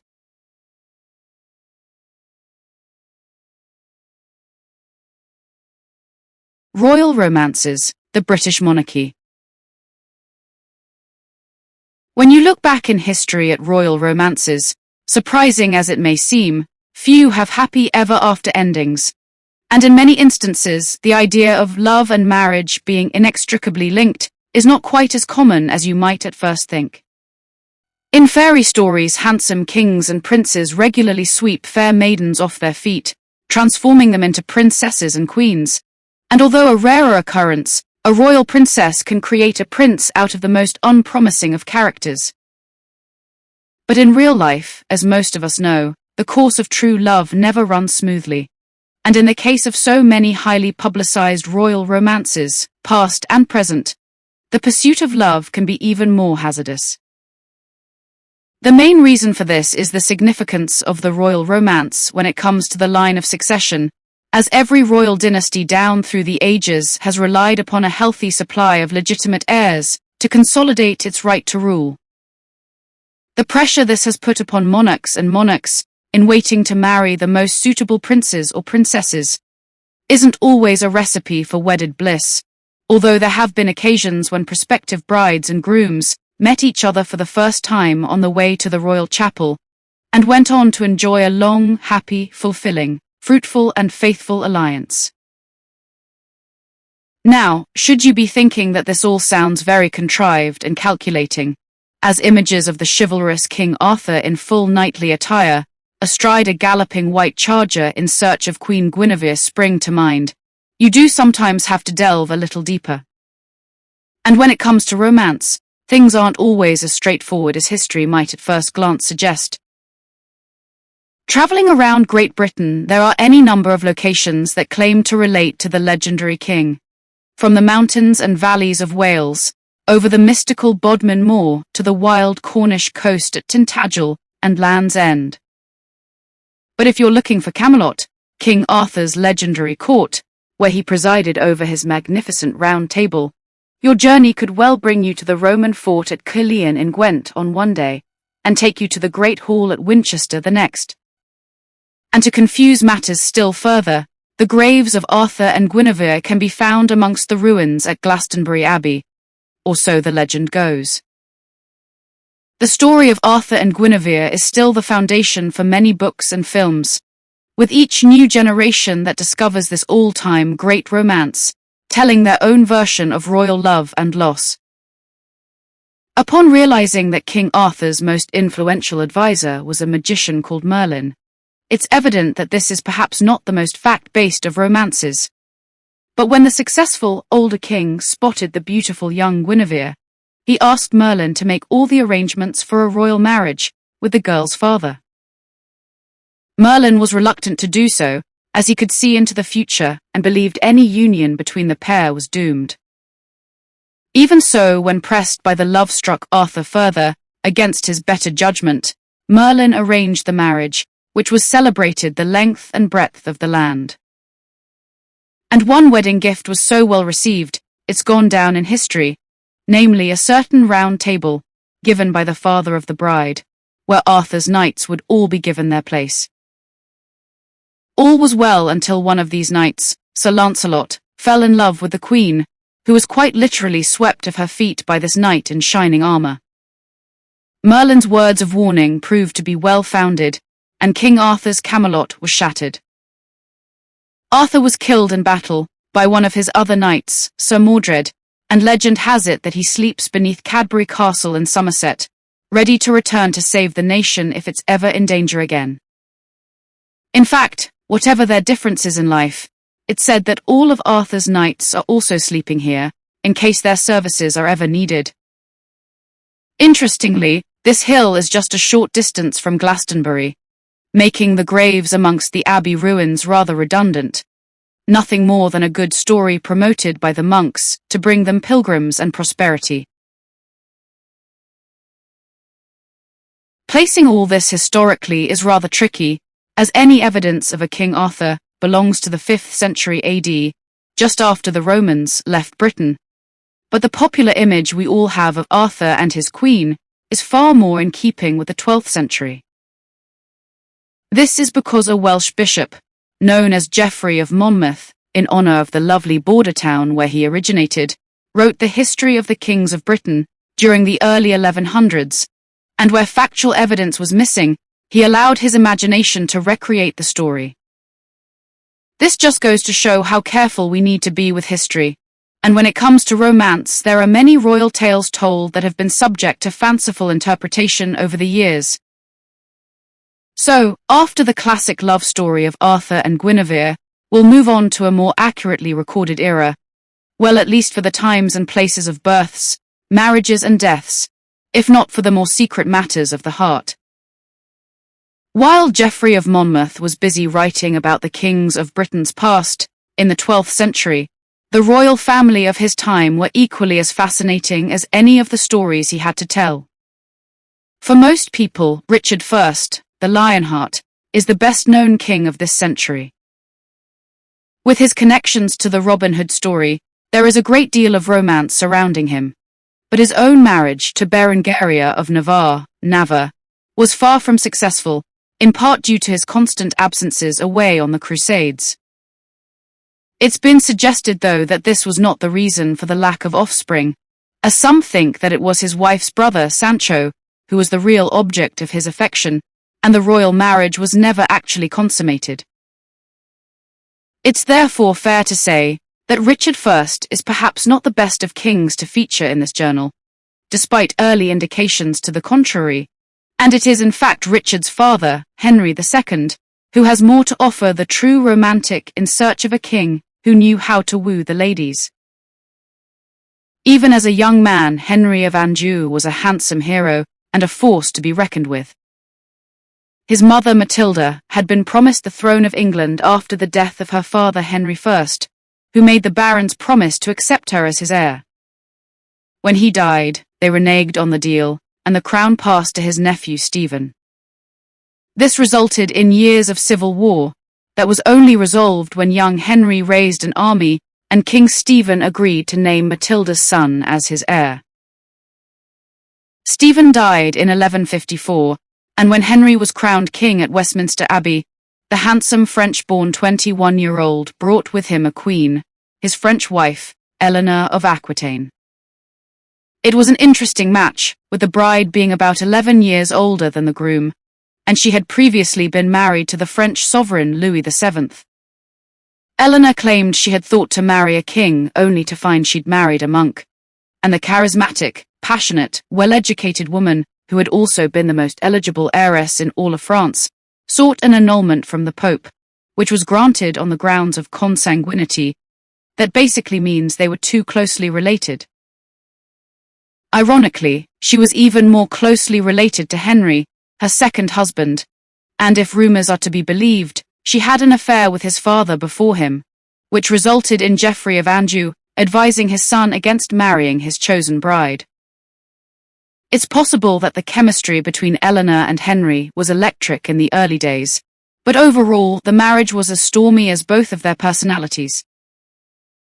That Henry was unfaithful to his queen is undisputed, and his choice of mistresses was varied to say the least.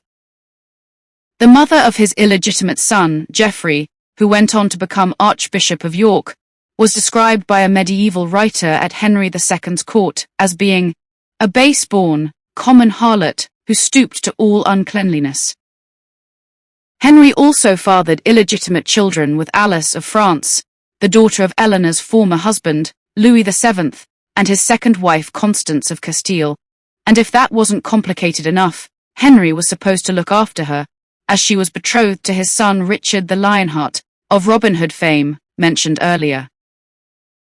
Over a period of 13 years, Eleanor provided Henry with 5 sons and 3 daughters, but by the time the last child, John, was born, the marriage was in effect over.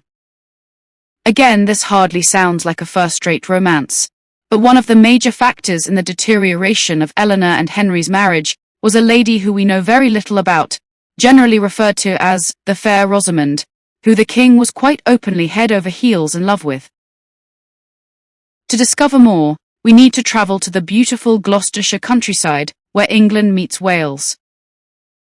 The border regions known as the Welsh Marches were controlled by the Marcher lords, often of Norman descent, with strong ties to the English kings, and Henry II met his Fair Rosamond while visiting her father, a Marcher lord. The wonderful manor house, Flaxley Abbey, founded in 1148, a former Cistercian abbey in the Forest of Dean, was built on land granted by Henry II, and while records exist of later monarchs staying at the abbey while hunting in the royal forest, there's been speculation that Henry and Rosamond might have met in secret here when the king was in the district. Nevertheless, this royal love story is most frequently associated with Woodstock in Oxfordshire, where the magnificent Blenheim Palace stands today. Long before the classical architecture of Vanbrugh dominated the scene, Henry installed Rosamond in a lodge here. Legend has it that Eleanor discovered what became known as Fair Rosamond's Bower, and the jealous queen is alleged to have poisoned her rival, who died in 1176. Although a good story, this is unlikely to be true, as Eleanor was spending more time away from Henry, attending to her lands in France, with the royal couple having all but separated. As time passed, she took revenge on her philandering husband by turning his sons, especially her favourite, Richard, against him, which eventually led to Henry's downfall and death at the age of 56. It has been reported that when Henry had no choice but to make peace with his son Richard, he secretly whispered, "May the Lord never permit me to die until I have taken due vengeance upon you." The Queen of Aquitaine had over time proved to be more than a match for her unfaithful husband, and as she outlived both Henry II and their son Richard I, dying at the incredible age of 82, her influence as the Dowager Queen continued into the 13th century, making Eleanor a veritable tigress to her son's Lionheart. Down through the ages, it is unusual to find a queen with the wealth, power, survival skills, and sheer manipulative cunning of Eleanor of Aquitaine. And as we move on 300 years to the time of King Henry VIII, you can't help wondering, if this much-married monarch had found himself with a wife of Eleanor's mettle, history might have had a very different outcome. When Richard III of the royal House of York famously cried, a horse, a kingdom for a horse," in the version of events dramatized by the great bard of Avon William Shakespeare, he was engaged in the fearsome Battle of Bosworth Field. If popular legend is to be believed, in a fight to the death with Henry Tudor of the House of Lancaster, the crown, which Richard had worn into battle, fell from his head just before he was killed. Symbolically, the crown was retrieved from a bush and placed upon his victorious opponent's head, ending the War of the Roses, fought between the Yorkists and the Lancastrians for 30 years. To unite the two houses, the newly crowned King Henry VII went on to marry Elizabeth of York, and as the first Tudor king, chose a rose emblem that combined the red rose of Lancaster with the white rose of York. As a new royal dynasty, the line of succession was extremely important, but it proved advantageous that Henry VII had produced an heir and a spare, because his eldest son, Arthur, died, and the title of Prince of Wales passed to his second son, Henry, along with Arthur's widow, Catherine of Aragon. It was the old king's dying wish that Henry VIII should marry the Spanish-born Catherine of Aragon, and the wedding took place just a fortnight before his coronation at Westminster Abbey in 1509. Catherine was older than her bridegroom, and a special dispensation had to be given by the Pope in Rome for the marriage to take place, even though Catherine declared that due to their youth, the union with Arthur had never been consummated. At that time, Henry was nothing like the usual images we have of him in older age, being just 18, handsome, cultured, and athletic. Queen Catherine without doubt adored him, and although aware that the king was often unfaithful to her, she remained constant to her husband her whole life long. It was an arrangement that would probably have suited both parties very well, had it not been for the fact that of the 6 children born to them, only one survived, with the added misfortune of being a girl. The Tudor dynasty required certainty, and the last time the crown had been destined for a female heir, Matilda, the result had been civil war when her cousin Stephen usurped her. As Catherine went beyond childbearing age, Henry turned to the Pope for an annulment, believing that the marriage was cursed because his queen had been his brother's widow. However, as the Vatican had allowed the union by virtue of a special dispensation to get around this in the first place, they were hardly going to agree with Henry, which would mean admitting they'd got it wrong. Never a man to accept no for an answer, Henry broke away from Rome, made himself head of a new Protestant Church of England, and granted himself a divorce so that he could marry Anne Boleyn, who was already expecting his child. Although Catherine always refused to accept the divorce, despite being separated from her daughter and forced to live without the comforts she was used to, in her heart she believed Henry would return to her.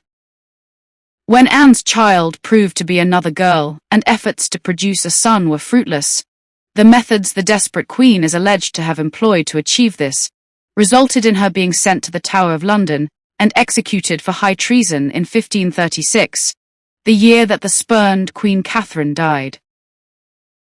As we all know, Henry went on to marry again, and with his next wife, Jane Seymour, produced the son and heir the Tudor king had so longed for. It's possible love would have blossomed between them had she not died as a result of the birth, and the wives that followed failed to capture the aging Henry's heart. When Henry VIII died, his only son succeeded him. However, the Tudor line was anything but secure. The scramble for power was far from dignified, and it was only when the crown finally reached Henry's daughter Elizabeth, the child of Anne Boleyn, that the stability of the Tudor dynasty was assured. Elizabeth first ruled for an incredible 45 years, and is a source of great fascination, not least because she chose never to marry. She was surrounded by suitors, yet steadfastly refused to make the ultimate commitment to any of them.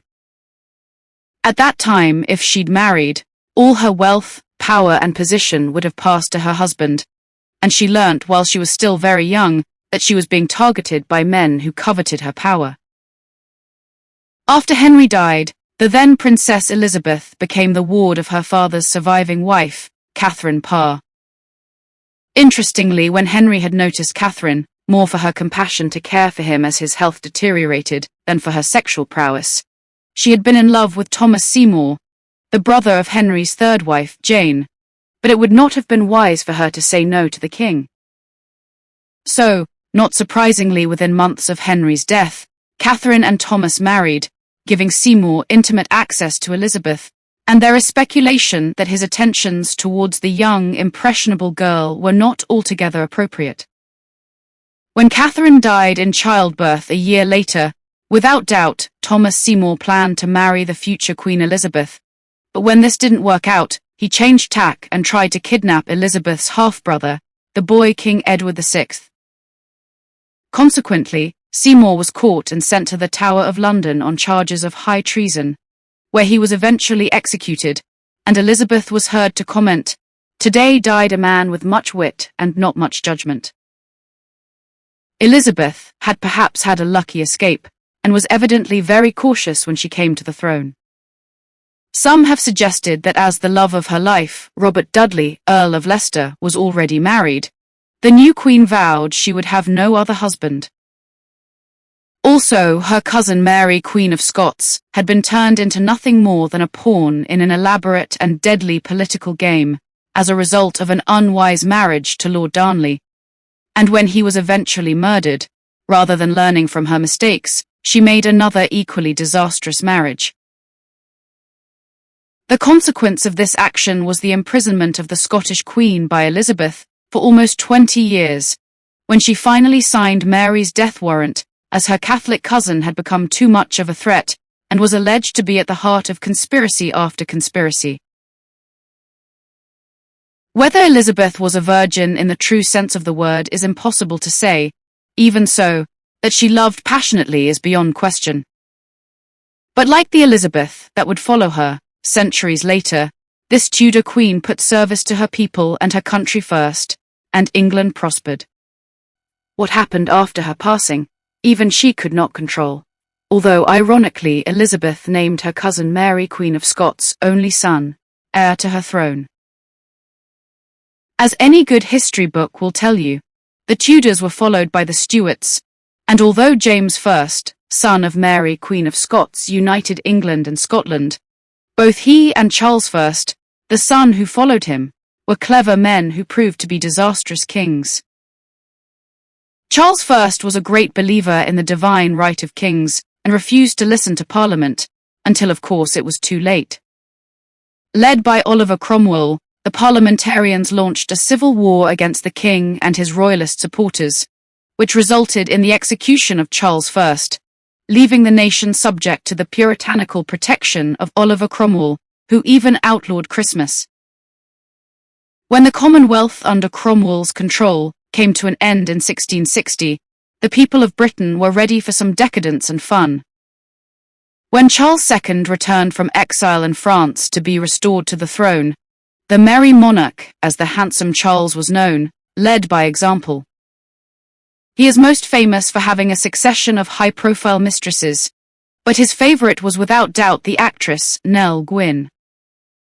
Instead of turning the people of Britain against him, Charles's popularity rose to new heights for loving a commoner. It's alleged that on his deathbed the king's last words were, "Let not poor Nellie starve," and Charles's successor, his brother James II, paid off Nell's mortgage, all her debts, and granted her a substantial pension, which does add credence to the tale. Despite Charles II producing a plethora of illegitimate offspring, he lacked an heir apparent, which is why his brother succeeded him.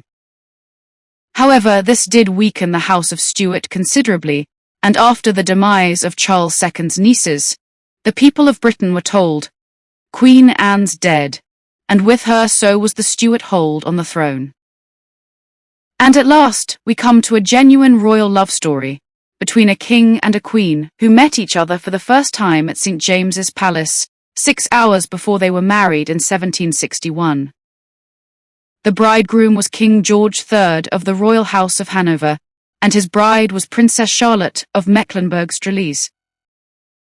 It seems the couple had similar tastes, sharing a love of the countryside, and the king, often known as Farmer George, was fascinated by anything to do with agriculture. The happy pair produced a huge family, consisting of 15 children, and despite almost every king to have gone before him keeping a fine collection of mistresses, this deeply religious George remained faithful to Queen Charlotte throughout their marriage. But if you're expecting a happy ending, you're going to be disappointed. In 1788, the king's behavior became very strange, and many believed him to be mad. A later episode found him addressing a mighty oak tree as the King of Prussia, and eventually his eldest son, the future George IV, took over as Prince Regent in 1811. What it now appears he was suffering from was the physical illness, porphyria, which manifested itself as madness, and as her husband faded before her eyes, the once gracious Queen Charlotte became increasingly depressed and died 2 years before George III. Now, although when it came to womanizing, as Prince Regent and then King, George IV was notorious, and whether he ever actually found love is difficult to say. Ironically, his younger brother William, who succeeded him because George IV had produced no legitimate heir, fared rather better in love, albeit his liaisons were equally as scandalous. William IV was king for just 6 days short of 7 years, and already 61 when he came to the throne. A naval man known for his colourful language and a forthright lack of tact, despite the nickname Silly Billy, endeared himself to the great British people, being far more down to earth than his older brother. And when it came to the ladies, like Charles II, William had a very public affair with an actress, which lasted for 22 years, and as depicted in a cartoon by the political satirist of the day, James Gilray, resulted in 10 illegitimate children. But there is another love story, which involves William, while still Duke of Clarence, that is far less well known, and our journal takes us to the beautiful county of Gloucestershire once again, to visit the magnificent Berkeley Castle. No stranger to royal scandal, this is where the unfortunate King Edward II was murdered way back in the 14th century, and throughout history this has been one ancestral seat with more than its fair share of colourful characters. And it was a very interesting Countess of Berkeley who is thought to have attracted the Duke of Clarence's attention back in the early 1800s. Mary Cole was a butcher's daughter from Gloucester, who rose considerably above her station in life to marry Frederick Augustus, the 5th Earl of Berkeley in 1796. However, several of their children were born well before this date, but it was claimed that an earlier wedding had taken place, generating considerable legal wrangling over the validity, and there were even suggestions that the parish records in Berkeley's Church of St. Mary were tampered with. When the Earl died in 1810, while questions over which children were legitimate were being asked, Mary was evidently a very attractive widow. This was at the time when the Prince of Wales became Prince Regent, and a few years later, the future George IV's only legitimate heir, Princess Charlotte, died in childbirth. It also coincided with a period of financial trouble for William, and with no heir apparent, the race was on amongst all the sons of George III to come up with a healthy, legitimate offspring to carry on the line of succession. William left the actress Dorothea Jordan, with whom he had 10 children, and started the search for a wealthy, suitable wife. The Countess of Berkeley had produced 12 children, so was obviously fertile, and it's highly likely that the lovely Mary was as down-to-earth as the Duke of Clarence was, and it's probable they would have done very well together. But here's the irony. Although William had enjoyed a blissful existence with his actress mistress, not to mention the bedroom antics of his brother, the Prince Regent, it was felt the Countess of Berkeley would bring the monarchy into disrepute because of the legitimacy issues connected with her children. So, the future King William IV married a suitable princess, Adelaide of Saxe-Meiningen, but the 2 daughters the union produced died in infancy, and the throne passed to William's 18-year-old niece, Victoria, daughter of his younger brother, the Duke of Kent, when he died in 1837. Although the most perceived image we have of Queen Victoria is that of a stern, elderly lady, dressed from head to toe in black, when she came to the throne, she was a lovely young girl, and immediately thoughts turned to finding a suitable bridegroom. The preference for Victoria's first cousin, Prince Albert of Saxe-Coburg-Gotha, was confirmed when the couple met for a second time in 1839, having first encountered each other 3 years earlier. Evidently, the new queen approved of Albert, describing him as so sensible, so kind, so good and so amiable, with the added bonus of the most pleasing and delightful exterior and appearance you could possibly see.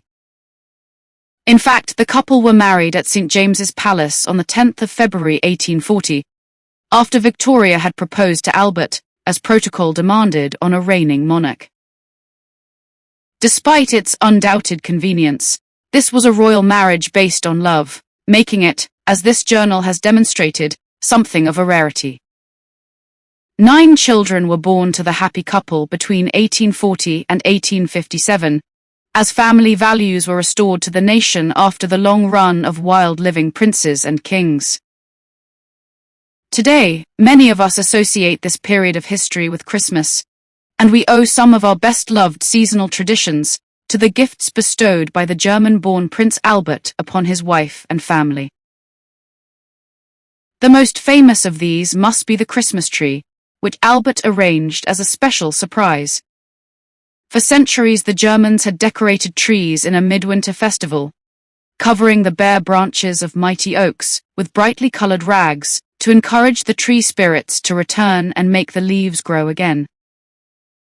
Eventually, with the arrival of Christianity, this practice was moved to Christmas, with a fir tree substituted for the oak, thanks to its triangular shape, representing the Father, Son, and Holy Ghost. Further adornments were added when the priest Martin Luther used candles on a fir tree for a special Christmas Eve service, and when Prince Albert presented his family with a beautifully decorated tree. It was an act of love and very romantic indeed. When news of the royal Christmas tree reached the people of Britain, the next year everybody wanted one. And since Victoria's reign, no traditional Christmas would be considered complete without a festively decorated tree. Where the royal family led, the rest of the nation was bound to follow, and another of Prince Albert's loving gifts to Queen Victoria further encouraged a great British summer tradition. The concept of a seaside holiday had been popular since Georgian times, and Prince Albert was instrumental in creating the magnificent Osborne House on the Isle of Wight as a royal seaside retreat for his hard-working wife. The Isle of Wight became a popular destination for holidaymakers, but the royal retreat remained extremely private, and even today you can still find evidence of how Victoria and Albert, accompanied by their children, enjoyed the pleasures of the Isle of Wight. The nearest village to Osborne is Whippingham, and the magnificent church of St. Mildred was where the royal family worshipped when they were in residence. Also, the row of almshouses opposite the church were built on Queen Victoria's instructions for the retired royal servants from the Osborne estate, making this a surprising find along an incredibly quiet, single-track country lane. For Victorian visitors to the Isle of Wight, the advent of steam and the creation of the railway provided a most popular means of transport, and Queen Victoria herself travelled by train around the island. Part of the railway system has been preserved by the Isle of Wight Steam Railway Society, and with their prized collection of Victorian railway carriages, their headquarters at Haven Street is a delightful destination. However, you won't find any steam engines stopping at Whippingham, even though the station building still stands. This was Queen Victoria and the royal family's own private station in the 19th century, and a short walk along the Peace footpath will uncover traces of the old platform, where once upon a time, not all that long ago, a happily married royal couple alighted from a stylish carriage to hide from the world and enjoy a seaside holiday with their children. With the strict demands of protocol, it must have been a strain at times for Prince Albert to be head of the household when his wife was the Queen. Yet there are plenty of memorials to Prince Albert in his own right, with the grandest built upon the orders of Victoria. If proof were needed that the Queen adored her husband, when this promising royal love story came to a tragically abrupt end with Albert's death in 1861, at the age of 42, Victoria wore funeral black for the rest of her life. For 13 years, Victoria went into deep mourning and refused to appear in public, retreating to Osborne and the other home Prince Albert had rebuilt for her at Balmoral in Scotland, whenever she could. In fact, so complete was Victoria's withdrawal from her people that there was even talk of the abolition of the monarchy. But there was one man who is thought to have been instrumental in restoring Queen Victoria to her waiting public, a Scottish servant by the name of John Brown. Much has been written on the subject, and it's alleged that there was even a secret marriage between this mismatched couple, with satirists of the day referring to the Queen as Mrs. Brown. Whatever the true facts, Queen Victoria had a passionate love affair with Scotland, and even the prime ministers that served her were forced to travel north of the border on occasion to seek an audience with Her Majesty. Without doubt, her favourite was Benjamin Disraeli, who she much preferred to his main rival William Gladstone, who she loathed. Although there is no suggestion of impropriety here, it does go to illustrate how Queen Victoria developed strong attachments to certain people, relying on them both personally and professionally. Nevertheless, it was a lock of John Brown's hair that she allegedly requested her doctor place in her coffin, and when she died in 1901, the secret of whatever happened between the Queen and John Brown was buried with her. Queen Victoria's fondness for her favourites and lack of amusement with those who displeased her is legendary, and even her own children were not exempt from her wrath. The Prince of Wales, her eldest son Bertie, was constantly out of favour with his mother, in part because she blamed him for the early death of his father, her beloved Prince Albert. And when it came to the Prince of Wales's feelings for his mother, a lifetime facing her disapproval perhaps fueled his wild behavior rather than curbed it. In fact, when she died, one of the first things the 59-year-old did was give Osborne House to the nation, supposedly as a memorial to his mother. However, it's been suggested that the new King Edward VII was thrilled to get rid of the house where he had been so dominated. King Edward is perhaps best known for keeping a succession of glamorous mistresses, and whether he was truly in love with any woman is very hard to judge. No doubt the most eminent psychiatrist of the day, Sigmund Freud, would have had much to say on the subject, but although the king may have struggled with love, he certainly inspired it in others, namely his people, his mistresses, and most of all his wife, Queen Alexandra. Whatever her husband's well-publicized misdemeanors, the elegant and dignified Danish princess he had had the good sense to marry stood resolutely at his side, taking consolation in the fact that she believed the king always loved her best. Moving into the early 20th century, one of the most famous royal romances of all time resulted in a marriage, but also threatened the monarchy and brought about the abdication of King Edward VIII in 1936. The object of Edward's affections was an American divorcee, Wallis Simpson, who he was determined to marry as soon as she was free. Britain as a nation was shocked, and felt that the American socialite had stolen their king. Some suggest that Edward had found a convenient way of shirking his royal duties, while others are of the opinion that this was indeed true love, and the king had been braver than those of his predecessors who had settled for a marriage of convenience and a string of mistresses.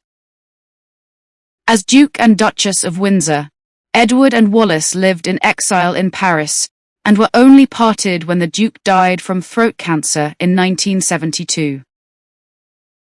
As our time looking at royal romances draws to a close, we couldn't possibly conclude without considering the most widely publicized royal romance of all time, between Charles, His Royal Highness, the Prince of Wales, and Lady Diana Spencer.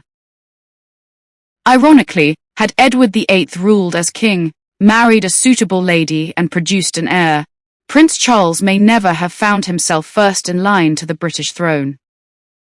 When he was just 3 years old, his mother became Queen Elizabeth II, and by the time the prince had come of age, every press agency in the world was speculating about who the eligible young royal would marry.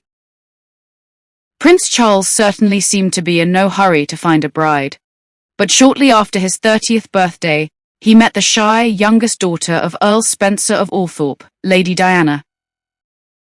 With an impeccable ancestry, Diana had been born on the royal estate at Sandringham, before moving to Althorp in Northamptonshire, when her father inherited the title, Earl Spencer. After a brief spell at finishing school, Diana bought herself a flat in fashionable Fulham and flourished as a children's nanny, a job that she loved. Before long, it wasn't only Prince Charles who had been captivated by Diana. The British public started a love affair with the future Princess of Wales that would last for all time. It was a 20th century fairy story come true, and when Diana left Buckingham Palace, a lady, to marry her Prince Charming under the huge dome of St. Paul's Cathedral on the 29th of July 1981, she returned a princess, to the delight of the cheering crowds. London was in party mood to celebrate the royal wedding that heralded a new age in the history of the British monarchy.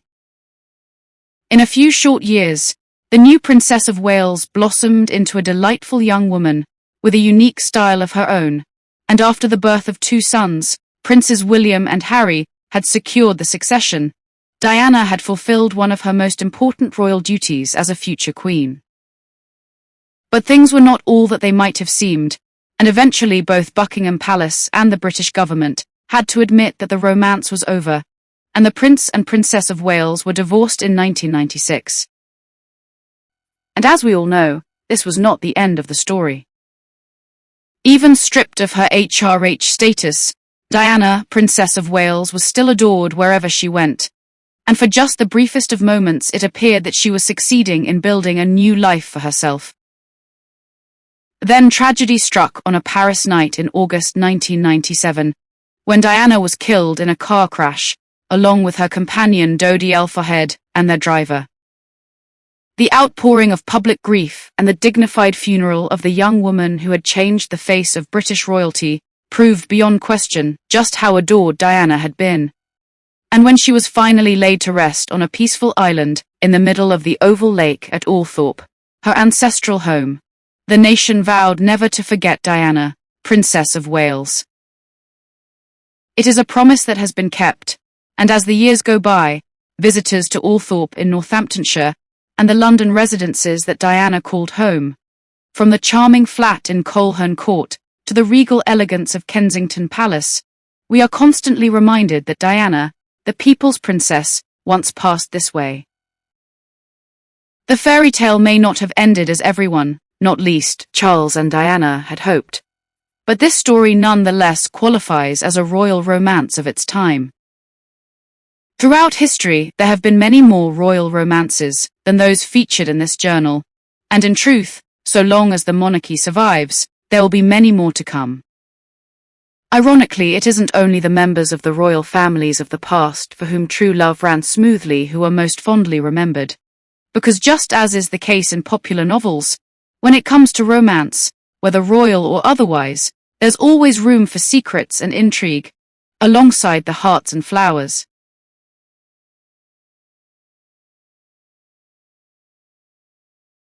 Royal scandals and conspiracies. There are some who would argue that in the 21st century a monarchy of any description is an outdated institution, but paradoxically, it only takes the merest hint of a royal scandal or conspiracy for the world press to be in hot pursuit of the story. What's more, any newspaper or magazine fortunate enough to get a royal exclusive, even in our modern age, is guaranteed to increase circulation dramatically, suggesting that there is as much interest in the monarchy as there has ever been. So how did it all begin? Well, for the British, the answer to that question is quite simply when the first kings and queens emerged from the warring tribes of ancient times to wear a crown and sit upon a throne. However, they had to do a great deal more than that. Kings, or queens for that matter, had to be fierce warriors, not only to seize power, but also to withstand challenges from their fellow countrymen and foreign invaders, and the term hostile takeover, back then, precisely meant that. In today's multicultural society, we can all claim very different ancestries, and whether black-haired, dark-eyed Celts, blonde-haired, blue-eyed Anglo-Saxons, or in more recent times of Asian and African extraction, the melting pot of diverse peoples that make up the British Isles creates an ever-changing anthropological landscape. The first invaders to really make an impact were the Romans, who arrived in force in 43 AD. The Ancient Britons fought hard to resist, the most remembered being the mighty warrior Queen Boudicca, who certainly gave the Romans a very tough time, even though it was to no avail. But there was little conspiracy or scandal at play. These were brutal times, where rising to power was a dangerous business, and if someone was plotting against you, little was done to hide it. Nevertheless, the Romans were an altogether more sophisticated bunch than the Ancient Britons, and you only have to look at their legacy of long, straight roads, fine architecture, and beautiful baths to appreciate this. And when it came to conspiracies, they were centuries ahead of their time. As we all know, Julius Caesar, who first set foot in Britain before the main Roman invasion, crying, "I came, I saw, I conquered." In fact, he came to nothing more than a very sorry end, stabbed to death on the steps of the Forum in Rome, by those he had thought were his closest friends. Eventually, the scandals and conspiracies in the Roman Empire, which were as lethal as they were legendary, proved to be a major factor in Rome's downfall. And as they departed Britain's shores in the 5th century AD, there were other invaders ready to take their place. The first of these were the Saxons, and it took them just over 2 centuries to force the native Celts out of England, into Scotland and Wales, before splitting the nation further into 7 kingdoms. This was still a bloodthirsty age, and each successive king fought for dominance over his neighbours, until finally Egbert of Wessex became the first acknowledged king of all England in 829. When Egbert died, he was succeeded by his sons and grandsons, rather than the 7 kingdoms once again going into battle for supremacy, and the concept of a line of succession has been an integral part of the monarchy ever since. But naturally, because there were plenty of would-be kings who were not the heir apparent, or even the heir presumptive, the motivation for some of the greatest scandals and conspiracies in the history books took shape alongside the notion of a hereditary monarchy. As the centuries passed, and the Anglo-Saxon kings were toppled by marauding Vikings, only to be restored to the throne again, some monarchs proved excellent, while others were worse than useless. However, the next big change came when King Edward the Confessor died in 1066. Although you might not know much about this king, the date will be very familiar as the year of the Battle of Hastings, which came about because Edward, who died childless, allegedly promised the English throne to 2 different people, his brother-in-law Harold, who the conspiracy theorists believe the old king disliked intensely, and his distant cousin William, Duke of Normandy. Quickly Harold stormed to power, but when William brought an invasion force from France to dispute the succession, he defeated Harold at the Battle of Hastings, and the Norman conquests changed the face of Britain and the aristocracy beyond recognition. William I, or the Conqueror as he's better known, surrounded himself with Norman nobles, but subduing the English was no easy task, and he still had his lands in Normandy to oversee. In fact, he died in France while attacking the city of Nantes. Now, as you might guess, tact and diplomacy did not play a huge part in the Norman conquests, but William I, like all his predecessors, had a big problem. He couldn't live forever. Unlike Edward the Confessor, though, he had an heir, and several other sons, but he thought the eldest wasn't tough enough to rule England, so he chose William, his 3rd son, to succeed him. A recipe for conspiracy, if ever there was one. William II died under very suspicious circumstances, and was succeeded very speedily by his brother, Henry I, whose reign ended when he died of food poisoning. It is believed Henry may have been involved in William's death, but this early history proves beyond doubt that when the succession isn't clearly defined, there's always going to be trouble. For most people, the best-known example of royal brothers conspiring and fighting amongst themselves to decide who should become king is that of Richard the Lionheart and his brother John, not least because of their appearance in the legend of Robin Hood. Part of the problem in this instance was the refusal of their father, King Henry II, to name his heir, setting son against son, as conspiracy became as important a part of the line of succession as birthright. Matters were further aggravated because the mother of both Richard and John, Eleanor of Aquitaine, wasn't averse to taking sides, and as her marriage to their father had deteriorated into a veritable war zone, she actively encouraged Richard, her favourite, to take up arms against his father. When Henry II died at the French castle of Chinon in 1189, he'd finally named Richard, his 3rd son, as his heir, and so began a period of history dominated by crusader knights, holy quests, and ubiquitous damsels in distress. The legend of Robin Hood tells the story of the noble Robin of Locksley, a supporter of King Richard the Lionheart and his crusades to the Holy Land. When Robin returned from the crusades, he found that King Richard's brother, John, had taken charge of the country, raising taxes to fill his own pockets, leaving the English people facing extreme poverty and starvation. And to make matters worse, Prince John and his greedy nobles had confiscated the lands of those away fighting the crusades with King Richard, including, of course, the property of Robin of Locksley. Robin turned outlaw to wreak revenge on John, and joined together with other like-minded outlaws in Sherwood Forest, plotting to remove the usurping prince from power and restore King Richard's throne. Robin, his band of merry men, and the fair maid Marian, stole from the rich, namely Prince John and his cronies, to give to the poor, the wronged citizens of the nation.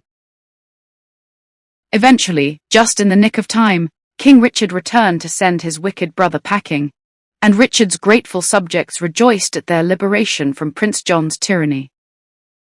It's a wonderful story and has become so much a part of popular culture that Richard the Lionheart has gone down in history as one of the greatest kings of all time, while his brother John, who did succeed Richard after his death in 1199, is often referred to as Bad King John.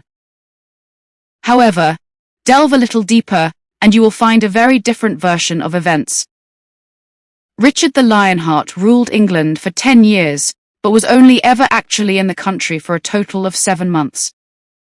It was Richard and not John who raised most of the taxes to fund the Crusades and pay for his ransom when he managed to get himself captured by the Emperor of Germany.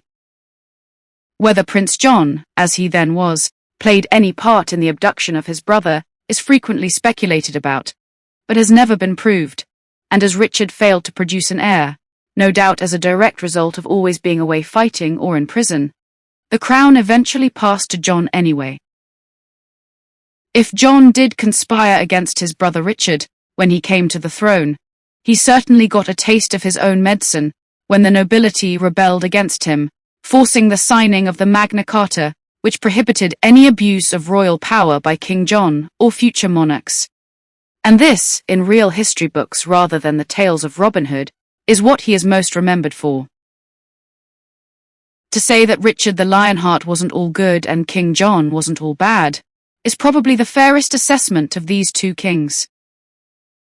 However, as we all love a courageous, handsome hero and a deliciously evil villain, chances are that the legend, as told in Robin Hood, will live on, because inevitably the truth will never be allowed to get in the way of this particularly good story. Having explored the scandal and conspiracy of sibling rivalry, we move on in time to the grandson of King John, and a family history with far too many skeletons in the cupboard. Our story begins with the father of this unhappy dynasty, Edward I, who became king in 1272. At 2 meters tall, he was nicknamed Longshanks, as he stood head and shoulders above most of his countrymen and was without doubt a warrior king. Near neighbours Scotland and Wales certainly discovered this to their cost, and Edward's deviousness and brutality have become legendary, in part due to the success of the blockbuster movie Braveheart, which tells the story of William Wallace and his valiant attempt to liberate Scotland from English rule. But again, when we come to the question of the succession, the son, who Longshanks created Prince of Wales in 1301, had always been something of a disappointment to his confrontational father. Edward II could not have been more different from Edward I, and with the benefit of hindsight, his homosexuality was a major factor in the troubles that beset him. Warring with Scotland was of little interest to him, and after his father's death, when the Scots took on the English at the Battle of Bannockburn, Edward's army was beaten and the independence of Scotland assured. And so, we come to Berkeley Castle in Gloucestershire, where Edward II was brutally murdered in the most horrific circumstances. Expected to do his duty, Edward married Isabella of France, and despite his obvious preference for male company, the union produced 4 children. However, Isabella has gone down in history as a woman scorned, and when she took her revenge on Edward II, the fury of hell would have been mild by comparison. When Isabella fell in love with Roger Mortimer, a sworn enemy of the king, the trouble really started. The pair deposed Edward, had him imprisoned in a cell at Berkeley Castle, and seized power in the name of the heir apparent, who would later become Edward III.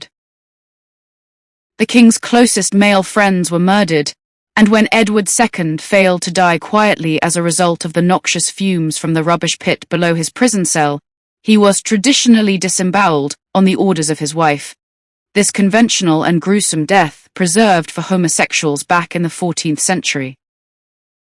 Ironically, when Edward III was old enough to seize power back from his mother, he went on to become a very good king. But when it comes to scandal and conspiracy, it is another Edward, this time the fifth, who is at the heart of a mystery, still unsolved to this day. A visit to the Tower of London will reveal the sad tale of the two princes, one of whom was destined to be Edward V, who with his younger brother was in the care of their uncle Richard, the Duke of Gloucester. On his deathbed, King Edward IV appointed Richard England's protector, and the evidence suggests this would, to use a biblical analogy, have been like entrusting the care of the newborn baby Jesus to King Herod. The two princes were last seen in September 1483, at the Tower, and the finger of suspicion pointed accusingly at their uncle, the Duke of Gloucester, who in the absence of the princes, became King Richard III. Some argue that history has unfairly maligned Richard III, and William Shakespeare's play on the subject did little for the king's PR. But for those who believe in divine justice, his reign lasted just 2 years, before he was killed at the Battle of Bosworth Field in 1485. The man responsible for the demise of Richard took the empty throne of England and began a new royal house as Henry VII, the first of the Tudor kings. However, although more than capable of scheming and conniving in his own right, it was his second son, Henry, who turned royal scandal and conspiracy into an art form.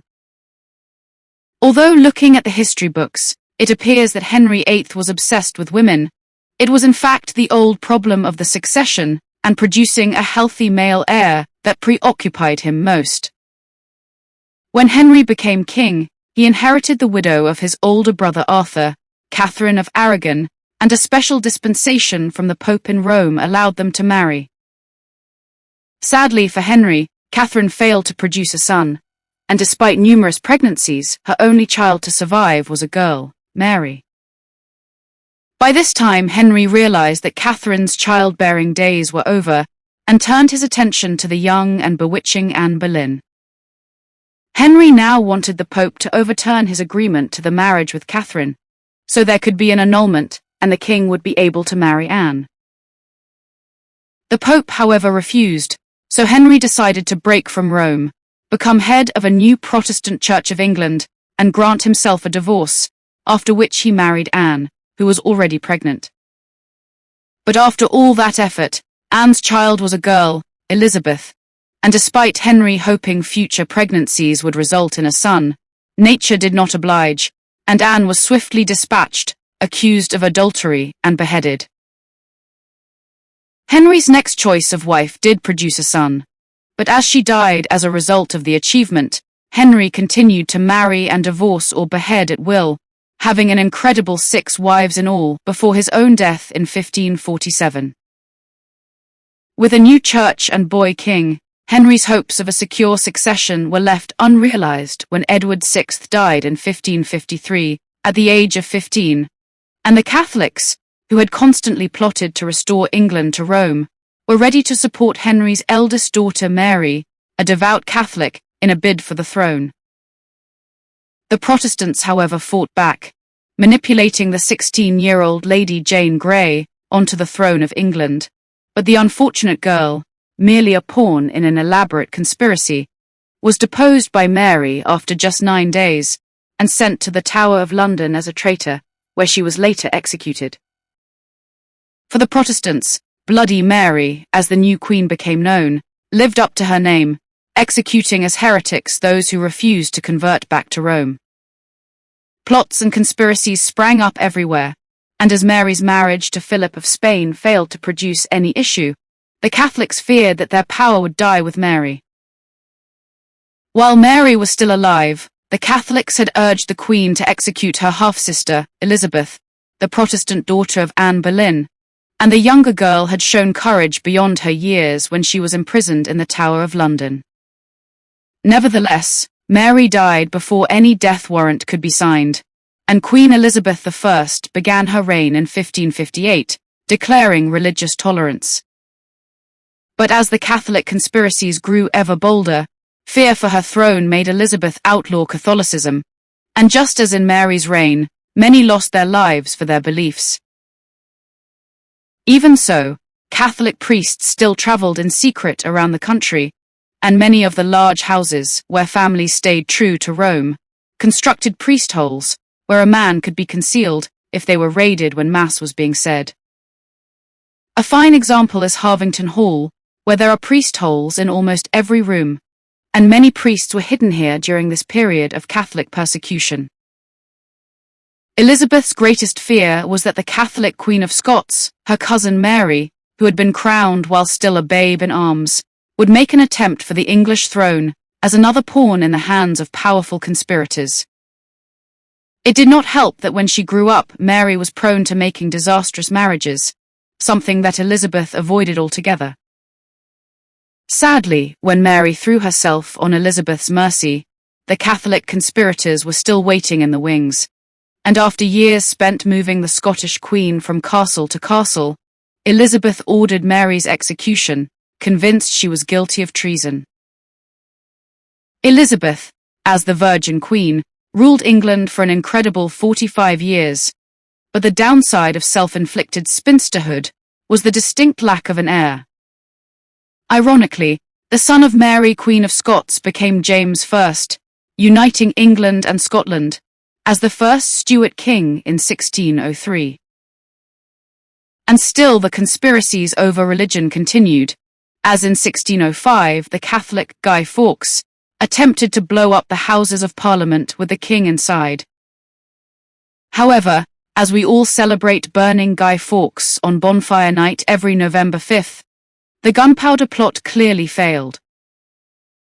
As the century progressed, and James I was succeeded by his son Charles I, England was plunged into civil war, when Oliver Cromwell and his parliamentarians challenged the divine right of kings. The upshot was that Charles was beheaded, and Cromwell made himself Lord Protector, until Charles II was restored to the throne, returning in 1660 from exile in France. During Cromwell's Puritan years, there was little opportunity for scandalous behavior. He even cancelled Christmas, but Charles II certainly put the merry back into monarch, as this is how he became known. There were scandals aplenty, which were at times controversial, but his love for his favourite mistress, the actress Nell Gwynn, only endeared him to his people. Charles' dying words were allegedly, "Let not poor Nelly starve," and as he set a precedent for very public royal affairs, the stage was set for a new era.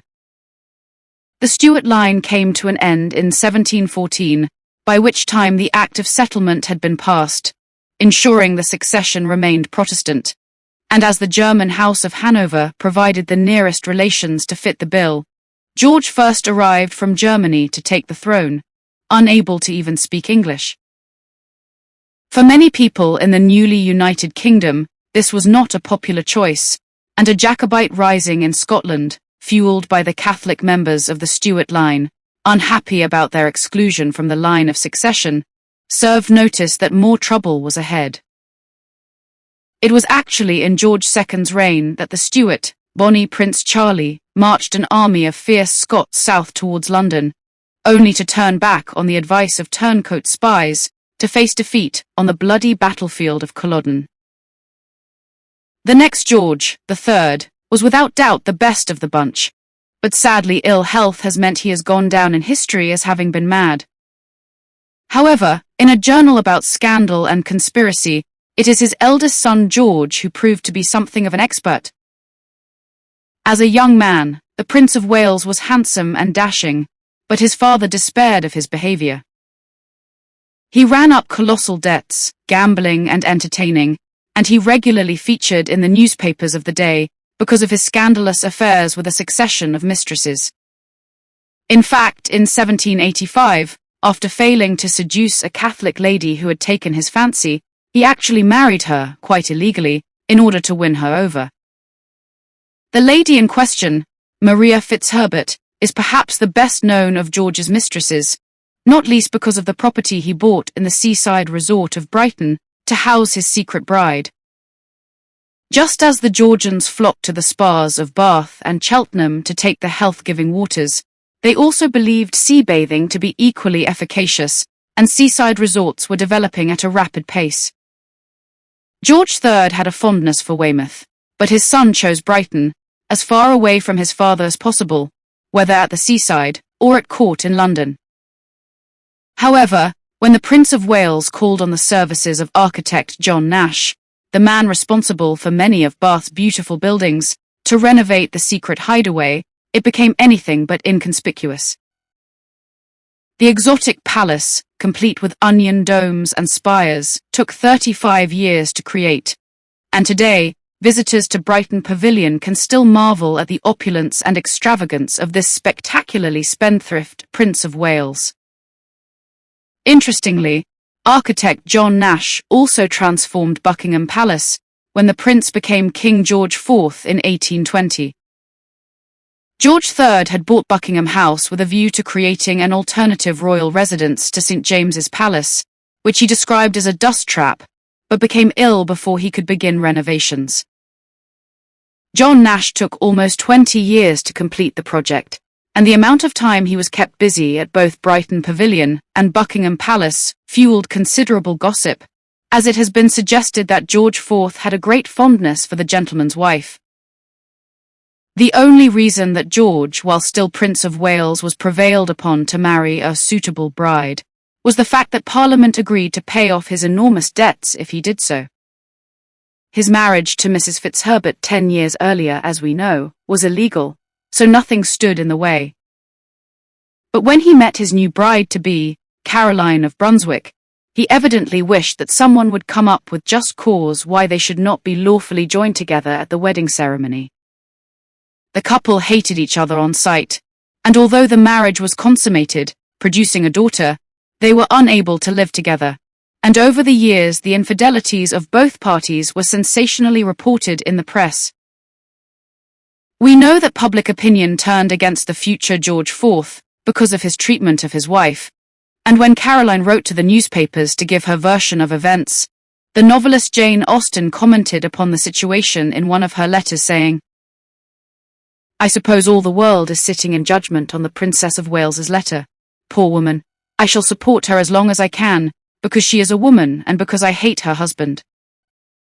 Stern words indeed, and as George IV turned from a handsome youth into a grossly overweight, dissolute man because of overindulgence, his health deteriorated, and as his only legitimate daughter, Princess Charlotte, predeceased him, when he died, the throne passed to his younger, but not by much, brother.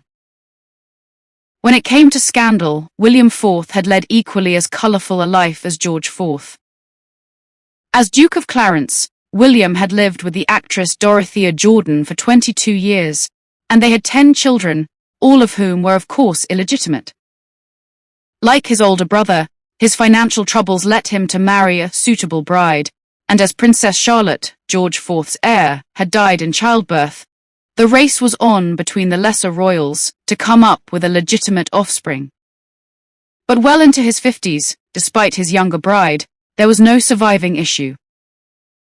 When William became king in 1830, he was 64, and with the nickname Silly Billy, you can immediately work out how his public perceived him, and when he died in 1837, the British people must have wondered what manner of monarch the House of Hanover would produce next.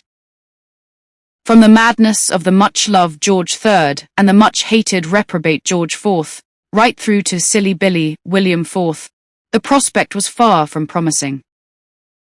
However, waiting in the wings was a young girl, just 18 years of age, about to turn around the reputation of this royal house. We are of course talking about Queen Victoria, possibly the most respectable of all British monarchs. With the restoration of moral behaviour, Victoria led by example, marrying her beloved Prince Albert in 1840 and producing a secure succession of 9 children, including 4 sons. Now, you may be wondering how Queen Victoria's exemplary good name could possibly be associated with either scandal or conspiracy, but travel back in time to the autumn of 1888 and the London slums of Whitechapel, and you will uncover an intriguing royal conspiracy that is still a source of frenzied speculation to this very day. When a woman's body was discovered on the 7th of August 1888 in Gunthorpe Street, that back then was known as George Yard, nobody really paid much attention. The attack on Martha Tabram had been brutal. She'd been stabbed 39 times in the throat, chest, and abdomen. But this was one of the most deprived districts of the city. Murder was commonplace, and an occupational hazard for prostitutes, Martha's unfortunate profession. Then, on August 31st, in Bucks Row, now Durwood Street, another woman's body was discovered. Polly Nichols was also a prostitute, and although the cause of death was most likely strangulation, her throat had been slashed from ear to ear and her body horribly mutilated. Only when Annie Chapman's body was discovered on September 8th in Hanbury Street did alarm bells start to ring. Annie too had been a prostitute, and with her throat cut and intestines ripped out, fears that a brutal serial killer was on the loose became widespread. The police did what they could, but progress was slow, and when a letter arrived on the 27th of September, written in blood and claiming to be the culprit, signed Jack the Ripper, an evil killer became a press sensation and a household name. Weeks passed, and all went relatively quiet, until on the night of 30th September, when two more prostitutes were found murdered, quite literally within hours of each other. The first, known as Long Liz, had had her throat cut, but the second, Catherine Eddowes, found in Mitre Square, was horribly mutilated with body parts, including a kidney, removed. The murders were becoming more horrendous, and when the body of Mary Kelly was discovered on the 9th of November, her mutilated body was unrecognizable. The scene of crime images are as truly appalling to look at today as they were back in 1888, and the police search for Jack the Ripper intensified. Mary Kelly is officially the last of the Jack the Ripper murders, and the identity of the killer has never been uncovered, although many theories have been put forward over the years. And this, quite incredibly, is where Queen Victoria has become a part of the Ripper legend, to such a degree that there have even been those who have suggested that Jack the Ripper was none other than the Queen herself. In all the many thousands of books written about Jack the Ripper since that fateful autumn of 1888, little credence has been given to the theory that the royal grandmother was stalking the streets of Whitechapel, killing and mutilating prostitutes. However, the conspiracy theorists have a much more believable version of events that puts Queen Victoria and members of her household under the spotlight, most significantly the royal physician, Sir William Gull. Queen Victoria's grandson, Prince Albert Victor, was destined to become the heir apparent, as the eldest male child of her firstborn son, the future Edward VII. Many in the family, including Queen Victoria and the boy's father, seem to have thought him to be retarded, but that did not prevent him from being connected to several scandals, including fathering an illegitimate son, and involvement in the Cleveland Street scandal, where police uncovered a male brothel. However, the most publicized story about him came to prominence in the 1960s and 70s, which connected the royal grandson to the Ripper murders. Prince Albert Victor, or so the story goes, was sent to the Whitechapel studios of artist Walter Sickert to learn how to paint. While there, he fell in love with one of Sickert's models, a common shopgirl, who he married in secret and had a child with. The hypothesis was that one of the witnesses at the wedding was Mary Kelly, a friend of the bride, who upon recognizing the royal bridegroom, attempted to blackmail the government. As a trusted royal servant, Sir William Gull was dispatched to murder Kelly and all those she shared the information with, namely the other Ripper victims, and make it look like the work of a madman. The explanation for the night of the double murder was mistaken identity, which is why Long Liz was not mutilated, but the whole Ripper and the royal story is frequently put down to urban legend, and of course has provided the plot for any number of Jack the Ripper movies. Prince Albert Victor died, quite unexpectedly, just 4 years after the Ripper murders, at the age of 28, with the cause of death given as flu. But this is perhaps where the real royal conspiracy lies. There are three other alternatives given for what might have happened to the unfortunate prince, the first being that he died of syphilis as a result of his dissipated lifestyle. The second option is rather more sinister, as rumors spread that he had been given an overdose of morphine to avoid an unsuitable heir succeeding to the throne, and lastly, the most bizarre option suggesting that the death story was a cover-up for the prince's madness, with the young man being dispatched to an asylum on the Isle of Wight, where he allegedly lived unseen until his death in the 1920s. Whatever the truth behind all these conspiracy theories, their association with Queen Victoria is fascinating. And even if nothing more than over-imaginative flights of fancy, the stories show a very dark side of Victorian London, not so far removed from the magnificent facade of Buckingham Palace. As we have now travelled at great speed through history, a pattern has emerged when a monarch is on the throne for a very long time, and a Prince of Wales is kept in waiting. It was true in George IV's case, and as Queen Victoria ruled Britannia for an incredible 63 years and 7 months, her eldest son had to wait until he was 59 to take on the role he had been preparing for all his life. After the stern morality, on the surface at least, of the Victorian Age, the dawn of the Edwardian era, which began when the Queen died in 1901, couldn't have been more different. The new king, who greatly enjoyed his country estate at Sandringham, was nevertheless at the heart of every grand, glittering society occasion, and just as had been the case when he was Prince of Wales, wherever Edward VII was to be found, scandal was never too far away. In the early days, to try and curb the wild behaviour of the Prince of Wales, Queen Victoria decided he should be married as quickly as possible to a suitable princess, and Alexandra of Denmark was selected. Fortunately for the prince, Alexandra was beautiful and affectionate, but unable to control her young husband's wild ways, especially with the ladies. She tolerated his affairs. When asked in later years about this, she always replied that he loved her best, and the truth is he probably did. Even so, throughout his entire married life, Edward VII kept numerous mistresses. Actresses like Lily Langtry and Sarah Bernhardt, along with various socialites including the famous American beauty Jenny Jerome, later Lady Randolph Churchill, and mother of Britain's World War II Prime Minister Winston, were great favourites. In fact, his last mistress, Alice Keppel, was even admitted by Queen Alexandra to Buckingham Palace to be at the king's deathbed in 1910. Now, as we already know, King Edward's eldest son, Prince Albert Victor, died at the age of 28, shortly after the Ripper murders, and the throne passed to Edward's second son, who became King George V. The people of Britain felt a great sense of loss at the old king's passing despite all the scandals, and as the new king enjoyed a contented married life with Queen Mary, the princess who had been his older brother's fiancée at the time of his death, the years between 1910 and 1936 were characterized by dignified royal stability. But with World War II looming large when George V died, the Prince of Wales in waiting had an even greater bombshell to drop on the people of Britain.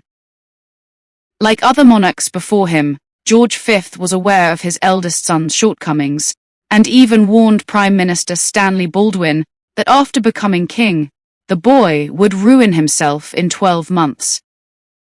This was a prophecy that proved to be truer than he could possibly have known. Edward VIII became king on 20th of January 1936, and a scandal even bigger than the affairs of Edward VII rocked the nation. The king announced his intention to marry his American mistress, the already twice married divorcee Wallis Simpson, provoking a constitutional crisis that was only resolved by Edward's abdication on the 11th of December.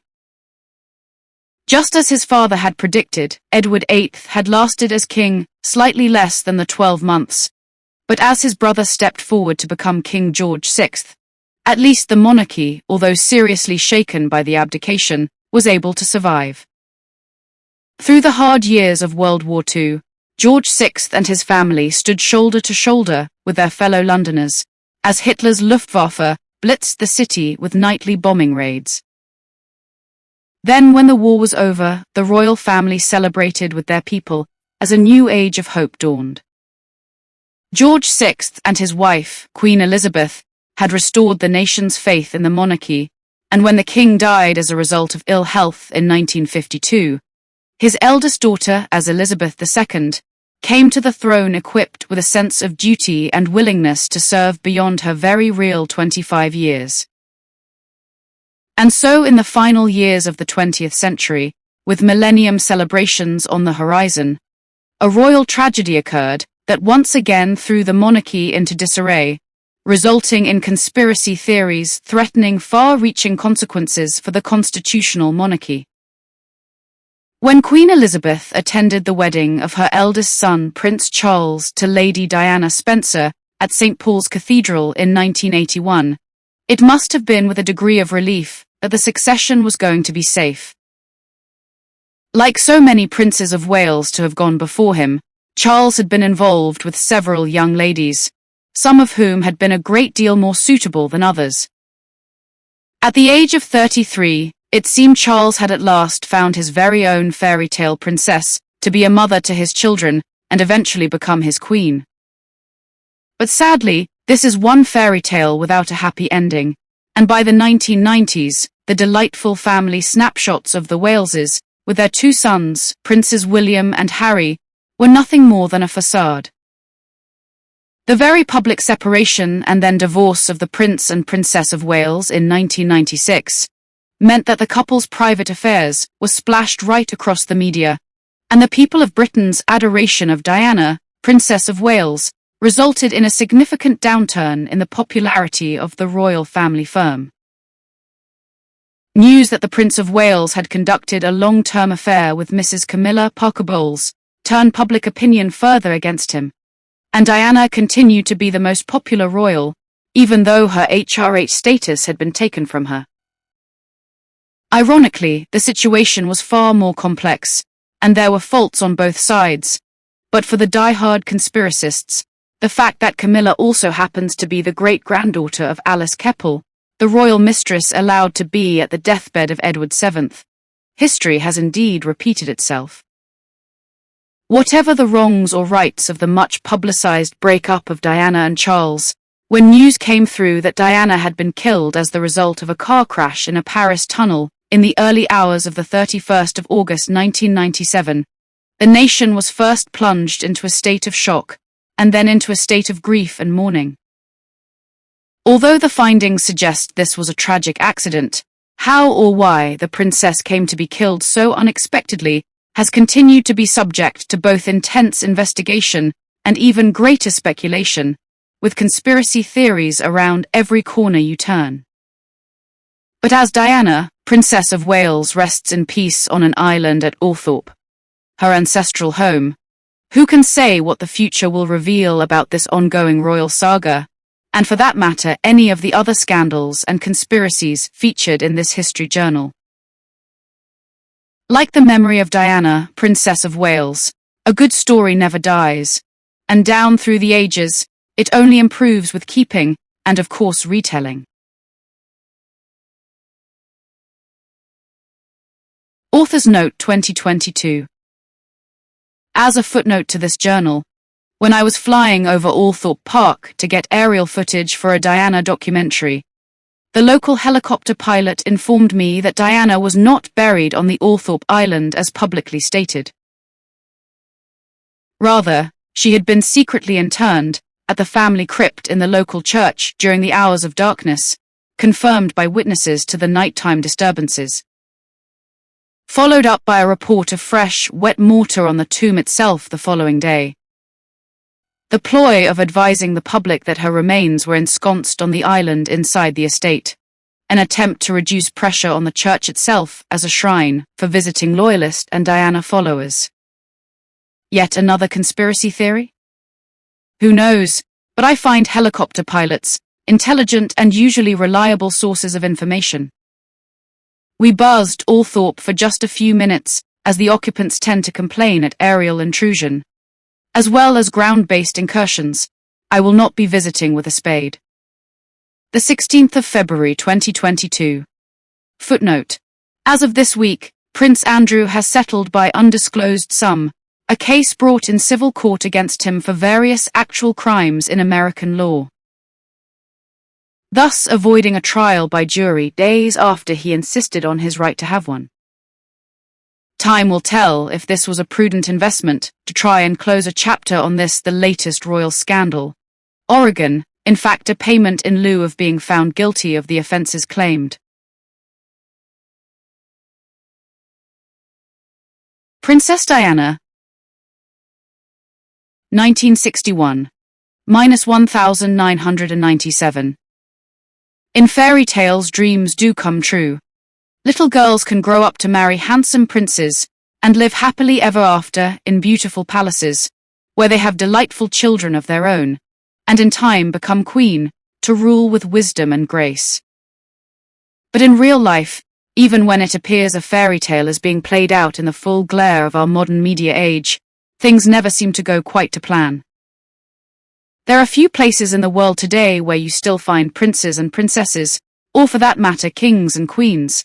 But the thousands of visitors who travel to London each year come face to face with royal palaces and a history of succession that dates right back to the Dark Ages. However, in the late summer of 1997, people from all over the world gathered in London, in a state of utter shock and disbelief, as the most publicized fairy tale of the 20th century came to an abrupt and tragic end. In the early hours of Sunday, the 31st of August, a shocking news story began to unfold, with the world's press agencies on red alert. Shortly after midnight, Diana, Princess of Wales, left the Ritz Hotel in Paris and got into a waiting Mercedes with her companion Dodi Al-Fayed. Speeding off into the night to escape waiting reporters, the car crashed at high speed in the Place de l'Alma road tunnel. The driver and Dodi died instantly, but the emergency services arrived to find Diana alive, although seriously injured. At the nearby Petit Salpêtrière hospital, a team of doctors did all they could, but to no avail, and the princess, who should, if fairy tales are to be believed, have lived happily ever after, died at the tragically young age of 36, at 4 am, Paris time. As the people of Britain awoke to hear the terrible news in the early morning bulletins, the sense of loss was palpable across the nation, and within hours, floral tributes began to appear at the gates of Kensington Palace, creating a carpet of colour, the like of which had never been seen before. The one question upon everyone's lips was quite simply, how could this have happened? Even though Diana had been divorced from the Prince of Wales for the past year and had relinquished her HRH status, she was still officially a member of the royal family, as the mother of the second and third in line to the throne.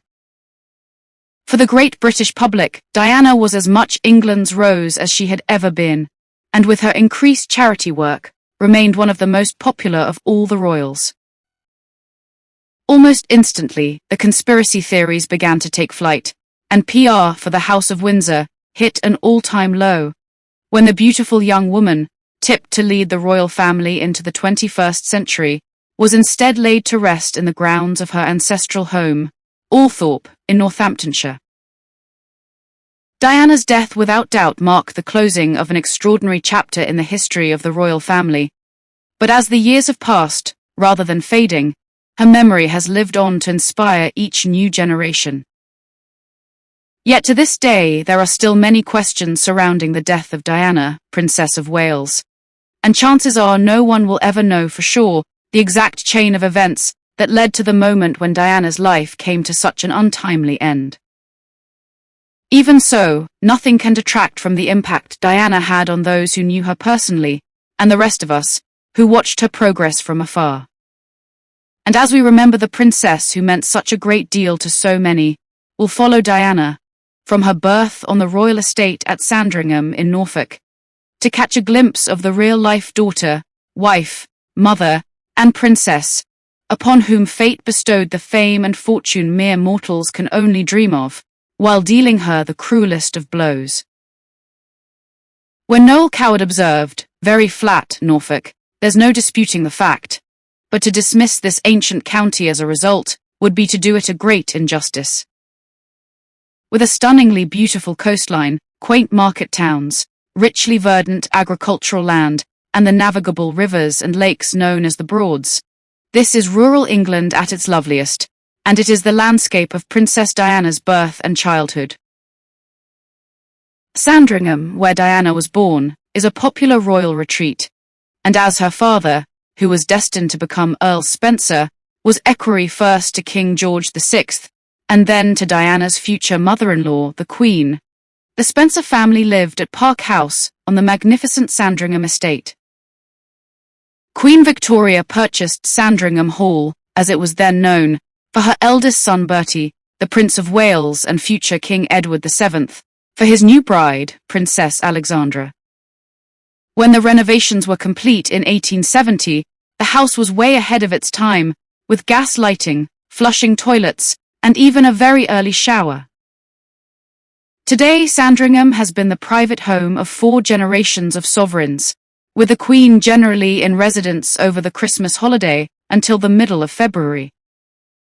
The delightful church of St. Mary Magdalene, where Diana was christened, is the focus of much attention on Christmas morning, as it's where the royal family worship, bringing out quite a crowd to witness the festive occasion. So when the Honourable Diana Frances Spencer was born at Park House, Sandringham, on the 1st of July 1961, the 4th child of Viscount and Viscountess Althorpe, she could not have had a better placed arrival for a future princess. With 2 older sisters, Sarah, born in 1955, and Jane, born in 1957, when Diana appeared on the scene, the Althorpes would have still been hankering after a son and heir, especially as in 1960 their 3rd child, a boy, John, died within hours of his birth. The present Earl Spencer, Charles, Diana's younger brother, was born in 1964, to finally complete the next generation of this aristocratic family.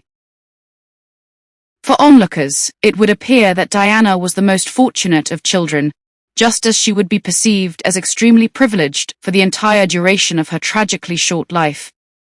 But things were never as rosy as they seemed. Despite enjoying the delights of 200,000 acres of beautiful Norfolk countryside, which on occasion meant going to tea with the royal neighbours at the big house, life for the young Spencers was about to be thrown into turmoil. Diana's father was content living as a gentleman farmer and being part of the community, even playing for the local cricket team. But 14 years his junior, her mother, after giving birth to 5 children before she was 30, longed for the excitement and glamour of London society. Diana was just 6 when her parents separated, after the Viscountess fell in love with Peter Shandkid and left her husband. The acrimonious divorce that followed resulted in custody being granted to the Viscount, and consequently Diana had little contact with her mother. Although close to her father, who she undoubtedly adored, the day-to-day care of the children fell to a succession of nannies, which was far from ideal for the sensitive Diana, who quickly had to learn the art of self-reliance. The older Spencer girls did well at school, but Diana was far more artistic than academic, and she struggled to keep up with the high standards set by Sarah and Jane. Diana's confidence was further dented when she broke her arm in a riding accident, and unlike many of her far from academic peers, she wasn't even able to find solace in ponies and horses. After attending Silfield School in nearby King's Lynn as a day pupil, Diana followed her sisters to boarding school at the age of 9. A shy child, Diana was most remembered for her kindness to her fellow pupils, especially those younger than herself, as she grew into her teens. But the Spencer girls faced quite a shock when they returned to Park House for the holidays. In the early 1970s, their father brought the new woman in his life to meet his children, Rain, Countess of Dartmouth, the daughter of romantic novelist Barbara Cartland. If Johnny Spencer had hoped to create a happy new family, he was sadly disappointed, as to say that his children didn't take to Rain as a prospective stepmother would be a colossal understatement. This bombshell for the Spencer children was then followed by yet another dramatic change in 1975, when the 7th Earl Spencer, Diana's grandfather, died at the age of 83. Johnny became the 8th Earl Spencer, Charles his son was now Viscount Althorp, and Diana, like her sisters, exchanged her honourable title for that of a lady. The family moved from Sandringham to the ancestral home at Althorp, complete with 8,500 acres in Northamptonshire. For the painfully shy Diana, away at boarding school for most of the time, it meant she knew no one in the vicinity, and matters got worse a year later when her father married Rain in July 1976. Like many great ancestral estates in the 1970s, Althorp needed total renovation, and the Spencer children believed that Rain was dominating the proceedings, selling off many of the family treasures to fund the refurbishments, which caused considerable resentment. These were crucial years for Diana to be experiencing such upheaval, and her schoolwork undoubtedly suffered as a result. When she failed to gain academic qualifications, and a finishing school in Switzerland simply left her home sick and unhappy, she headed for London in search of work. There were plenty of well-to-do young families in London in search of suitable nannies for their children, and as caring for little ones made Diana happy, which in turn meant that she was very good at it, she soon carved out a new existence for herself, although she was hardly more than a child herself. In 1978, on the advice of her mother, Diana bought a 3-bedroomed apartment in Coleherne Court, Fulham, and promptly invited a select group of girls, who were old friends, to houseshare. These were blissfully happy days for Diana, and although still painfully shy, she started to meet people her own age and enjoy the young, affluent London scene. After a while, she went to work at the Young England Kindergarten in Pimlico, which she described as her first proper job, and again Diana excelled, with her young charges adoring her. At last, the girl who had craved nothing more in her life than approval and affection had found fulfillment, looking after other people's children. The late 1970s and early 1980s were exciting times for this new generation of the aristocracy. Benefiting from family money to back them, and a London base for Monday to Friday, with a place in the country for weekends, the Henrys and Henriettas of the landed gentry made the Knightsbridge, South Kensington and Chelsea districts of London their own. Here, amongst their own kind, with a system of debutantes out to do the season now defunct, it was possible for these young people to meet suitable marriage partners, and although times were beginning to change, the main goal of an aristocratic girl was still to marry well and produce the next generation of Henrys and Henriettas. This part of London, which incorporated Sloane Street and Sloane Square, resulted in this affluent group being dubbed Sloane Rangers, and to this day a visit to Knightsbridge or South Kensington will bring you into contact with 21st century Sloane Rangers, keeping up the tradition. That Diana and her flatmates were Sloanes is without question. However, the future Princess of Wales soon developed a style all her own. With a tall willowy grace, the fair complexion of a classic English rose, and an endearingly naive and innocent charm, even while still in her teens, this was one lady-in-waiting who was poised to stand out from the crowd. When Diana was born, her future husband was just a matter of months away from becoming a teenager, and as we've already established, the pair were destined to move in the same circles. However, if Diana's privileged childhood is considered to have been rather lonely and isolated, the early life of Prince Charles can only be sympathetically regarded in the same light. On the 14th of November 1948, a baby boy was born at Buckingham Palace to the then Princess Elizabeth, Duchess of Edinburgh, and her husband, Prince Philip, the Duke of Edinburgh. Christened Charles Philip Arthur George, the prince was their first child and had the succession run unhindered after the death of King George V in 1936. The solemn prospect of becoming a king may never have fallen upon the child's shoulders. By rights, the first son of King George V, Edward VIII should have remained on the British throne until his death in 1972, but his determination to marry the divorcee Wallis Simpson, the woman he loved, resulted in his abdication. Therefore, the next in line, George V's second son, the Duke of York, stepped unexpectedly into the limelight to become King George VI. With Queen Elizabeth, his wife, and two young daughters at his side, despite his shyness and a nervous stammer, George VI became a much-loved and respected sovereign. In a difficult age, as Britain faced the horrors of World War II, the king shared the experience of his people as London burned, and even worked with determination to overcome his stammer in order to boost public morale. On the balcony of Buckingham Palace, he celebrated VIII Day with all of London in 1945, and in the post-war era continued to restore the reputation of the monarchy after the constitutional crisis brought about by his brother's abdication. That George VI rose to the challenges that fate had thrust upon him is without question, but it wasn't only his personal circumstances that changed.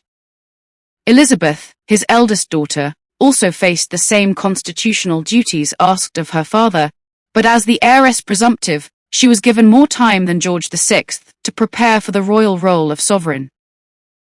On her 21st birthday, she declared that her whole life would be devoted to the service of her people, and it was a promise that the young princess took very seriously indeed.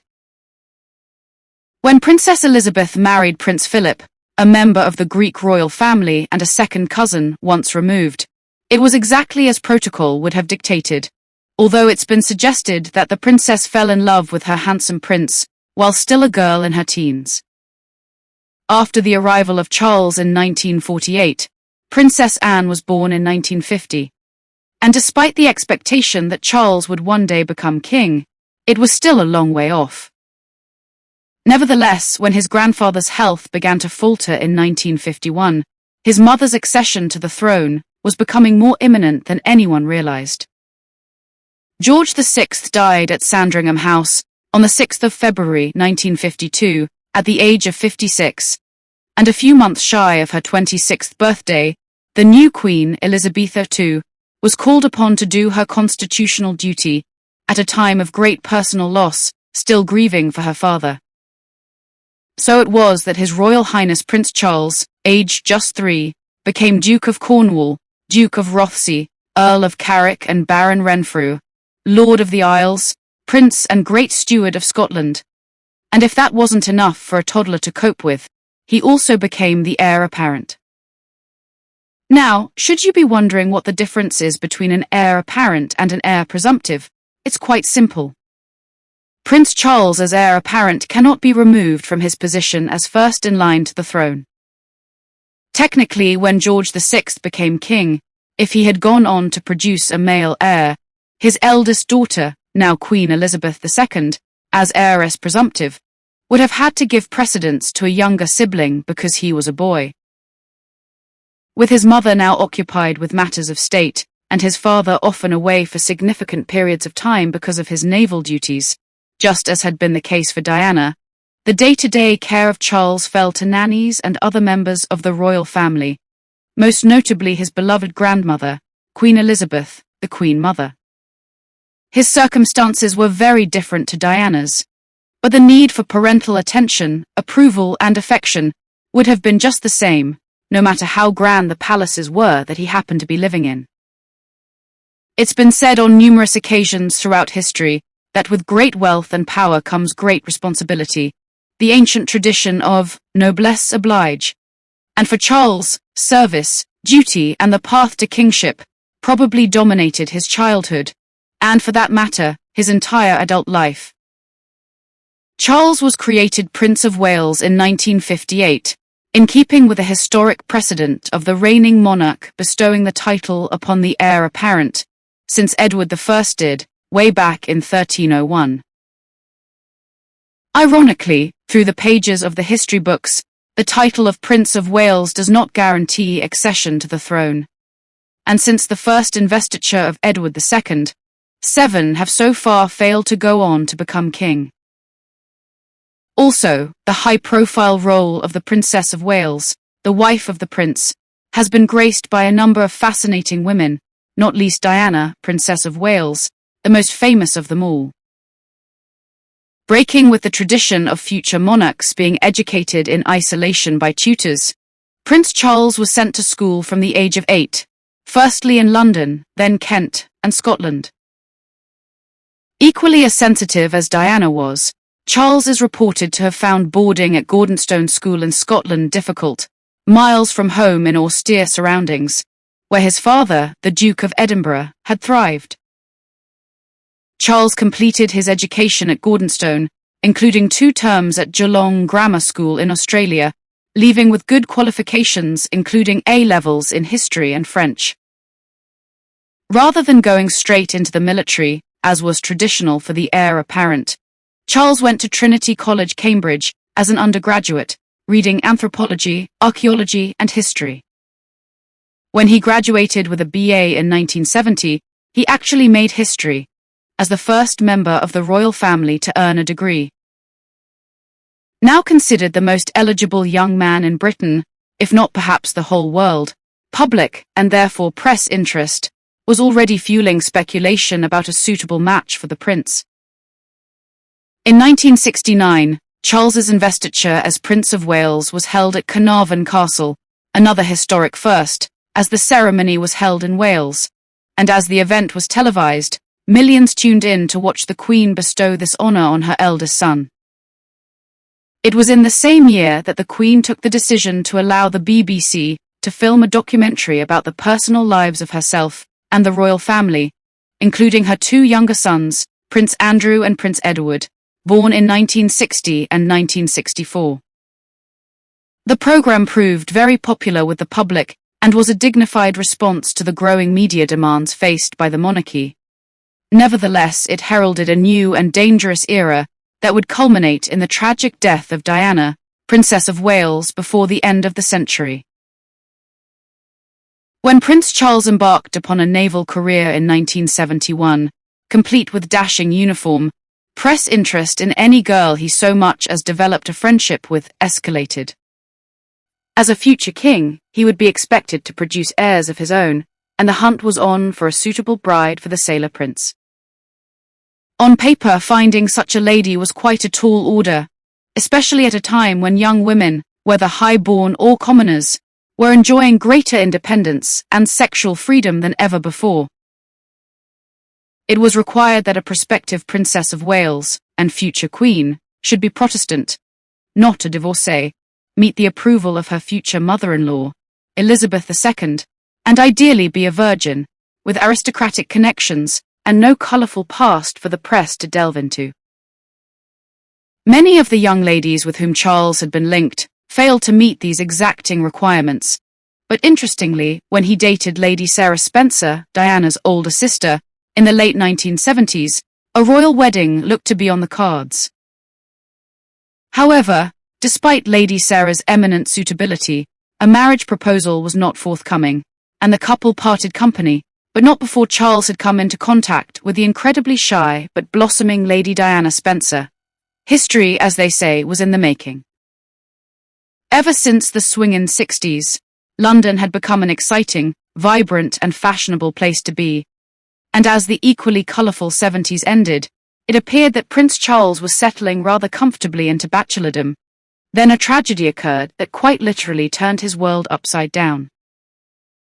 When the Provisional IRA murdered Earl Mountbatten of Burma in a bomb blast, while he was out sailing in Donegal Bay on 27th of August 1979, they committed a terrorist atrocity that not only shocked the world, but also robbed Prince Charles of a much-loved great-uncle, who happened to be, in all probability, the single most significant male in his life.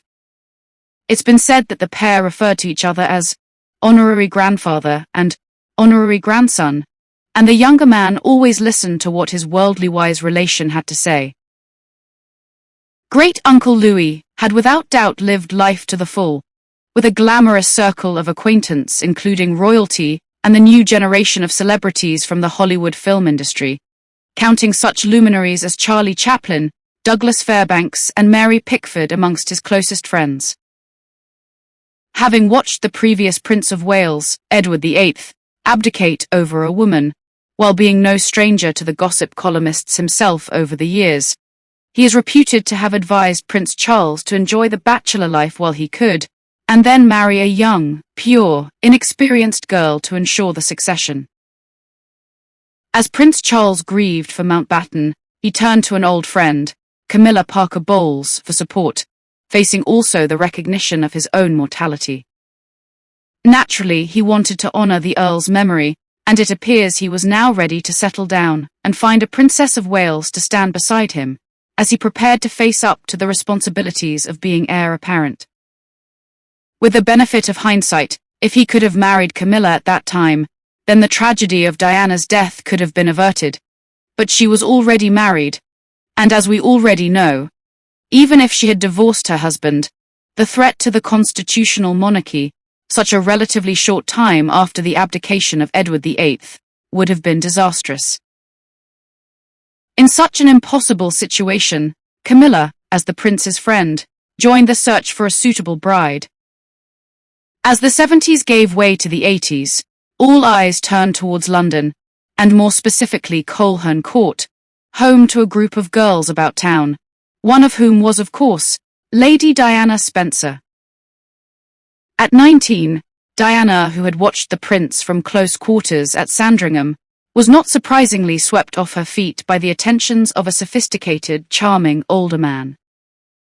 Diana was invited to join the circle of acquaintance she had always been on the edge of, including parties on HMS Britannia, the royal yacht, during Cowes Week on the Isle of Wight. Today this beautiful craft is no longer in service, and can be found at Leith, the port of Edinburgh, where it is a very popular attraction.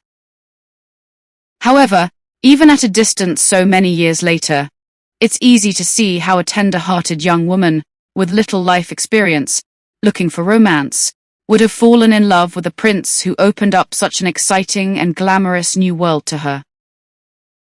Back in London, a relationship between Charles and Diana flourished, with romantic, candle-lit dinners at Buckingham Palace, supposedly in secret. But it wasn't long before the world's press set up camp outside Coleherne Court and the Young England kindergarten where Diana worked. Lady Diana Spencer was demure and charming despite the harassment, proving herself suitably discreet, and with this test passed, she was whisked off to see how she would cope in Scotland, watching the prince and his friends fishing and shooting, as all the while Diana continued to stake her claim to the title Princess of Wales. Diana was also introduced to the county of Gloucestershire, often dubbed the Royal County, because of the number of royals with country residences there. Charles took Diana to visit Highgrove, the country house he bought early in 1980, close to the delightful market town of Tetbury. It was during one of the Gloucestershire weekends that Charles took Diana to meet Camilla, and with his friend's approval, broached the subject of marriage. The official engagement between Prince Charles and Lady Diana Spencer was announced by Buckingham Palace on the 24th of February 1981. In the photographs to mark the occasion, the bride-to-be wore a blue outfit from Harrods, and it was evident for all to see that she adored her fiancé. It was no longer practical for the future Princess of Wales to flat share in Fulham, and immediately after the engagement was announced, she moved into Clarence House, the home of the prince's grandmother, the Queen Mother. In the months leading up to the royal wedding in July, Lady Di fever swept the land. As she asked advice from Vogue, where her sister Jane worked, Diana developed a style that was extremely feminine, with pie frill collars, pussycat bows and long floral skirts, which the high street fashion stores were quick to emulate. Hairdressers up and down the land were asked to reproduce Diana's long, blonde, flicked fringe, and the demand for nannies who were aristocratic young English girls skyrocketed. Although royal weddings usually favoured Westminster Abbey, St. Paul's Cathedral was the chosen venue, accommodating the unprecedented 3,500 guests. It was a fairy tale ending to a modern-day love story, and when the newlyweds set off for Broadlands, Hampshire, the home of Earl Mountbatten, for the first night of their honeymoon, before taking a Mediterranean cruise aboard the royal yacht Britannia, the whole world wished them well and expected them to live happily ever after. And for a while, the Prince and Princess of Wales looked to have found the love and security they both so desperately needed with each other. If the public at large needed further confirmation, an announcement from Buckingham Palace revealing that the princess was pregnant 3 months after returning from honeymoon ensured that the next generation of royals became more popular than ever. When Diana gave birth to a baby boy at St. Mary's Hospital, London, on the 21st of June 1982, no one could have asked more of her, and her son, styled His Royal Highness Prince William of Wales, immediately took his place as second in line to the throne. A further visit to St. Mary's for the birth of HRH Henry of Wales, better known to the world as Harry, on the 15th of September 1984, made the future of the constitutional monarchy even more secure. It's been suggested that Prince Charles had hoped for a daughter, but a healthy son, third in line to the throne, was again all anyone could have reasonably asked of the Princess of Wales.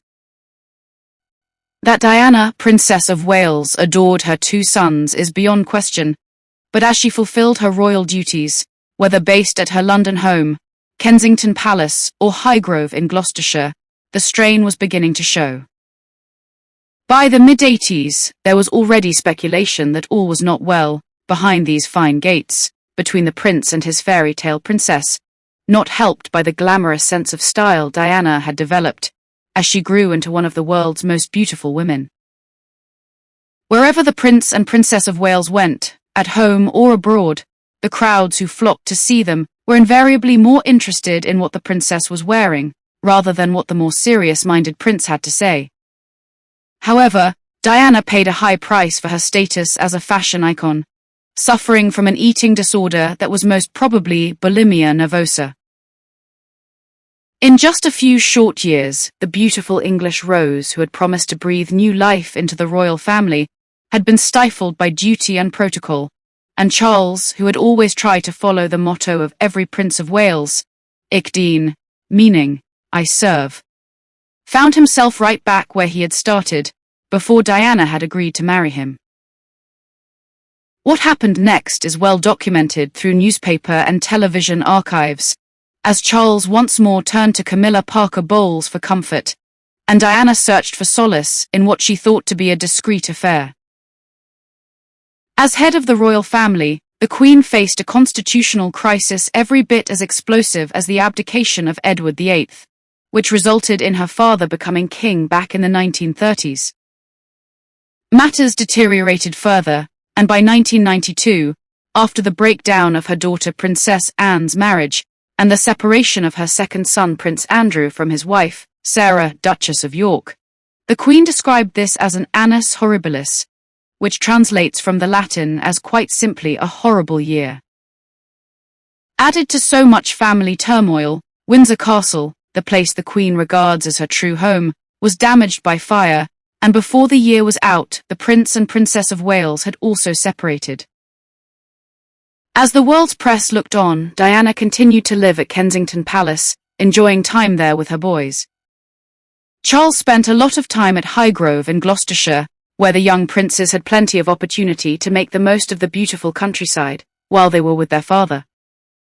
Just as is the case for all families that face a marital split, these were difficult times, and for the Prince and Princess of Wales, struggling to find resolution for the sake of the children, the constant press attention did nothing to make things any easier. However, despite her troubled personal circumstances, Diana continued to work tirelessly for charity, campaigning to improve public perception of AIDS sufferers and highlight the terrible destruction caused by landmines, as she fought for a worldwide ban on these cruelly devastating weapons of war. Ironically, this undoubtedly worthy, high-profile stance of the princess caused the royal family some difficulty, especially when Diana hit the headlines as she attempted to carve out a new life for herself. It was now extremely unlikely that Diana could still become queen, but it wasn't conclusively resolved, and the public adoration that she generated continued undiminished, and Prince Charles, as the nation's future king, was forever going to find himself overshadowed by Diana. Eventually, the couple's divorce was finalized in 1996, a year and 3 days before Diana's death on the streets of Paris. And so we return to where we began this remembrance of Diana, with the whole world in shock at the loss of this truly remarkable young woman. On a fine September morning, London, basking in early autumn sunlight, prepared to bid Diana a final farewell. Her funeral was held at Westminster Abbey at 11 a.m. on Saturday the 6th of September 1997. The royal family were all in attendance alongside the Spencers, led by Diana's younger brother Charles, now the Earl. As was only right and proper, the main focus was to support Diana's 2 sons, William and Harry, so despite conspiracy theories abounding and an element of antagonism leveled at both the press and the royal family, the funeral of Diana, Princess of Wales, was as dignified as it was moving. After the service, watched by millions around the world, Diana's mortal remains were carried on an incredible journey home, to Althorpe in Northamptonshire. All the way from London's familiar landmarks, northwards, the funeral cortege was greeted by literally thousands of ordinary folks, waiting to pay their last respects to the people's princess. Even along the verges of the M1 motorway, entire families joined together to say their fond farewells, and by the time Diana eventually reached the gates of Althorpe for the last time, the cortege was more than an hour late. Understandably, Diana's family wanted to bury her where she could no longer be subject to press intrusion, and her grave couldn't be more private, on an island in the middle of the oval lake in the grounds of Althorpe. In the years since, those closest to Diana have been able to visit her grave in absolute privacy, which, as her sons face the full glare of publicity that dominated Diana's adult life, no doubt they have very much appreciated this. Nevertheless, it has been difficult for the millions of people who would have also liked to commemorate the anniversaries of Diana's life and death, with nowhere specific to gather. The gates at Kensington Palace, where so many floral tributes appeared way back in 1997, will often be where people choose to place flowers. But a memorial in one of the great churches like Westminster Abbey, where her funeral took place, or St. Paul's Cathedral, where she married, would certainly prove popular with visitors who wish to remember Diana with thoughtful contemplation, and as her memory lives on, who can say what the future might bring. However, for many people, a tour around the country to quietly walk in the footsteps of this unforgettable princess will always be a very special and rewarding experience. From the magnificent Sandringham estate in Norfolk to the beautiful Althorpe House in Northamptonshire, these great stately homes, so much a part of the nation's heritage, have times when they are open to the public. Also, a visit to Gloucestershire will prove very interesting. Despite Highgrove, the home of Prince Charles, not being open to the public, the delightful neighbouring market town of Tetbury is fascinating, especially when you count the number of by royal appointment signs over the shops. And of course, those of us with an interest in Diana enjoy following the progress of her 2 sons, Prince William and Prince Harry, so what could be nicer than savouring a pint of finest English ale where the princes have been known to partake of the hospitality when they're staying at Highgrove. Everywhere Diana went, she touched the lives of those she met, bringing joy and hope to where it was most needed. But if you really want to experience the true spirit of this elusive butterfly, then London is the place to go. Beginning with Buckingham Palace, you can walk down the Mall following the route Diana took to St. Paul's Cathedral on that eventful July morning, leaving the palace as Lady Diana Spencer, to return as the Princess of Wales and future Queen. As a point of interest, the Spencer family name is attached to the magnificent Spencer House, which offers guided tours on the Sundays it's open to the public. When the first Earl Spencer was a prominently society figure back in the 18th century, this neoclassical treasure put him at the heart of London, literally just across Green Park from Buckingham Palace. Although hundreds of years later Lady Diana Spencer lived in a modern flat very different to the grand facade of the townhouse, Spencer House is nonetheless a timely reminder of Diana's impeccable ancestry in her own right. By contrast, a trip to Coleherne Court will always raise a smile, remembering the vibrancy of Diana as a blossoming bride-to-be, courted by her fairy tale prince. And naturally, a visit to Harrods is an absolute must. Here you will find the stylish designers that Diana adored as a girl about town, but much, much more. There is a permanent memorial to Diana, Princess of Wales, and Dodi El Fayed, put in place by the historic store's owner, Mohammed El Fayed, the father of Diana's companion, who died with her on that fateful night in Paris. The official Princess of Wales Memorial Fountain in Hyde Park was opened by the Queen in 2004 to symbolize Diana's great affinity and openness with people from all walks of life. However, the fountain has not been without its critics, and many feel a memorial close to Diana's Kensington Palace home far more appropriate. Kensington Gardens have always been associated with Peter Pan, as it's where the author J.M. Barrie met the little boys who inspired him to write his masterpiece. Here, the Diana, Princess of Wales Memorial Playground recreates the world of Peter Pan and is a fitting tribute to a princess who had such a special way with children. As our journal draws to a close, this is perhaps the perfect place to remember Diana, Princess of Wales. For an all too short period of history, she lit up the world and shone so bright that her legacy, as you've read for yourself, lives on. And perhaps the most precious gift bequeathed by Diana to the nation are her sons, Prince William and Prince Harry. Diana's determination to help them lead happy, fulfilled lives, knowing that their parents loved them, is a lasting testament to an English rose that will blossom eternally. Yet the story of Diana, Princess of Wales, only goes to show that there's no predicting what the future might hold for any of us. And although we will always feel sadness for a life lost so tragically young, Diana will forever be remembered where it matters most, in the hearts of those for whom she would have been proud to be queen. Footnotes. I have 3 personal experience links with Diana. The earliest is down to confidential pillow chat with a very high society lady I had a relationship with, and therefore cannot reveal. The lady was, in fact, a roommate of Diana at boarding school back in the day.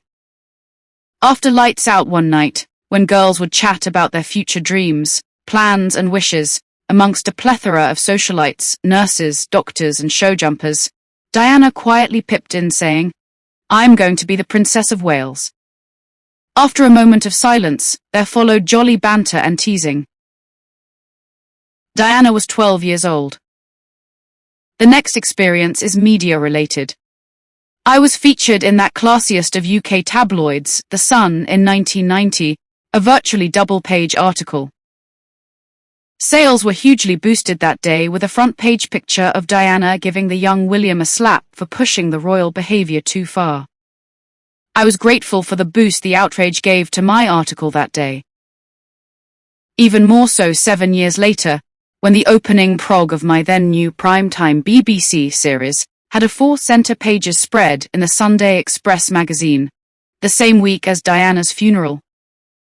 The Sunday Express wrapped that week's issue in a special keepsake/souvenir wraparound, and printed not their usual 250,000 copies, which would have served well as series publicity.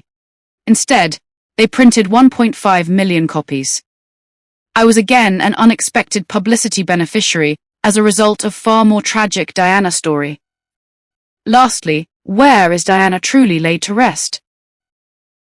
When I was flying over Althorpe Park in 2007 to get aerial footage for a Diana documentary, the local helicopter pilot informed me that Diana was not buried on the Althorpe Island as publicly stated. Rather, she had been secretly interned at the family crypt in the local church during the hours of darkness, confirmed by witnesses to the nighttime disturbances. Followed up by a report of fresh, wet mortar on the tomb itself the following day. The ploy of advising the public that her remains were ensconced on the island inside the estate, an attempt to reduce pressure on the church itself as a shrine for visiting loyalist and Diana followers.